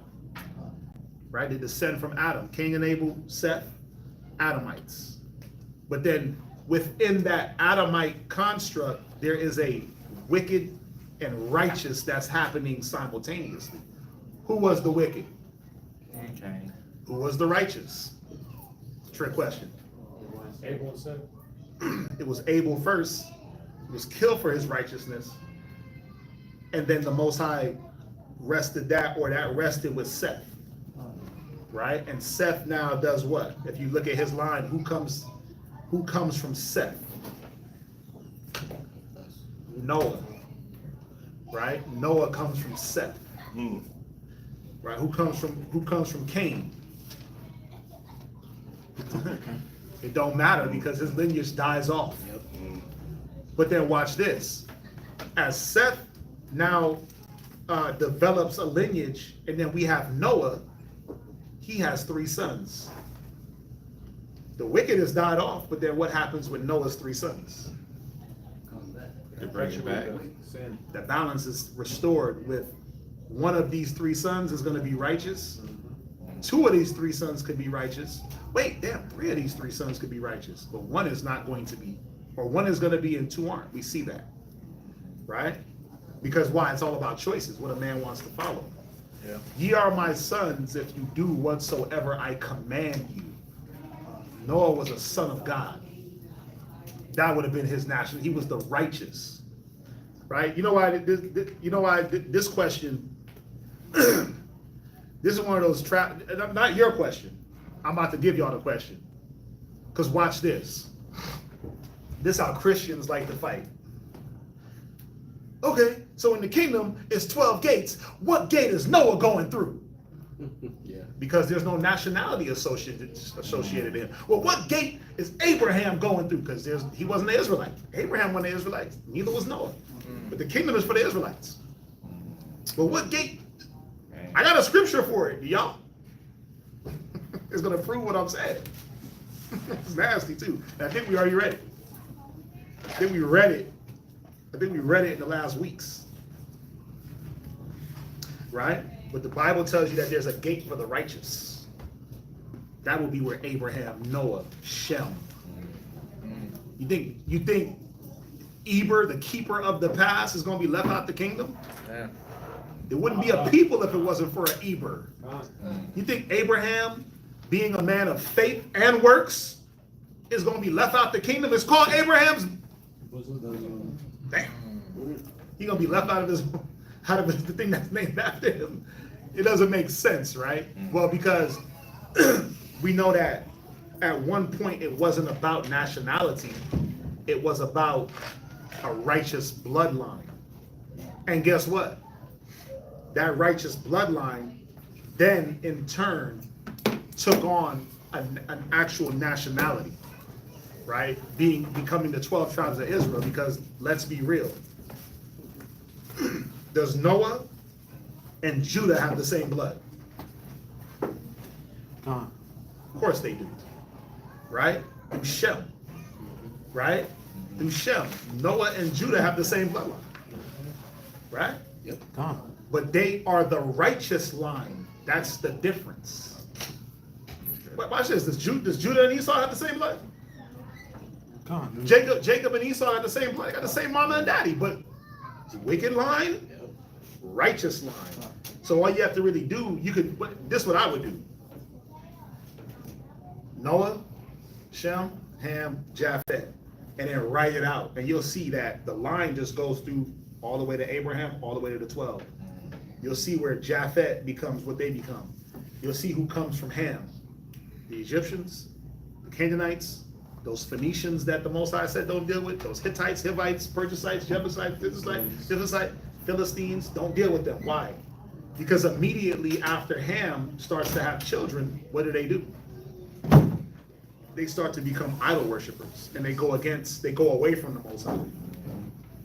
Right? In certain readings, if you go into the Josephus, where do the Sodomites come from?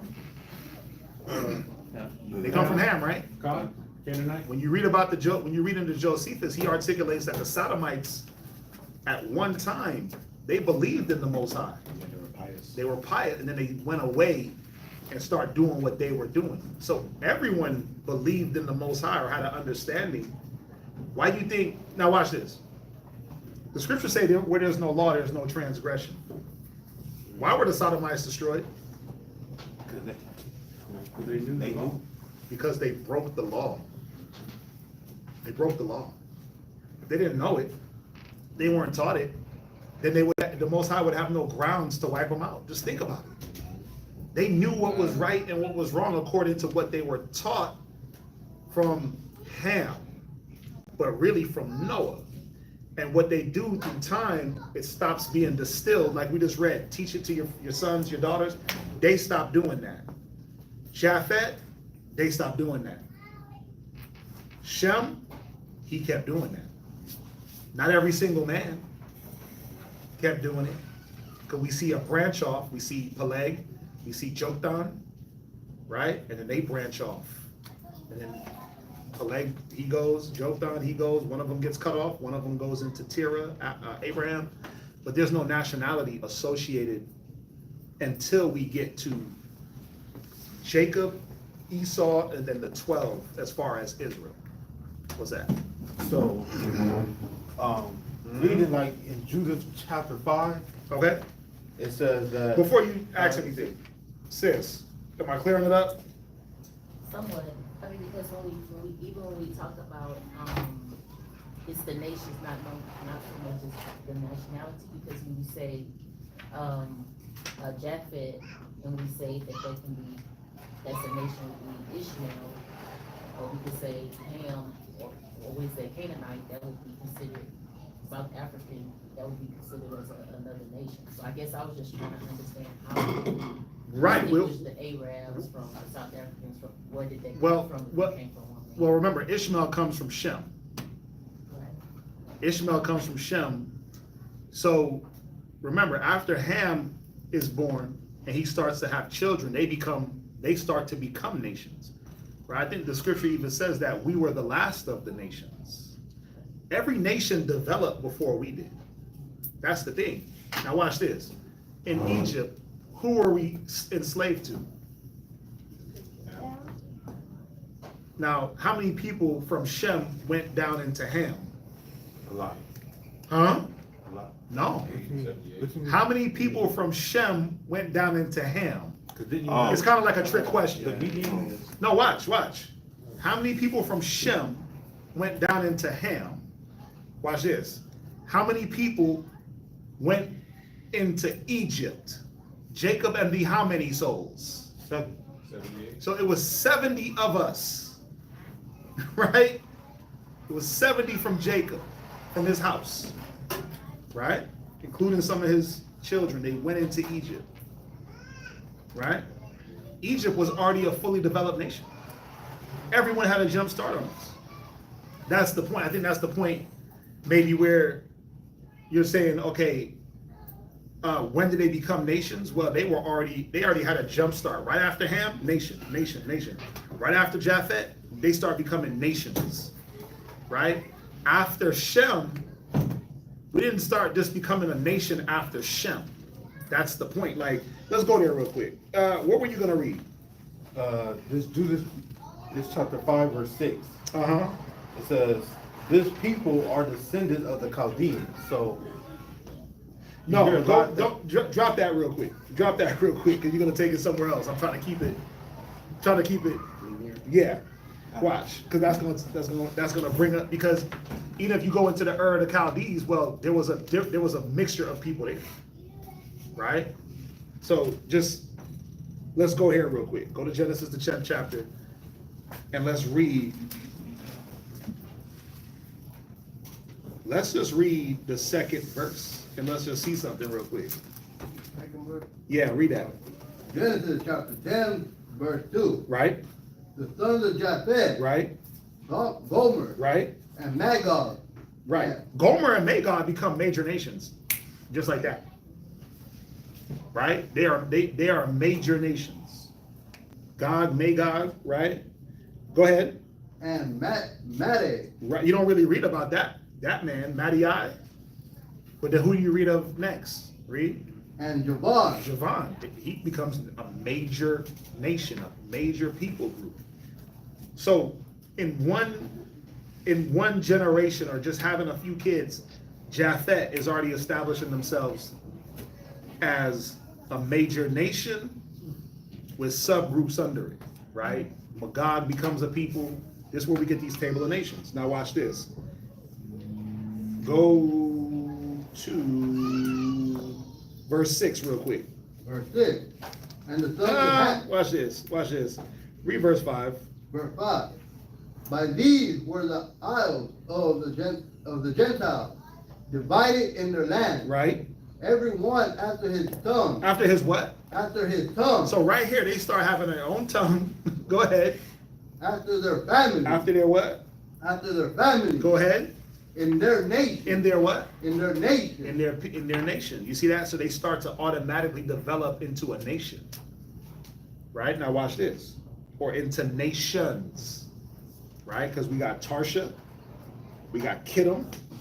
We got Javan, Magog, right? So you got different people groups starting to develop, major people groups. Now watch this. Read verse 6. Verse 6. And the sons of Ham, Cush, and Wait, Cush is who? Ethiopians, right? That's a major people group. Read. And Mizraim. Who's Mizraim? That's the Egyptian major people group. Go ahead. And Put. Go ahead. And Canaan. We know Canaan, major people group. So in 3 sets of sons, we got a right from Ham. His first 3 or 4 sons become major people groups, right? Now watch this. And then it starts to break down the different sons. Let's go to chapter 11. No. We're not gonna go to chapter 11 yet. Y'all try to throw me off. Because chapter 11 is gonna go deeper into the lineage. I'm trying to keep it. Just give me 1 sec. Watch. Read verse 21. I want to stick in this chapter. Right, 21. Read it. Unto Shem. Right. Also, the father of all the children of Eber. What nation did Eber become? Did we read about Eber being a whole nation? Nope. They don't get the Hebrews, like. Right, but is that a whole nation of people? Can we read like, oh, he became a whole nation? Do we see him as a nation in the future is what I'm saying. We could see Mizraim, Cush. You see what I'm saying? Yeah. You don't see Eber. But right? You see the man Eber. Watch. Read. See, this is the point. We can read the future. We don't have to guess at this. Yeah. What nation is Eber? Okay, what nation is Cush? Well, see, that's kind of my question. Uh-huh. It's because all throughout it, you see them being referred to as like Abraham, all them people. You see them being referred to as Chaldeans and That doesn't have anything to do with it. Because what nation is Abraham? What was he considered biblically? Forget about what they're referred to. Well, that's what I'm saying. After that point, he was considered a Hebrew, but before that, it was like. Well, we're not dealing with before that. We're not dealing with before that. We're trying to make it all. You gotta stay with me to make it simple. But Eber, like you said, he would have been considered Assyrian. It don't say that. It don't say that. A Chaldean. Does it say that? Well, that's where they. Where do we read that at? Or does it say he came from Shem? Remember, we're dealing with Shem, Ham, and Japheth. We don't care about the land mass, right? We don't care about that. Yeah. The Ur of Chaldees is a land mass, which is inside the Mediterranean, right? Right. We're not dealing with that. We're dealing with who they descend from. Descendancy and land mass where you grew up in is 2 different things. You descend from the man Jacob, but you were born in America. Right. So what matters more? Me being born from Jacob. Right. See my point? So go ahead. But so like one of the things I've heard is that like even the name Chaldean and that went back to Arphaxad. Okay, being from him. but it could. But we got to just deal with what we can read. I'm trying to make it simple for her right now. Here, I got you. you see what I'm saying? Right. So, watch. Go to verse. Are you kind of with me so far? So we got Shem, Eber, the brother of Japh, the elder, the children of Shem. Now watch this. Children of Shem. Verse 22, read it. Verse 22. Uh-huh. The children of Shem. Right. Elam. Elam. Right. And Ashur. Right. And Arphaxad. Come on. And Luz. Right. And Aram. Right. So Elam became a nation. Right. Elamites. Ashur became a nation. That was Syria. Right. Arphaxad. Lud. Aram. Right. That's up there in That's Syria. That's Syria. And Assyria. Syria and Assyria. Right? They become these major nations. But where's Israel in this? We're not there yet. Everyone else is developing before us, but guess what? Elam is still a Shemite. Elam and Shabbat. Yeah. Yeah, just like Esau is Shemitic. Yeah. Not bad. Not bad. Esau was a nation before we were. Dukes. Yeah. Esau was a nation before we were. While Jacob was up in Padan Aram with Laban, slaving away for a woman, Esau was propagating himself and having dukes. By the time Genesis 36 rolls around, Esau got dukes, and they're running whole cities. Yeah. When did Israel start running cities? You said when did Israel? When did we start running anything as a nation? Came out of Egypt and it took them. Yeah, it was a while. We had to get up out of Genesis, right? Joshua. Yeah. That's the point. But we had to, but that was just a little piece of Egypt. So Esau was already developed. Remember, the Most High said, I didn't put his love on us because we were the largest of nations, because we were the smallest. But we were the last of the nations to come out and actually develop. Everyone else was developed before us. Esau had his 12 dukes. Elam was doing his thing. Ishmael was doing his thing, had his 12 princes. Because you can read about their lineages, but we barely even had 12 tribes. Right? We get to Genesis 49 and we get the prophecies, and then you see our 12 tribes. What happens after Genesis? Where do we go? Egypt. Into what? Bondage. How do you develop? You didn't. We didn't develop into a nation because we didn't have our own land. That's how you know you're a nation. We were in someone else's land, so that's part of it. We had the language and the custom, but we didn't have our own land anymore. We left Canaan, went into Egypt, sat up in Egypt, and then sat there in Egypt. You weren't a nation without your land. That's the one of the main things that you needed to be able to do what? When Moses went to the Egyptian Pharaoh, he said, give me the people so they can go do what in their land? Worship their own laws and sacrifice. Sacrifice to the Most High and keep their laws in their own land. That was the point. We didn't have our own land to do that. So you weren't a nation yet. Until what? When did we truly become a nation? We didn't become really a nation until we sat up in the book of Joshua. And sat in the land and crossed over into it. So think about that. From Joshua, first of all, from Genesis to Exodus, it's about 430 years of us sitting in Egypt, pining away in slavery for 80 of those years. And then again, from Exodus all the way to Joshua's time, what you got? Another 100 years? So we had everyone else had a head start on us becoming nations. How do we know? Because when it was time for us to pass through, we had to ask permission to pass through their what? Moab was already a nation before we were, because when we was in Egypt sitting there, they were developing into something. So now we got to pass through. Hey, can we pass through? Nope. Ammon, Moab, it was already developed. You see that? But they Shemites. Lot comes from Shem. Moab and Ammon come from Shem. Yeah. But they weren't put in captivity. So they were able to develop. That's the part that I think a lot of people miss, is that our captivity and the things that the Most High had us go through, it made us develop at a slower pace. So everyone else is a nation, and we're just trying to get a foothold in 30, 40, 100 years later, 400 years later. Yeah. Just like now. Just like now. You think that this captivity hasn't stunted our growth? 400 years in America, we ain't no nation. Especially now that you're scattered, you definitely ain't a nation. Every nation. How do you know a Chinese man? Because he tells you he comes from where? China. How do you know an Indian man? Because he tells you he comes from where? How do you know a Filipino man? He tells you he comes from where? That's the point. They have a land that they can go back to and say, this is where my heritage, my language, my customs, they sit inside this land. And at any time, just because I go to another land, I can always go back to my customary land. What's our land? Anywhere where the Most High scattered us. So does it kind of make a little bit more sense now? Okay, sir? Just on that, like, okay, like your Negro only, right?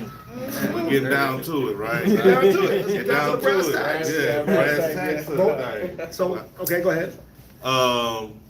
Like, okay, we all descend, well, the tribes came from Jacob. Right. Came Israel. Right. Right. Right. So how did we get Mexican? How did we get all the different tribes from one man if he was a black man? That's okay. You got to restate your question. It was presented to me this way, so I was like, okay. So let me deal with it then. So first of all, okay. So if you want to deal with your Negro only, right? Yeah. But there's a problem with that, because what is a Negro? And where do we read that? In Genesis? Where do we read that? In any part of the Bible? Negro only, or Negro, or Negro features. So then, this is the thing.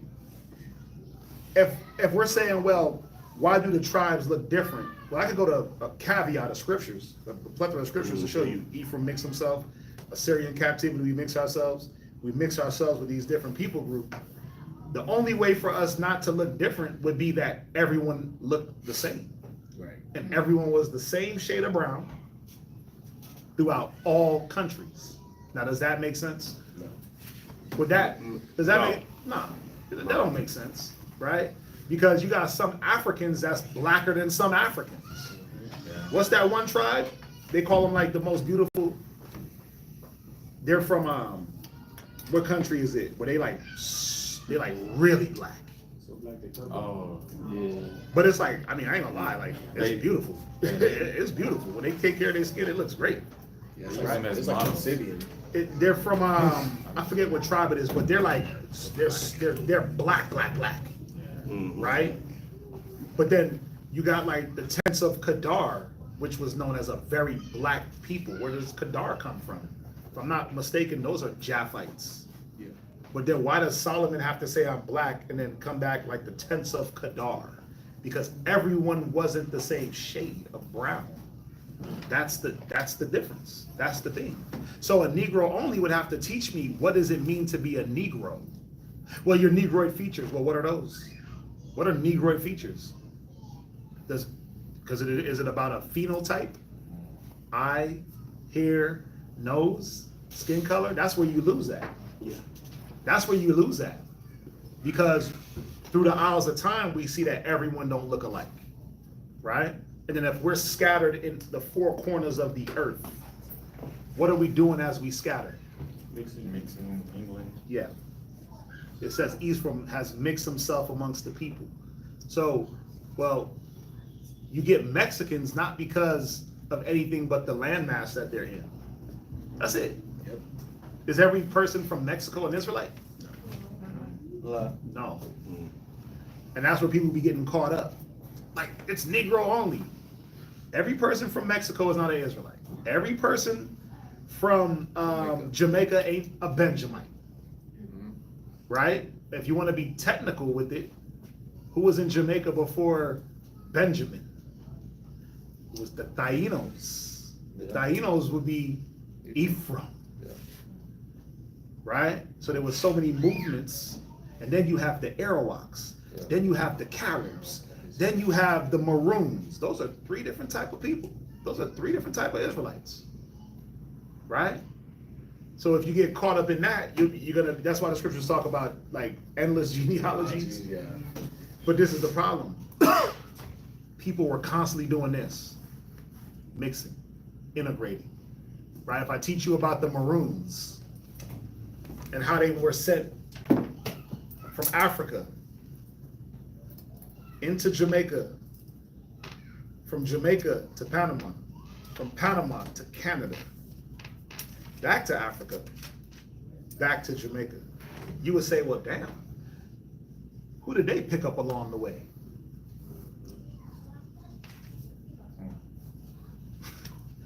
Well, if I'm in a people group's land, I'm gonna be dealing with them people.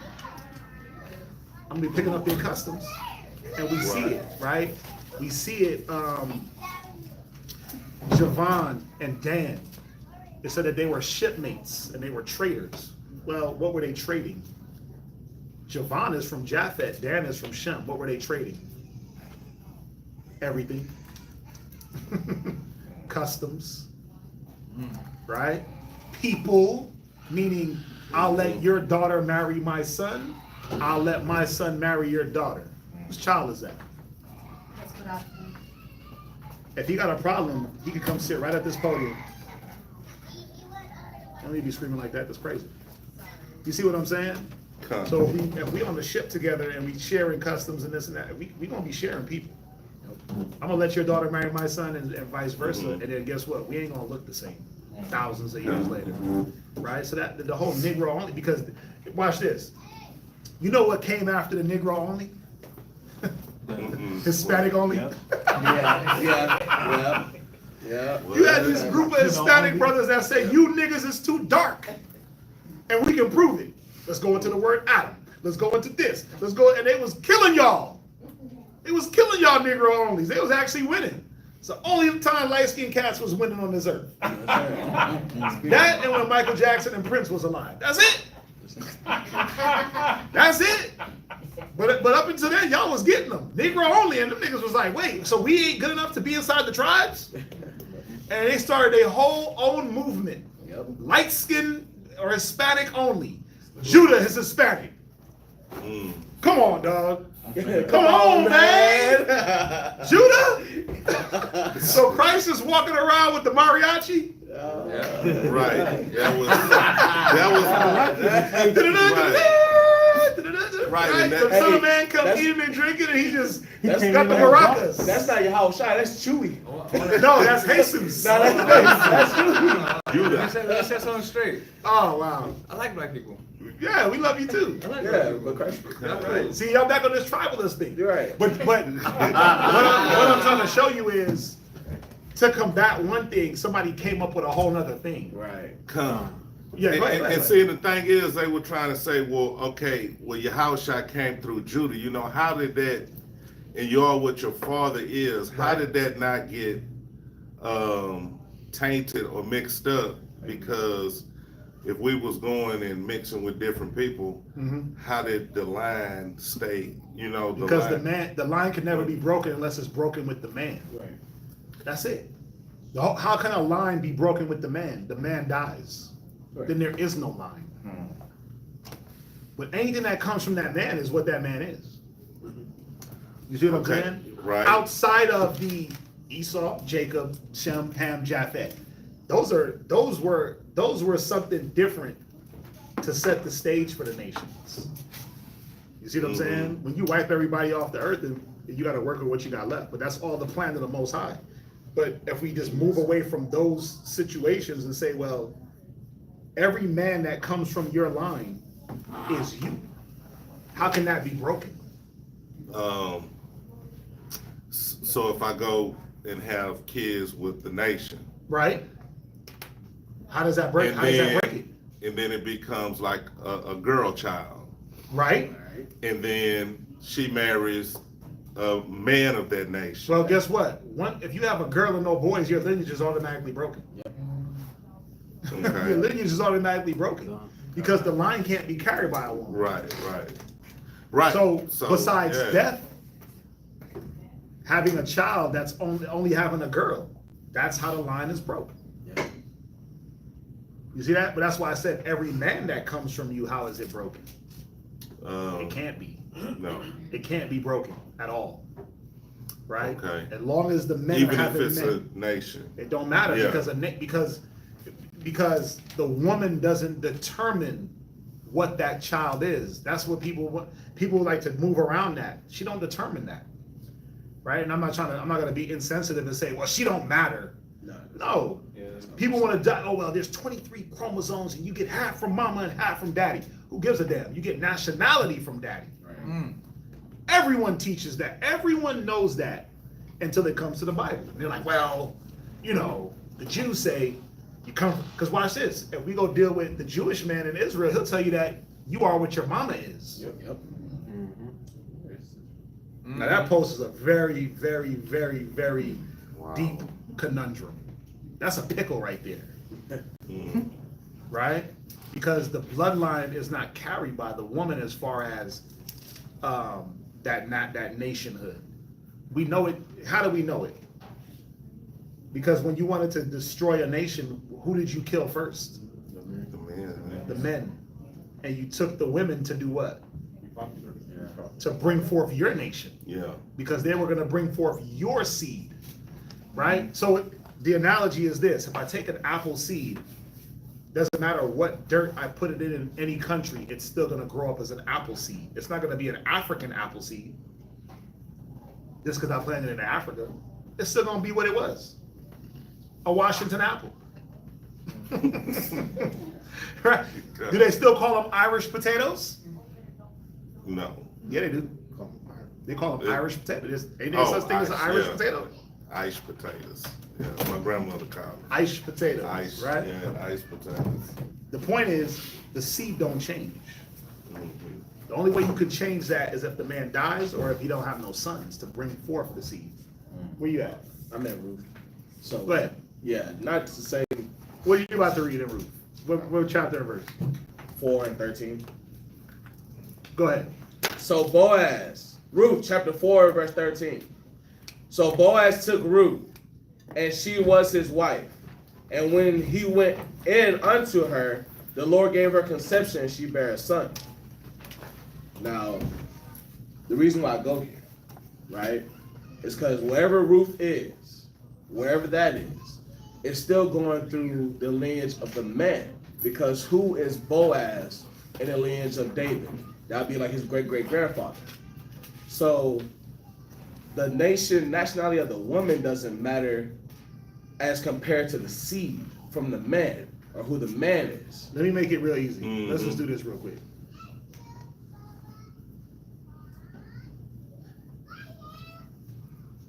Where's it at? Go to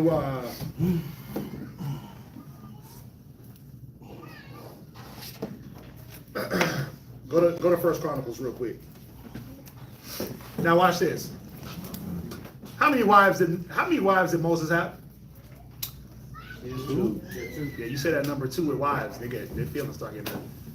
So he had 2 wives, right? How many of those wives were Israelites? One. No. Damn.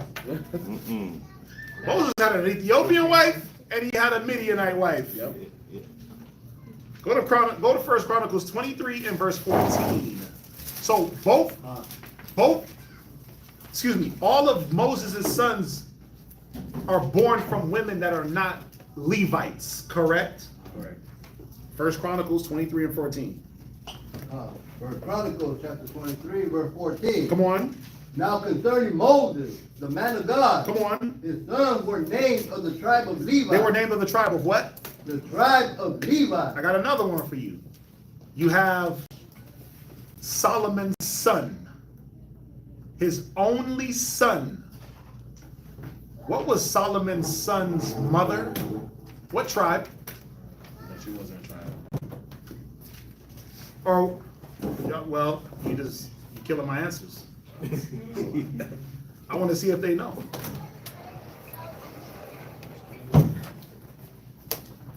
Where did she come from? What nation? Was Solomon's son's mother. Okay, I'll just give it away. She was an Ammonite. Ammon. Now watch this. Didn't the Most High say that in the southern kingdom, a man from David's line would always sit on the throne? So was Solomon's son a Judite or an Ammonite? The Jew, right? Wouldn't it break the prophecy? Wouldn't it break the promise? If he was an Ammonite on the throne? So you gotta look at these things. So nationality is always, it always rests with the man. It's nothing against the women, right? It's nothing against the woman. That's it. So a woman can be an Israelite and have an Edomite man and have a child. That child is an Edomite. This is what it is. Just like how we do even within Israel. What tribe you come from? Yeah. What tribe your husband come from? Judah. What tribe is your kids? Judah. All three of them. Judah. Right. You can teach them all the Spanish in the world. They still Judites. Can't change it. Right? So we even do it within inside of our tribe. That you are what your father professes to be. You see that? Now ain't nothing wrong with her teaching them Spanish. I'm not saying that. But what I'm saying is it's not gonna change their nationality or even the tribe they come from. Ma'am. So it's safe to say, to understand everything is, we all descend from either Shem, Ham, or Japheth. Yeah. Right? Yeah. But within that, it's the curse versus the chosen. Because even though, Ham comes from the line of Shem. No. Well, even though he comes from Noah. Right. Noah also cursed him in Yes, he did. Genesis 9 and. He cursed him because of what he did, looking at his nakedness. So either way, you're either chosen or you're cursed. And then it boils down to even in Israel, even in the nation. Right? Everyone in a nation ain't chosen. That's the thing. It's like you have wicked even in Israel. 2/3 got to be cut off. So it boils down from a man, the people group, and it goes all the way down. Like all you got to do is just, truthfully, if you really want to get a grasp on this, yes, you read Genesis 10, 11, and 12 to get a firm grasp on the family tree of Shem, Ham, and Japheth. And you'll see the branch off. You're like, wait, why does it talk about Shem twice? Well, because when it gets to Peleg and Joktan, they branch off into two different Shemite family groups. One keeps going, one gets cut off. And then you can see where Abraham comes from in Genesis, the 12th chapter. Right? I think y'all get that, I think. I mean, and maybe we just got to keep going over it. But is there any more questions off of that? Negro homies, man. They out here getting people. That Hispanic only was killing me. Them boys was getting torched on Facebook. They had a strong little movement, huh? Yeah, they was hating anything. They would listen, bro. Yo, if you was darker than this ram's horn, on the light skinned side, if you was paper bag, they was doing the paper bag test on you. Damn. If you was darker than a paper bag, you wasn't an Israelite. But guess what? Wasn't making it. Doc wasn't making it. Doc wasn't making it. Wow. I barely, you know what I'm saying? I was creeping in. I had to just like, Nah, you know what I'm saying? you on my side, brother. Sit in the sun a little bit. That's sunlight though. That's all sun. I don't think we both making it, all right? You know what I'm saying? Where we at, man? It's 3 o'clock. Where we at? So I got a chance? You got a chance. Well, you have a chance under Christ, brother. Not under Negro only or Hispanic only. You're a child of Yah. See. You got a chance because, the spirit bear of witness, not because of your skin color. It's crazy. Right? And then remember, throughout our captivities, we mixed, like watch this, just real quick. Abraham had 2 women. What was Hagar? Bondwoman. What was Hagar? Egyptian. Oh my God. They were already a major people group. She was counted as an Egyptian. They were already developing as a people group when Abraham was just Abraham the Hebrew. Abraham the Hebrew, Abraham the Shemite. True. See that? She was already an Egyptian. She was coming from that people group. Watch this. Jacob. How many Israelite wives he had? Damn. Israelite wives. See, he got caught. How many wives Jacob have? Yeah, 4. He had 4 wives, right? I already asked the question. Right? But none of them were Israelites.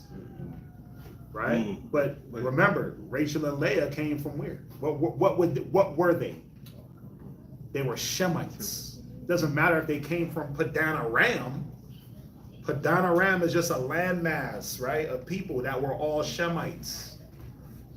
It was about keeping things in that Shemitic line and not going outside into the Hamitic line. Right? Yeah. But then, wait a minute. Bam. What was the other 2?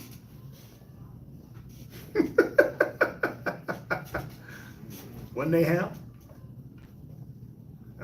You better go do y'all history. Right. They was Ham. They came from Ham. They were handmaidens, if I'm not mistaken. Yeah. They were handmaidens from Ham. They were Hamites.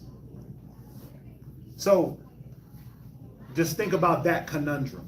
You got 4 women, 1 man having children. They all supposed to look like mirror images of themselves. They're gonna look different, right? Watch this. Do Manashah and a warrior look the same? No. They got the same exact parents. One is dark, one is light. One look like one person. One. They don't look like you look at them. If you line them up, if you didn't know, you wouldn't automatically say those are that's brother and sister right there. Would you? Just based off of like phenotype? No, you'd be like, but then guess what? They got the same exact parents. Children the same way. Your children are the same way, right? Right, because your sons don't automatically look alike. Super white, one dark, and then one right. Right, and then one of your sons got the fro. I know he slid through with the fro. I'm like, wait a minute, that man got he put a perm with that ultra perm. That's juices and berries. It's juices and berries, right? But that's the point, is you can have 2 same parents and the kids come out looking totally different. You see what I'm saying? So I pray people understand. They try to do this whole skin tone, eye color. It ain't gonna work. But anyway, sis, I hope you understand. Okay. Where we at? We are at Psalms. 3 o'clock. Y'all trying to do this? Y'all trying to do this marathon? Back to back to back to back. Back to back to back to back. All right, where we at? I know we only got 1 more week online. Are y'all missing that much? It's gonna be 6 months before they see us on Sabbath again. I know, right? Where you at? Psalm chapter 147, verse 3. He healeth the broken in heart, right, and biteth up their wounds. He telleth the number of the stars. He calleth them all by their names. Great is our Lord, and of great power. His understanding is infinite. Yahweh lifteth up the meek. What verse you at? Verse 6. Of what chapter? 147. Okay, go ahead. Last precept. He casteth the wicked down to the ground. Sing unto the Lord with thanksgiving. Sing praise upon the harp unto our God, who covereth the heaven with clouds, who prepareth rain for the earth, who maketh grass to grow upon the mountains. He giveth to the beast his food, and to the young ravens which cry. He delighteth not in the strength of the horse. He taketh not pleasure in the legs of a man. Yahweh taketh pleasure in them that fear him. Write down Psalms 33:16 to verse 22. Just write it down. 33:16 to 22, pertaining to verse 10 and 11. 33:16 to verse 22. Write that down. Go ahead. And those that hope in his mercy. Praise Yahweh, O Jerusalem. Praise thy power, O Zion. That's good. Verse 13. For he hath strengthened the bars of thy gates. He hath blessed thy children within thee. He maketh peace in thy borders, and filleth thee with the finest of the wheat. He sendeth forth his commandment upon earth. His word runneth very swiftly. He giveth snow like wool. So what's happening is the word is being anthropomorphized. The word don't run. Words don't run. It's showing you that, you know, it's trying to articulate something poetically for you to get it. That when something is running, it's getting somewhere fast. It could be one place and then it starts running, then it's over here. It runs again, it's over there. It's showing you how to articulate in our understanding how the word of the Most High moves. But it ain't got legs. Go ahead, read. He scattereth the hoarfrost like ashes. Go ahead. He casteth forth his ice like morsels. Go ahead. Who can stand before his cold? Right, you look into that word cold, it's talking about hail. Who can stand before that hail when he starts to sprinkle that down? Go ahead. He sendeth out his word and melteth them. So what this is showing is like the sovereignty. The Most High controls everything.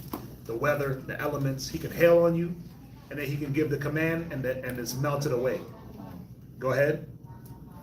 He causeth his wind to blow, and the waters flow. He showeth his word unto Jacob. Right. His statutes and his judgments unto Israel. Right. He hath not dealt so with any nation. And as for his judgments, they have not known them. Right. Amos, you can write down Amos 3, 1 through 2. You can write down Romans chapter 9 and 1. Amos 3 and 1, right? You are the families of the earth that I've known. You write down Romans 9 and 1. Has God cast away his people? God forbid. I'm also an Israelite, tribe of Jacob, who pertaineth this, that, the adoption, the covenants, the mercy, the glory. The adoption pertaineth to the Israelites.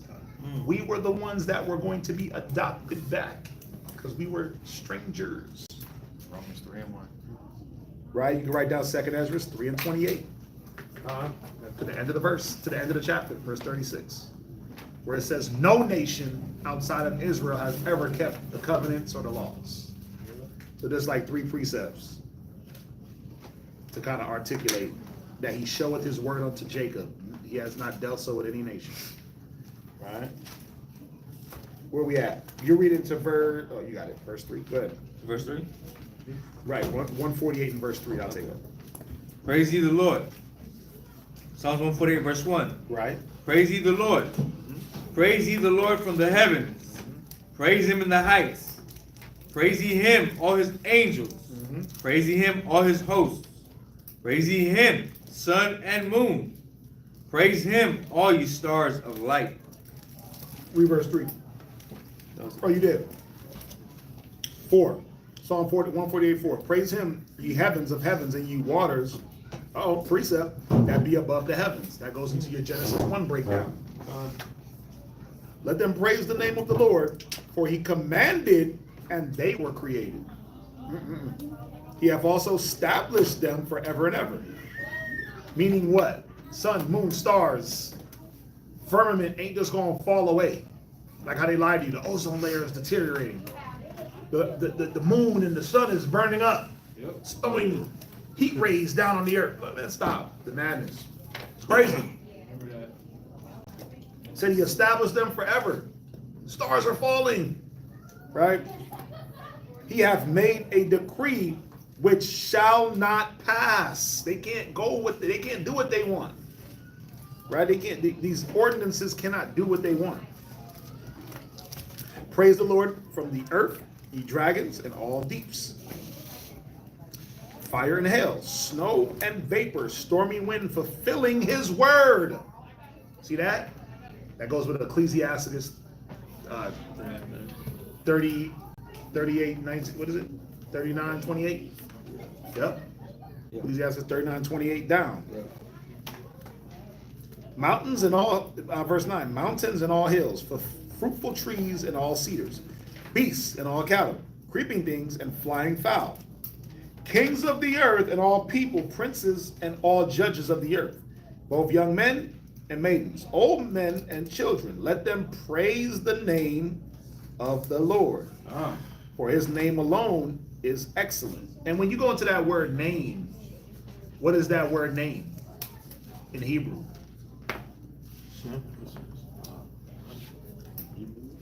Shemayim, right? Or Shem, right? Name, image, right? It's talking about the image or what comes forth from that being or from that person, right? So what are we praising? We're praising the there's a word I'm looking for. Let me get it real quick. It's a word. It's like what portrays from the image of the Most High, not his picture, but the image of the Most High would be what we see in his wisdom, right? That's why he said, let us make man in our image and our likeness. Well, to be made in the image and likeness would be meaning that you were made in the wisdom, right? And then what do the Most High says what? Look at the creation and you'll see the wisdom, right? Look at my wisdom is in all things, according to Wisdom of Solomon 8:1. Wisdom running from one end of the earth and is in all, right? So it's that image, it's that beauty, it's that glory. Let them praise the name of the Lord, for the name of the Lord is excellent. His glory is above the earth, and you see that? His glory is telling us his glory is above the earth and heaven. Verse 14, he also extolleth the horn of his people. What does the horns represent? Power, strength, authority, right? So he is extolling or raising up the horn of the people. Exalted, excuse me. The praise of all his saints. Right? So where does that power and strength come from? The law, the wisdom. Even of the children of Israel. So everybody ain't the saints of God. When the saints go marching in, they're going to be marching into the kingdom. 12 gates. It ain't the world marching in. The whole world ain't saints. That's right. They teach us that in church, that what's up, saint? And they use all the saints. No, we ain't all saints. Right? That title goes to Israel solely. Tells us right here. And then we can go to other scriptures to prove it. Even of the children of Israel, a people near unto him. Praise ye the Lord. Praise ye the Lord. Show me outside. Then you can also write down for that saints. You can write down Psalms 50 and verse 5. You can also write down Deuteronomy 33 and verse 2 and verse 3 for the saints. Because when the saints go marching in, when the saints go Deuteronomy. oh, then I have the ESV translation of 140. Deuteronomy what? 14. Deuteronomy chapter 33 and verse 2 and verse 3. 2 and 3. I'm one guy saying can I read this real quick?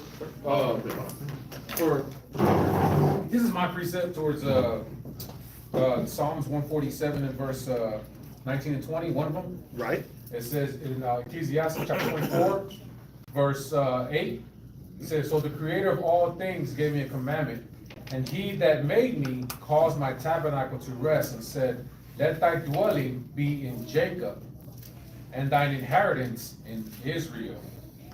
So when he dealt with not many people, he only dealt with Israel. Yeah. So that's one of them. What was that one? Ecclesiastes chapter 24, verse 8. Yep.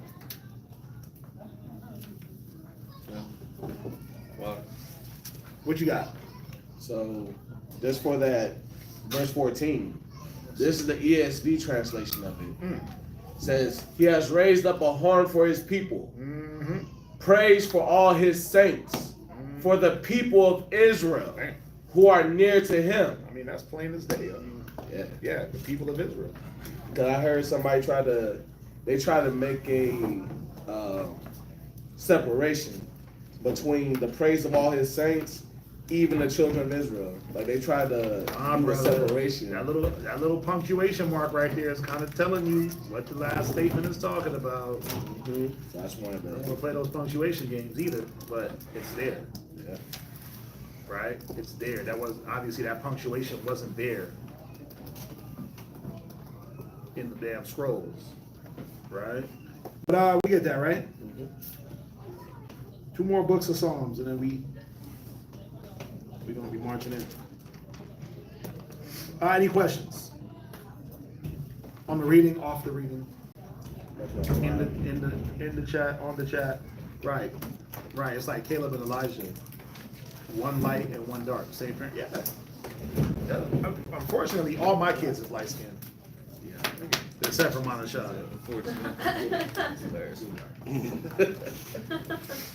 You know what I'm saying? I got too much milk in the coffee. My children. But that's like Asher's kids too. Two of them look like twins, and the last one like half of they don't look nothing like the other two. My favorite son. Your favorite son? Yeah, he's gonna get a coat of many colors. Right? Oh my God. What did the scripture say? He said, now go get your son Isaac, your only son. Abraham had two sons at that time. Wow. The Bible said he had one. Damn. Just saying. Dang. Oh, I'm the favorite. Most I got favorites. Where's his favorite son? No, bro, the whole 12 tribes. My brother's Captain. He said Issachar. Well, I think Issachar might be his least favorite. I'm like, Was y'all there selling Joseph? Stop. What hidden book is that, Hidden book is crazy. Brothers is tapping into the book of Jubilees. Right. You gotta start reading that stuff. Apocalypse of Joseph? No, it's like the book of the Ezekiel. I seen a brother try to prove virgin birth in the Apocalypse of Mary. It's crazy. What? He went to an outside book that had no manuscript tradition and tried to use that as a proof text. Yeah, but it's the Apocrypha. It's like, no, that's the pseudepigrapha. It's a book. Apocrypha of Mary. Huh? That's a book. Apocalypse of Mary. It's in the pseudepigrapha. It's in the pseudepigrapha books. Outside books. Yeah. Pretty much like, I mean, if I can get someone to publish, I can write whatever I want and get it published. That's the point. Yeah. I'm trying to get published too. As long as I'm talking about God, it's popular. I'm trying to feed into the church. Yeah. Nothing? I'm trying to be like, Yo, y'all ready to go home? so Okay. Yeah, sure are. I get it. no questions, no answer. Okay. Okay.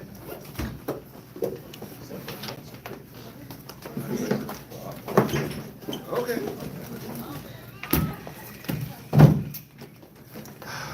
You wanna do this? Yeah. All right. End it there and just do these prayers. Okay.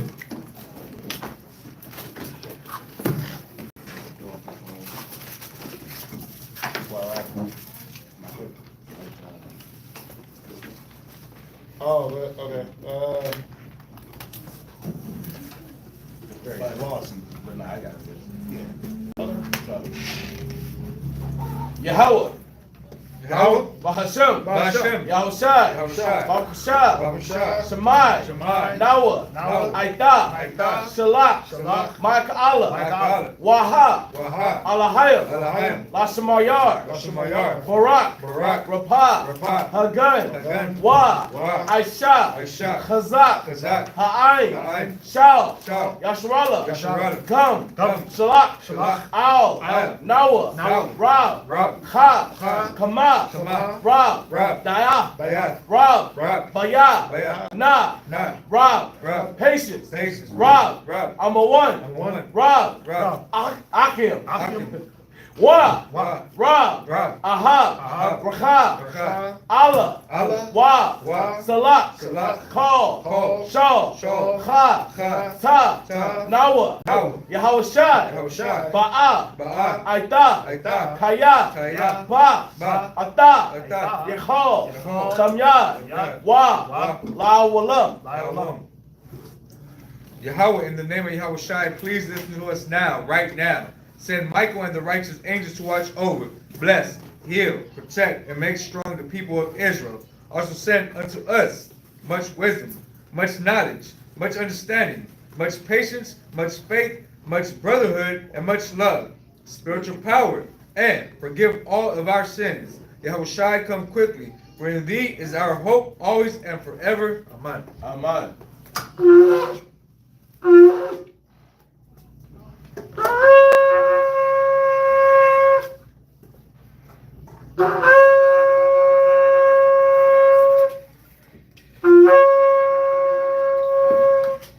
Mike, we'll point out your Rashomon. Rise and face.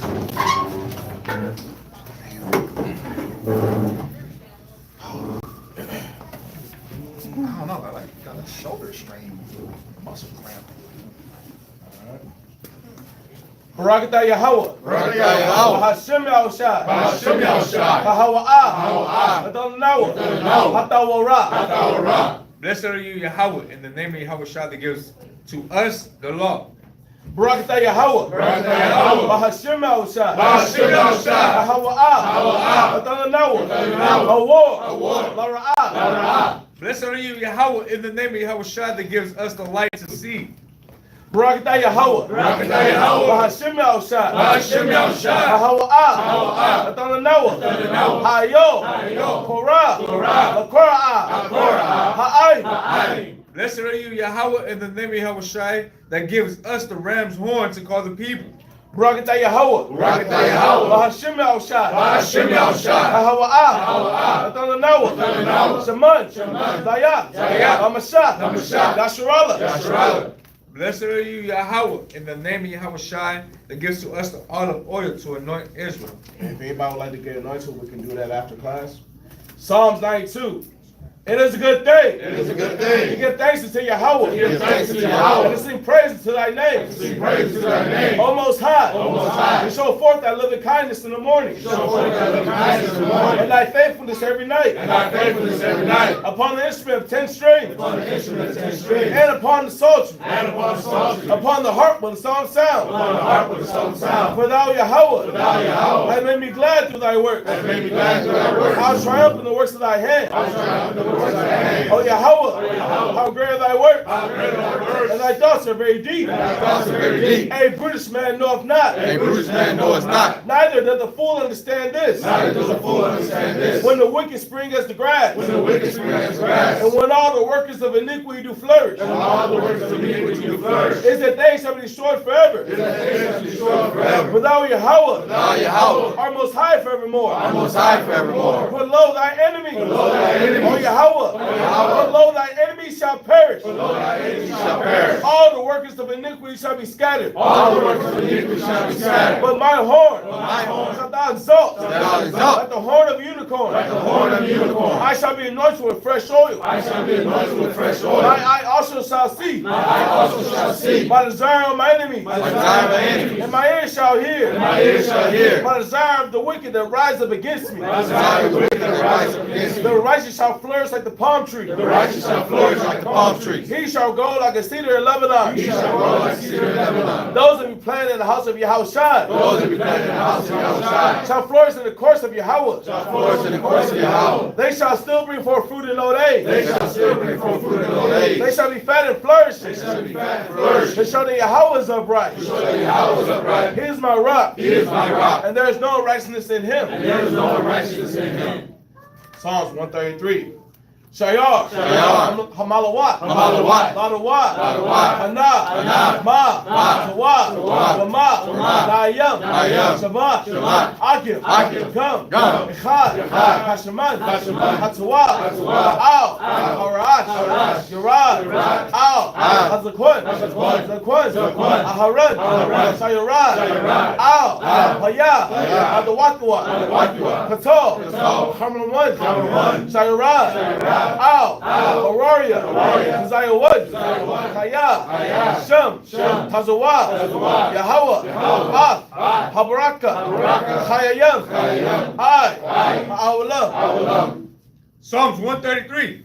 Behold, how good and how pleasant it is for brethren to dwell together in unity.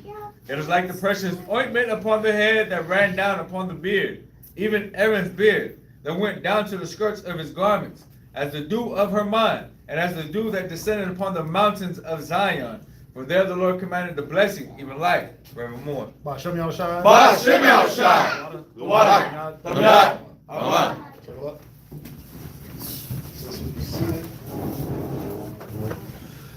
Oh, yeah. Oh, getting called. Akin, Amadi, Barak. Yahweh Hashem Yahushai Baratam. Kumrashwala. Kumrashwala. Kumrashwala. Kumrashwala. Kumrashwala. Kumrashwala. Sisters. On the Shabbat, sisters rise. Sisters rise. Call it. Saluting out the daughters of Zion, men of Israel, Amadi, Barak. Yahweh Shemata, Yahweh Hashem Yahushai. Yahweh Shabbat, Yahweh Hashem, Yahweh Shai. Gotta give them a time. Dismiss. Say shalom, everybody online. Shalom.